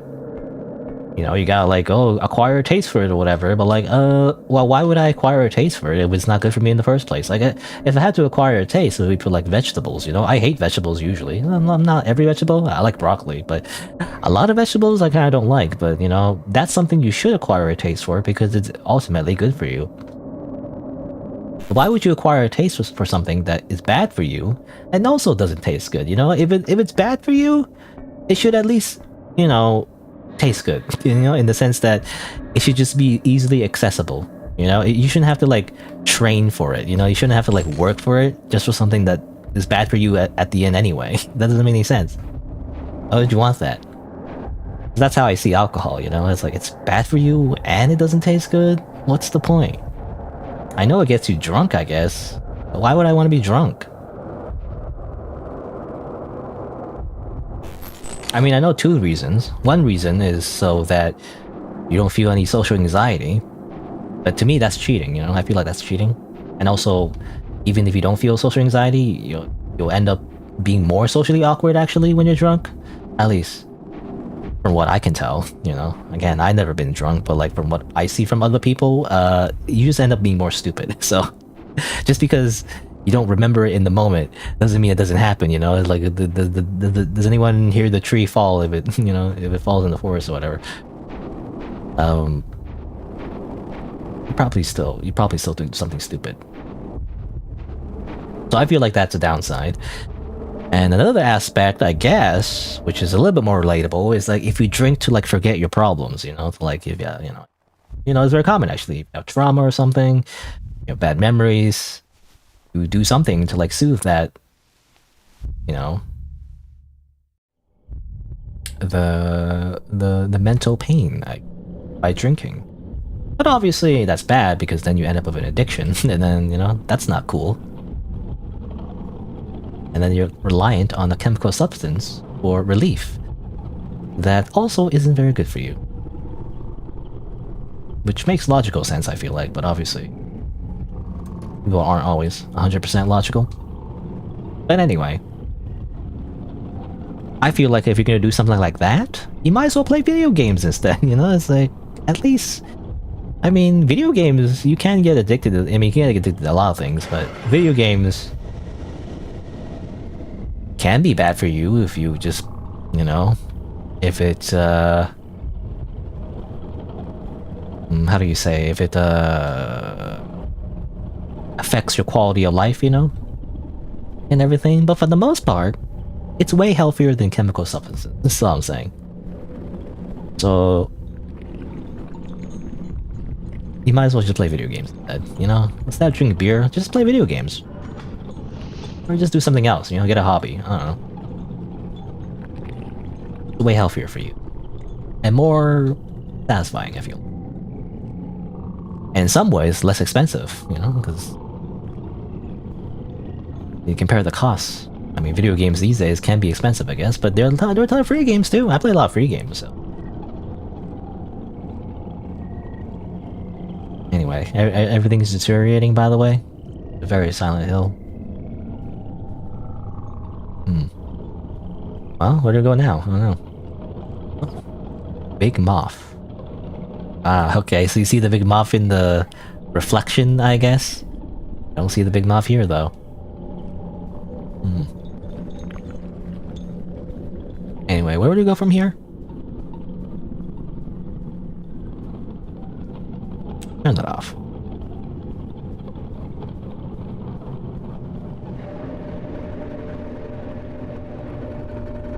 Hello? Someone doing laundry? Is this, well, this is the laundry, this is the dryer, I think. Right? Hello? I do anything with this? Or is it done? That's it. I don't pick up my new fresh clothes. Covered in blood. Anyway.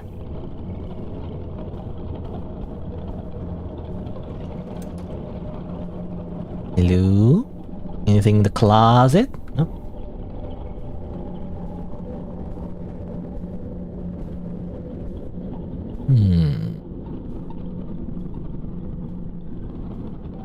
There's 2 rooms. I didn't realize, actually, there's 2 rooms. Or was there always 2 rooms? I don't remember.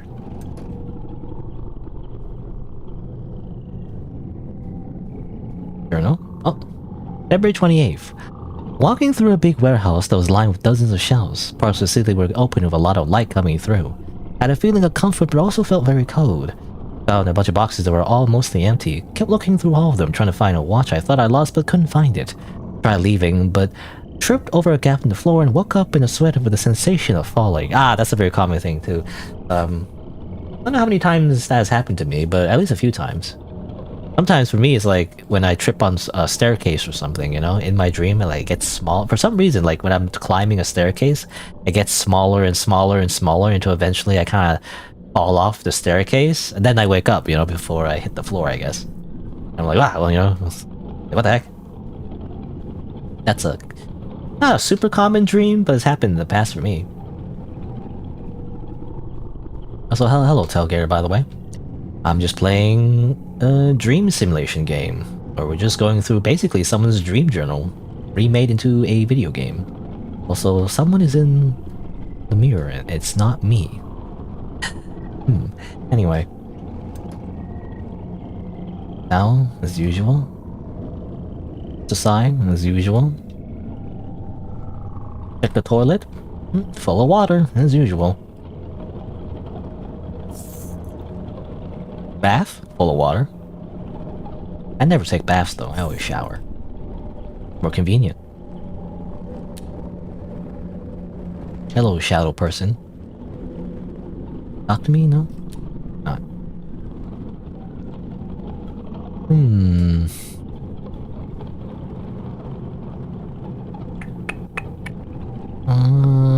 just trying to think. Is there anything else I should be doing?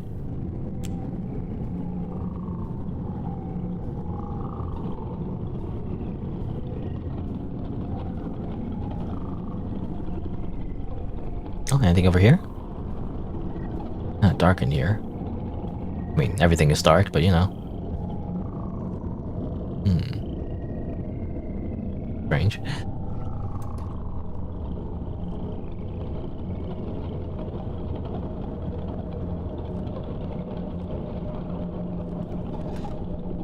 Of course, goes into another washroom. And behind the curtains. Ah yes, a bunch of cocoons. Cocoons, or I'm assuming moth cocoon. Writhing. No,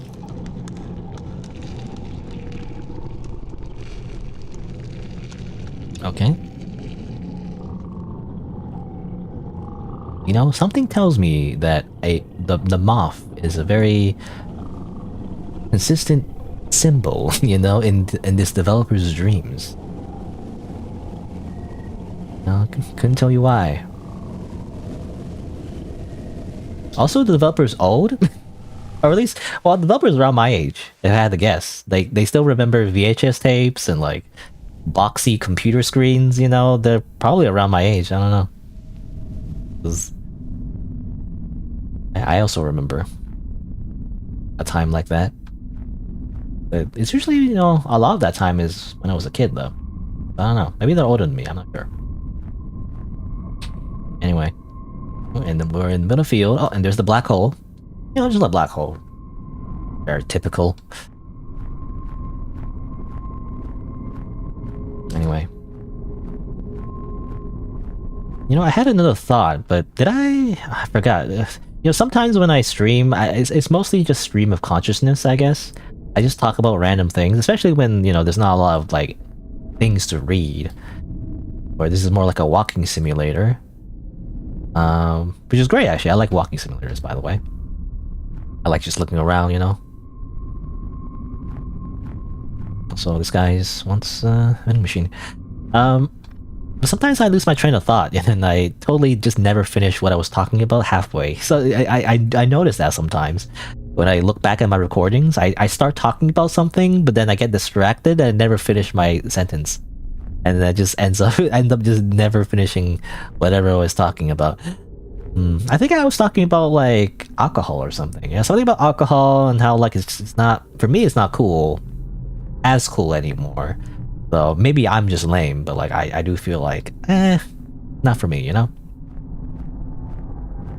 I think I was talking about how, like, you know, if it's bad for you, yeah, if it's bad for you and doesn't taste good, what's the point? And I guess, yeah, some people who use it, you know, are using it as a coping mechanism. Whatever.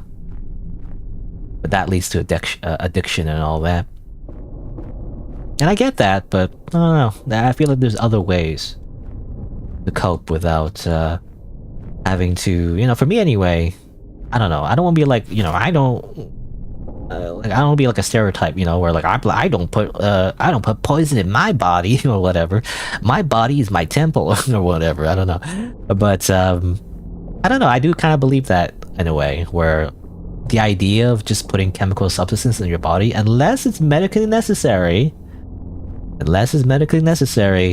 if you're just putting stuff in your body just to feel a certain way, to trick your body or your brain to feel a certain way, I don't know, it feels wrong, you know, it feels like cheating, basically. You're hacking your brain, which I feel like will cause, not like, maybe like a lot of issues, depending on what it is, but like, I don't know, it's just long term, it's just it's the easy way out, you know, in my opinion. That's how I feel about caffeine, you know, basically. Even though it's not the worst, you know, it's not the worst substance in the world or anything. Yeah, tons of people drink coffee every day, but I don't know. I feel like at some point, all caffeine does is just trick the transmitters in your brain to make you feel like you're awake, but then that's all it does, you know? It doesn't actually make you feel awake or actually be awake. It just tricks you into thinking you're awake, you know? At some point, you get so tolerant to it that you're just dependent on coffee. And it doesn't really do anything anymore. It just tricks you into thinking that it does something, but you're just wasting money on coffee beans, you know? Or something like that.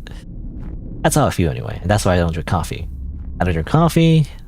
I don't drink alcohol or alcoholic beverage. I don't drink beer basically. And I always feel weird saying like I don't drink alcohol. You know, alcohol. Nobody says that. I feel like how do you word it? You know, like you would say like you don't drink beer, but like not every alcoholic beverage is beer. Beer is like a subset of beverage, but you know, basically I don't drink beer. I don't drink beer. I don't smoke. I don't drink caffeine. At least I avoid caffeine as much as I can. I really like, you know, Coke Zero though. I like soda, but I try to get the ones that are 0 calories, obviously, because that's better for you.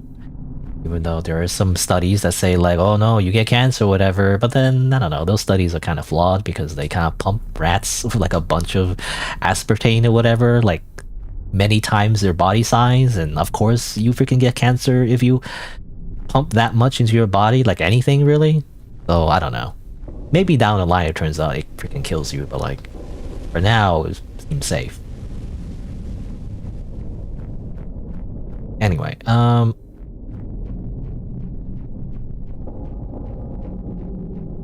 that's the music that getting bigger. Anyway, what story was that telling, by the way? I feel like we were following these little silhouettes, kind of telling a sort of like a story. You know, alcohol, car, watching a TV, we're standing in front of deer and headlights. That'd be some kind of symbolism here, I don't know. I'm not sure, anyway. And deer's dead because you freaking crashed into it. Well, is that a crime, by the way? I mean, I don't know, I don't drive a car actually.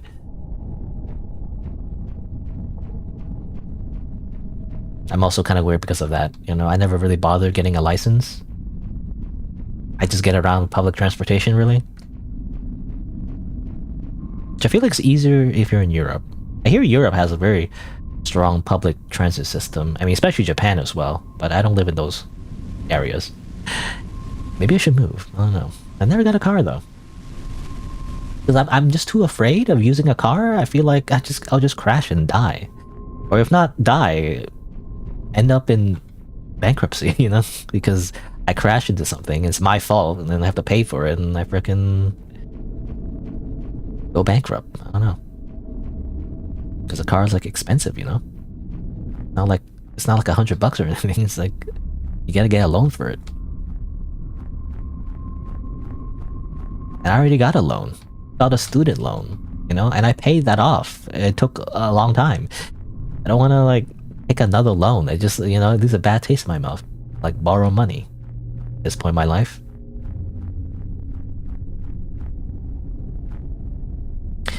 You know, I do feel that that's getting bigger. I don't know where I need to go exactly though. Do I just hang out until freaking Majora's Mask, you know, moon crashes into the earth? We all die? I don't know. Can't seem to open these doors because these are freaking textures, by the way. These are just painted on. Typical painted on video game door texture. I feel like, again, I'm walking around in circles a little bit. I feel that's very common in this game. At least a few times.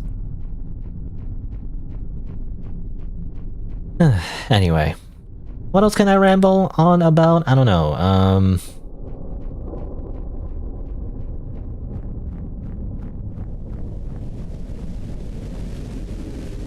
Yeah, I don't know. TV. I think again, I was going on something about like alcohol or something. I just don't drink, and I'm just I'm a lame guy for doing that, I guess. Because I do know a lot of people who do drink. I feel like are doing it for really social reasons. Oh, because everyone else is doing it, right? But then I always question, to be honest, because I'm such a hipster for like everything. I always question anything whenever the reason is because everyone else is doing it. You know, not to sound like a conspiracy theorist, I guess, or like a crazy person. I feel like you can take that too far, you know? But I do feel like if it's just something that everyone else is doing, I always get a little suspicious because that shouldn't be the only reason. The reason is like it should benefit you in some way personally, not because everyone else is doing it.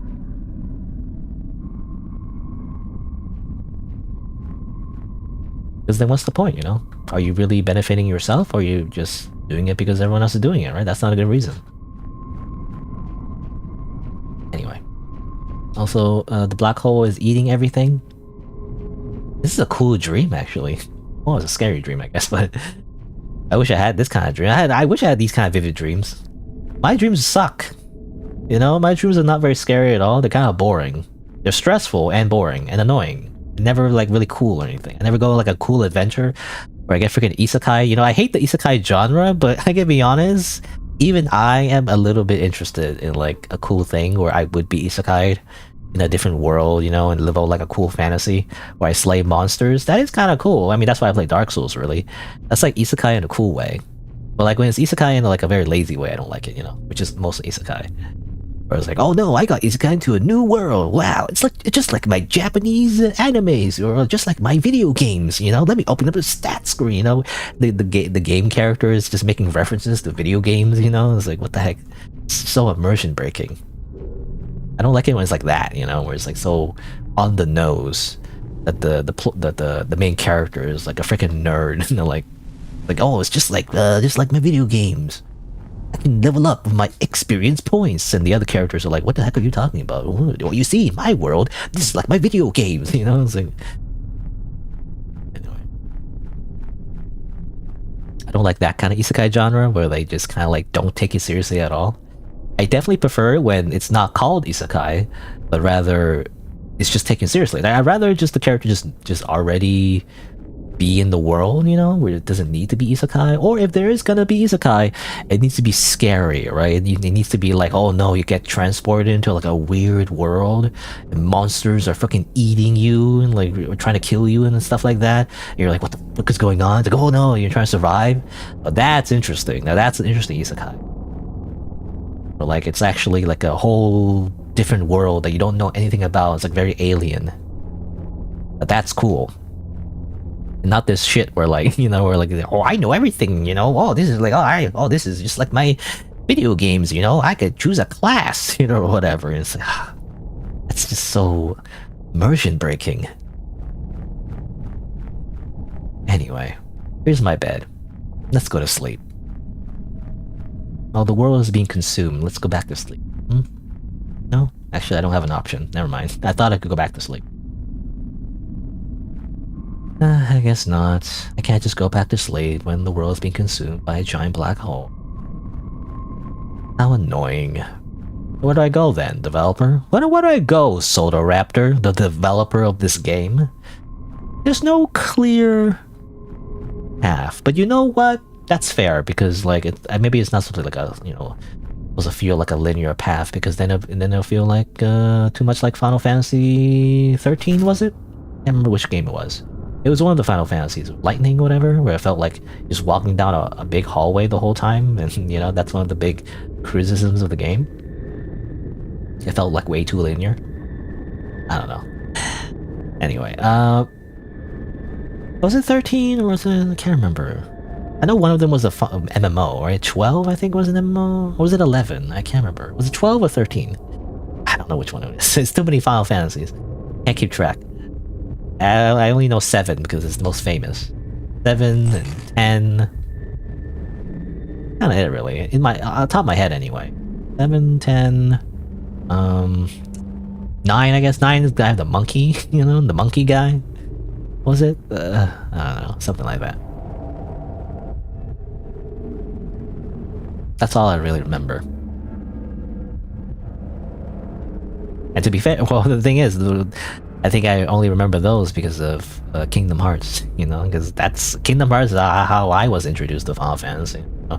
I'm a fucking Final Fantasy like fraud, I guess, but I never really knew about the Final Fantasies until Kingdom Hearts when they had those cameos, and that's why I never played Kingdom Hearts 3. I played 1 and 2 in my childhood, you know, a long time ago, but 3 I never played, and partly because they took out the Final Fantasy cameos, right? And it's like, I don't know. That's like a whole, you know, they're just cameos, but I don't know, it still doesn't feel right. I mean, I remember in Kingdom Hearts 1 and 2, like a big, like, secret boss you could fight was literally freaking Sephiroth. It was a cool fight, you know? It's like you would, like, learn about it and be like, oh wow, this is a secret fight, you fight Sephiroth? Whoa, you know? And so that was kind of like a big draw of the game.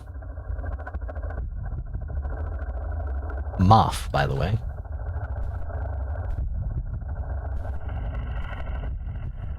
Frame photo. A lot of tallies. What do you call it? Do you call it tallies? Plural? Or tally count? I don't know.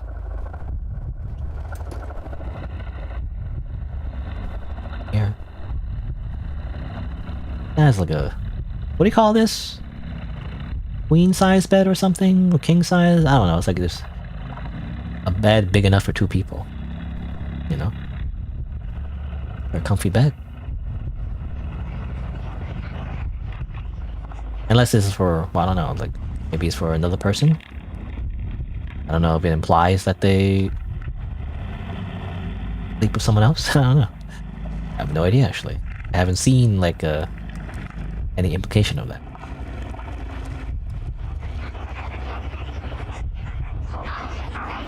Yeah.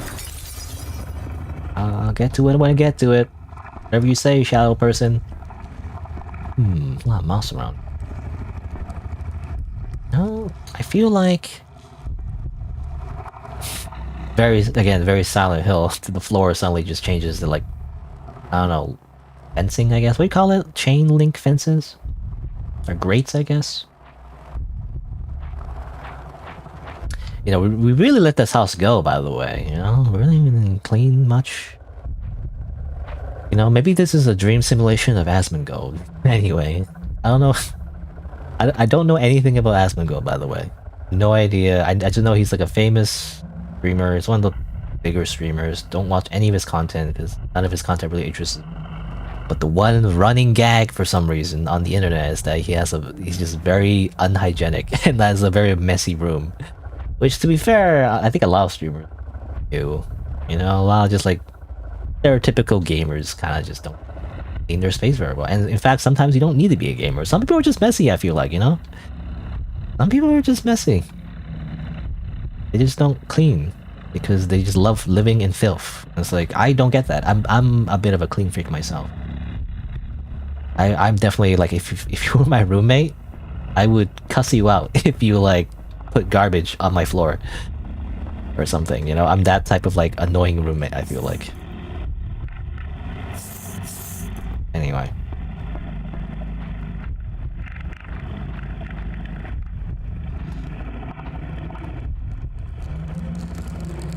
But again, to be fair, I'm not that clean, you know? Like, I mean, there are some times where I leave stuff, you know? I don't like garbage, but, you know, again, to be fair, I do have, like, empty boxes, right? Stuff from Amazon, or, like, when I buy something, sometimes I keep the box, because I want to make sure... Like, my initial reason is because I often want to keep the box in case it has some instructions, like an instruction manual in it I want to keep, or, like, in case I need to return the product. But then I tend to just keep it long term. I just never throw it out. So I just kind of like a pile of boxes sometimes. You know what? It's decoration. Don't worry about it. It's not garbage. It's decoration. Anyway. But that is one part of me that I don't clean, though. I just kind of keep. Here we go. Here's the symbols. Are you supposed to press them in the right order or something? I have no idea. So... Can't really tell. I don't know, is this one? Or does it really matter? I don't know. I think you just click on in any order, really. Maybe? Or maybe not. Actually, hold on. No, okay, hold on. So these are frame photos. Red lighting. So there's like, okay, let's see. So there's 4 people, and it's this symbol. It's a symbol that, again, don't worry about it. It's the Buddha symbol or whatever. Before the, I don't know. Anyway, before the Nazis co-opted it and it turned into the Nazis. I don't even know it's a Nazi symbol actually. You know, I don't know like the angle. I mean, it's not the Nazi symbol. That's what I'm trying to say. It just looks like it could be if you just finish it, basically. But even then, I don't know like which way does it like face. You know, I always don't really remember the, you know, the facing of it. You know, where you like, does it face to rotate on the left or right, or how do you describe it? I don't know. Yeah, anyway, that has 4 people. The not the not Nazi symbol has 4 symbols, or 4 people. So I wonder, okay, maybe you do have to write in. You have to press it in the right order. So what are the other photos? Are they around here? See them. Photos, where are you? There's some pesticide in the fridge, don't worry about it. Gotta keep it cool, you know? But I do feel like I gotta find the photos again and count how many people are inside the photographs. Maybe that's the order of the buttons I need to press, possibly? This is number 2. Like real people. This is this symbol, kind of like a, I don't know, like an unfinished 2, I guess. 2 for 2, I guess. 2 for 2. A symbol that looks kind of like a 2 is also number 2. I'm guessing. Where's the other photo? Is there another photo? If I just need to find one more, I can just figure out the last one through process of elimination. This is the 1 person, so yeah, the 3 strikes or whatever. Okay, so wait. Oh no, so this is 3 as well. So this is 3 people, and it's like, I don't know how to describe this, but like it's a snake with 2 paddles from Pong, the video game. I don't know. Anyway, but that's number 3. Okay, hold on. So number 1 is the 3 strikes. Number 2 is a symbol that looks like a 2. Me anyway. Number 3 is the snake with the Pong paddles, and number 4 is not the Nazi symbol, basically. And again, like the Nazi symbol, it's again, it was co-opted, right? It was originally like the Buddhist symbol. They stole it. Hey, what was the first one? So first one is this one. I remember that was the first one. Second one is this one. Then this one, and then this one. There you go. Wow, I did it. It's a puzzle game. By the way, it's a puzzle game in your dreams, developer? That's crazy. I mean, I guess it would make sense. They do make a lot of games. Maybe they actually do like a puzzle in their own dream. They dreamed up this puzzle, actually, maybe.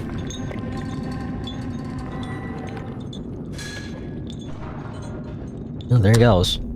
Into the void.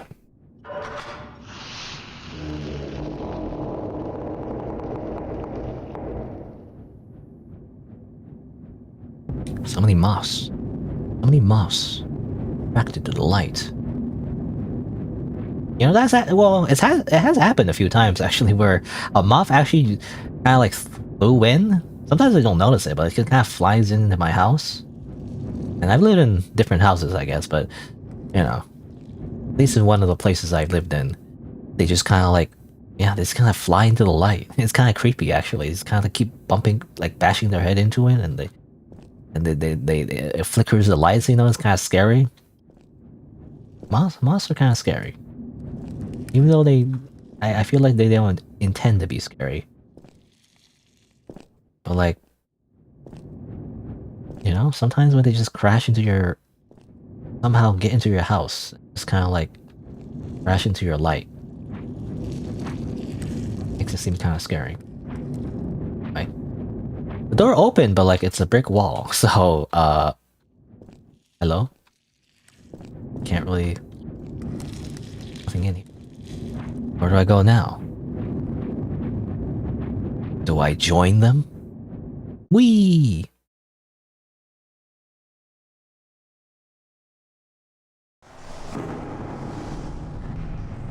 Whoa! It's freaking rolling. Doing like flips, I don't know.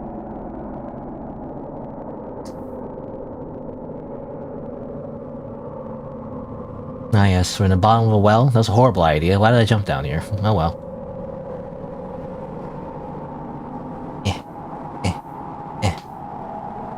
Go that way. Oh, time to go towards the light. Just like a moth. Wonder if that's symbolism for anything. It can't be. I mean, people always have these like dream interpretations, by the way. When you look up like, you know, I mean, I'm curious too sometimes, or like, you know, why do people dream of their teeth falling out or whatever? Which I don't think I've ever had, actually. I had a... well, the things that happen to me are not really like teeth falling. It's actually mostly like... well, sometimes I had dreams where my ribs poke out of my stomach for some reason. I think it's because of my poor understanding of the anatomy, where my ribs are, but... sometimes I dream about my ribs poking out of my stomach. It's like very painful.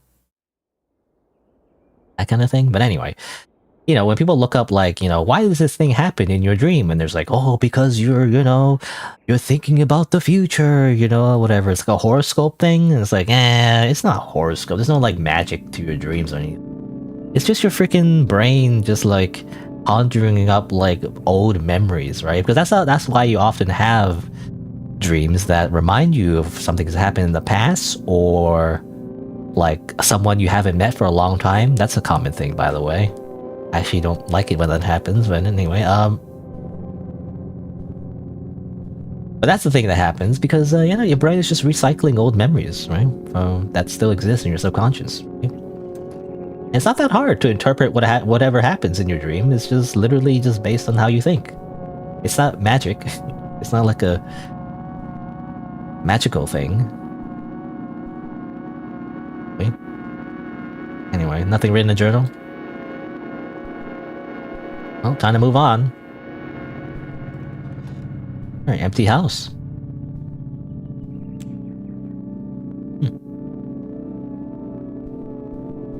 Not much going on.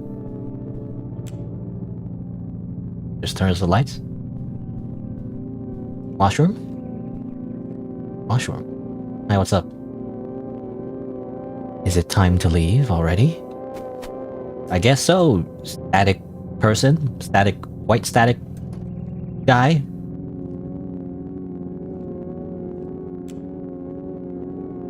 No, the lights work. Gonna be using electricity. Gotta save electricity.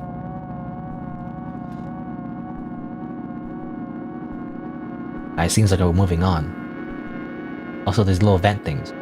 I used to live in a place that had these little vent things. It was for central air conditioning. It was very nice. I don't live there anymore. I kind of miss those. It feels like I only just got here.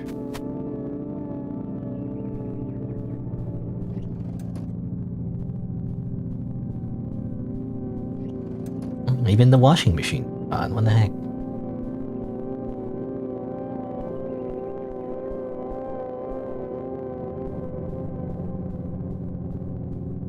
Oh, you know, basically what happened is that they called in an insect exterminator.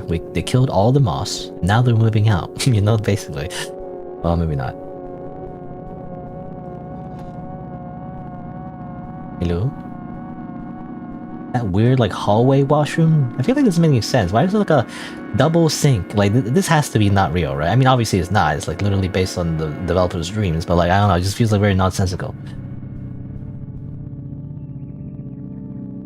I've been so happy here. I don't want to go. Too bad.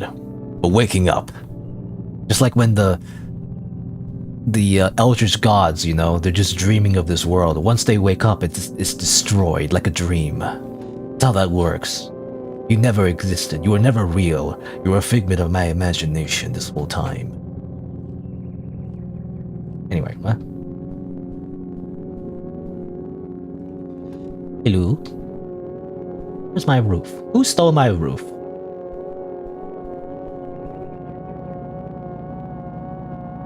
These ghosts will always remain in this place.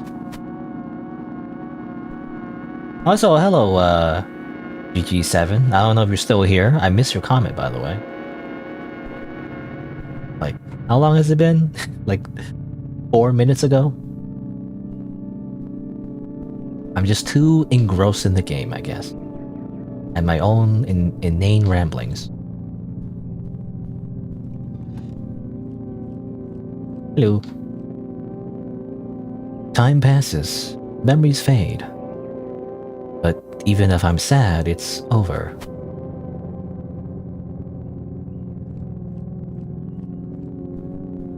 Dialogue for the first time, by the way. This whole game doesn't have dialogue, but now we have dialogue. I'm glad it all happened.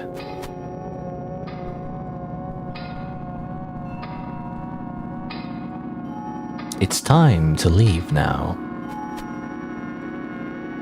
It's time to wake up.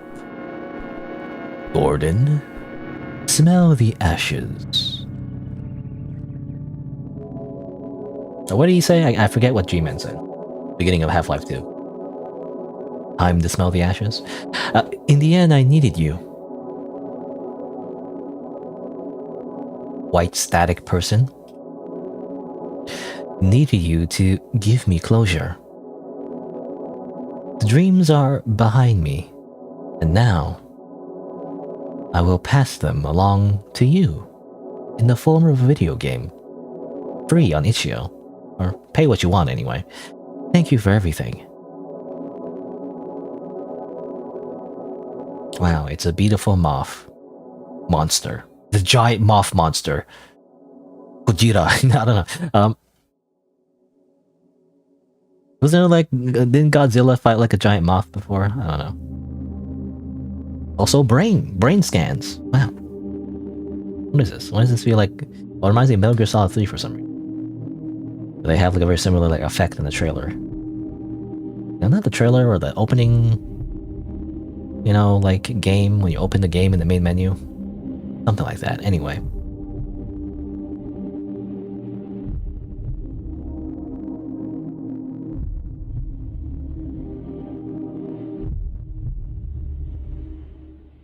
Ah yes, moth. There's a moth in your brain. Did you know that there's a moth inside your brain right now, controlling your every action? That's the true message of the game. No, the moth is inside you now. Oh no. Get it out! Get it out!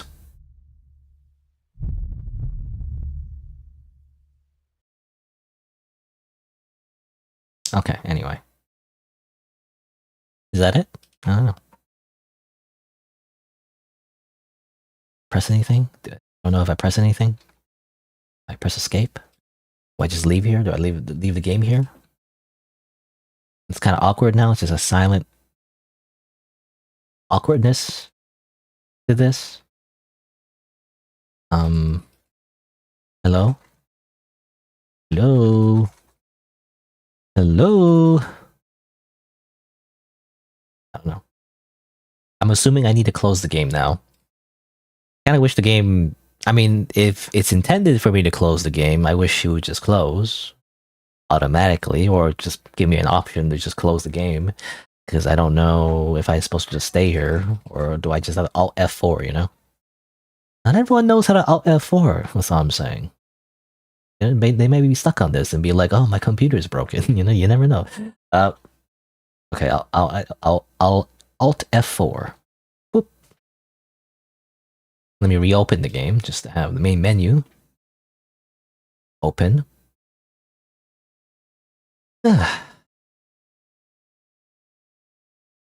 Headphones are strongly recommended. Good thing I have headphones.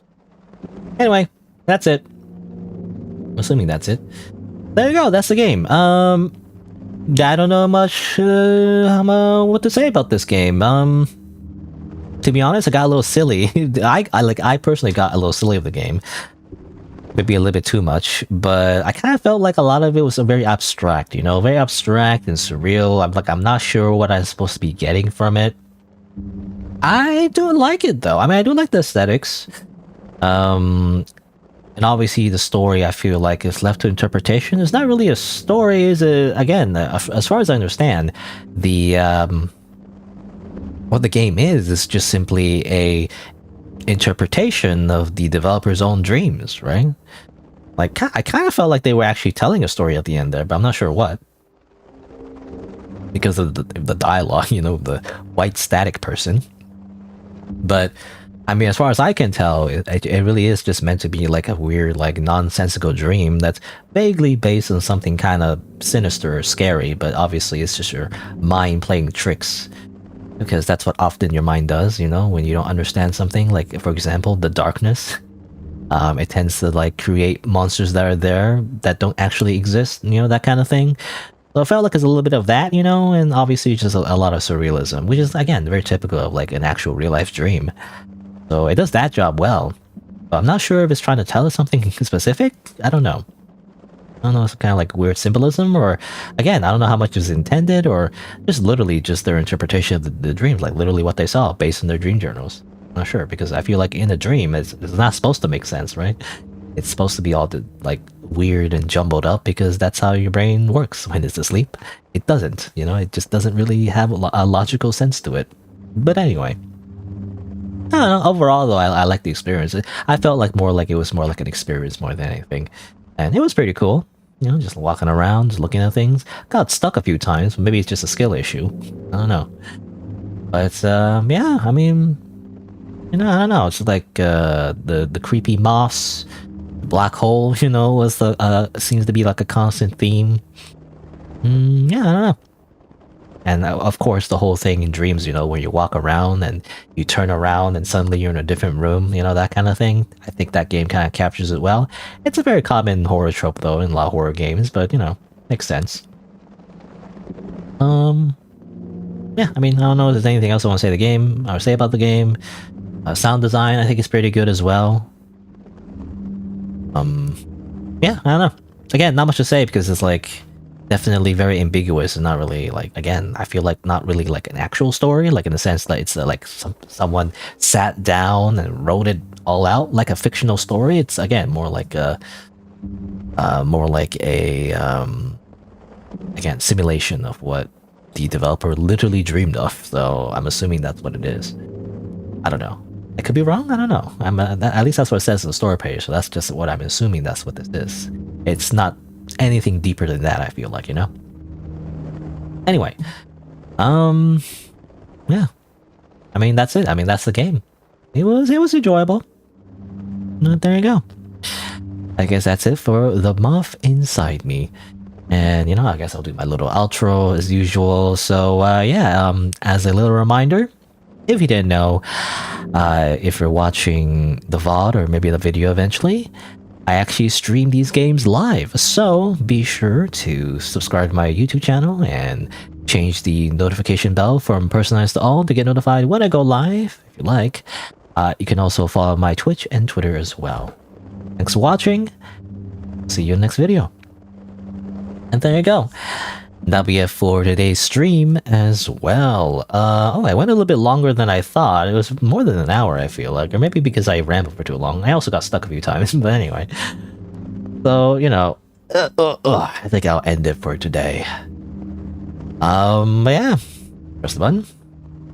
Let me just say, my usual schedule is Saturday and Sunday, noon Eastern Time. And I guess next time I'll play some more video games. Maybe a few more demos from that Steam Next Fest. Assuming the demos are still available. I don't know. Assuming they're gonna be. And maybe some other things. I guess we'll see. Anyway, that'll be it for today. Again, thanks for coming by. Thanks for watching. I'll see you around. Bye.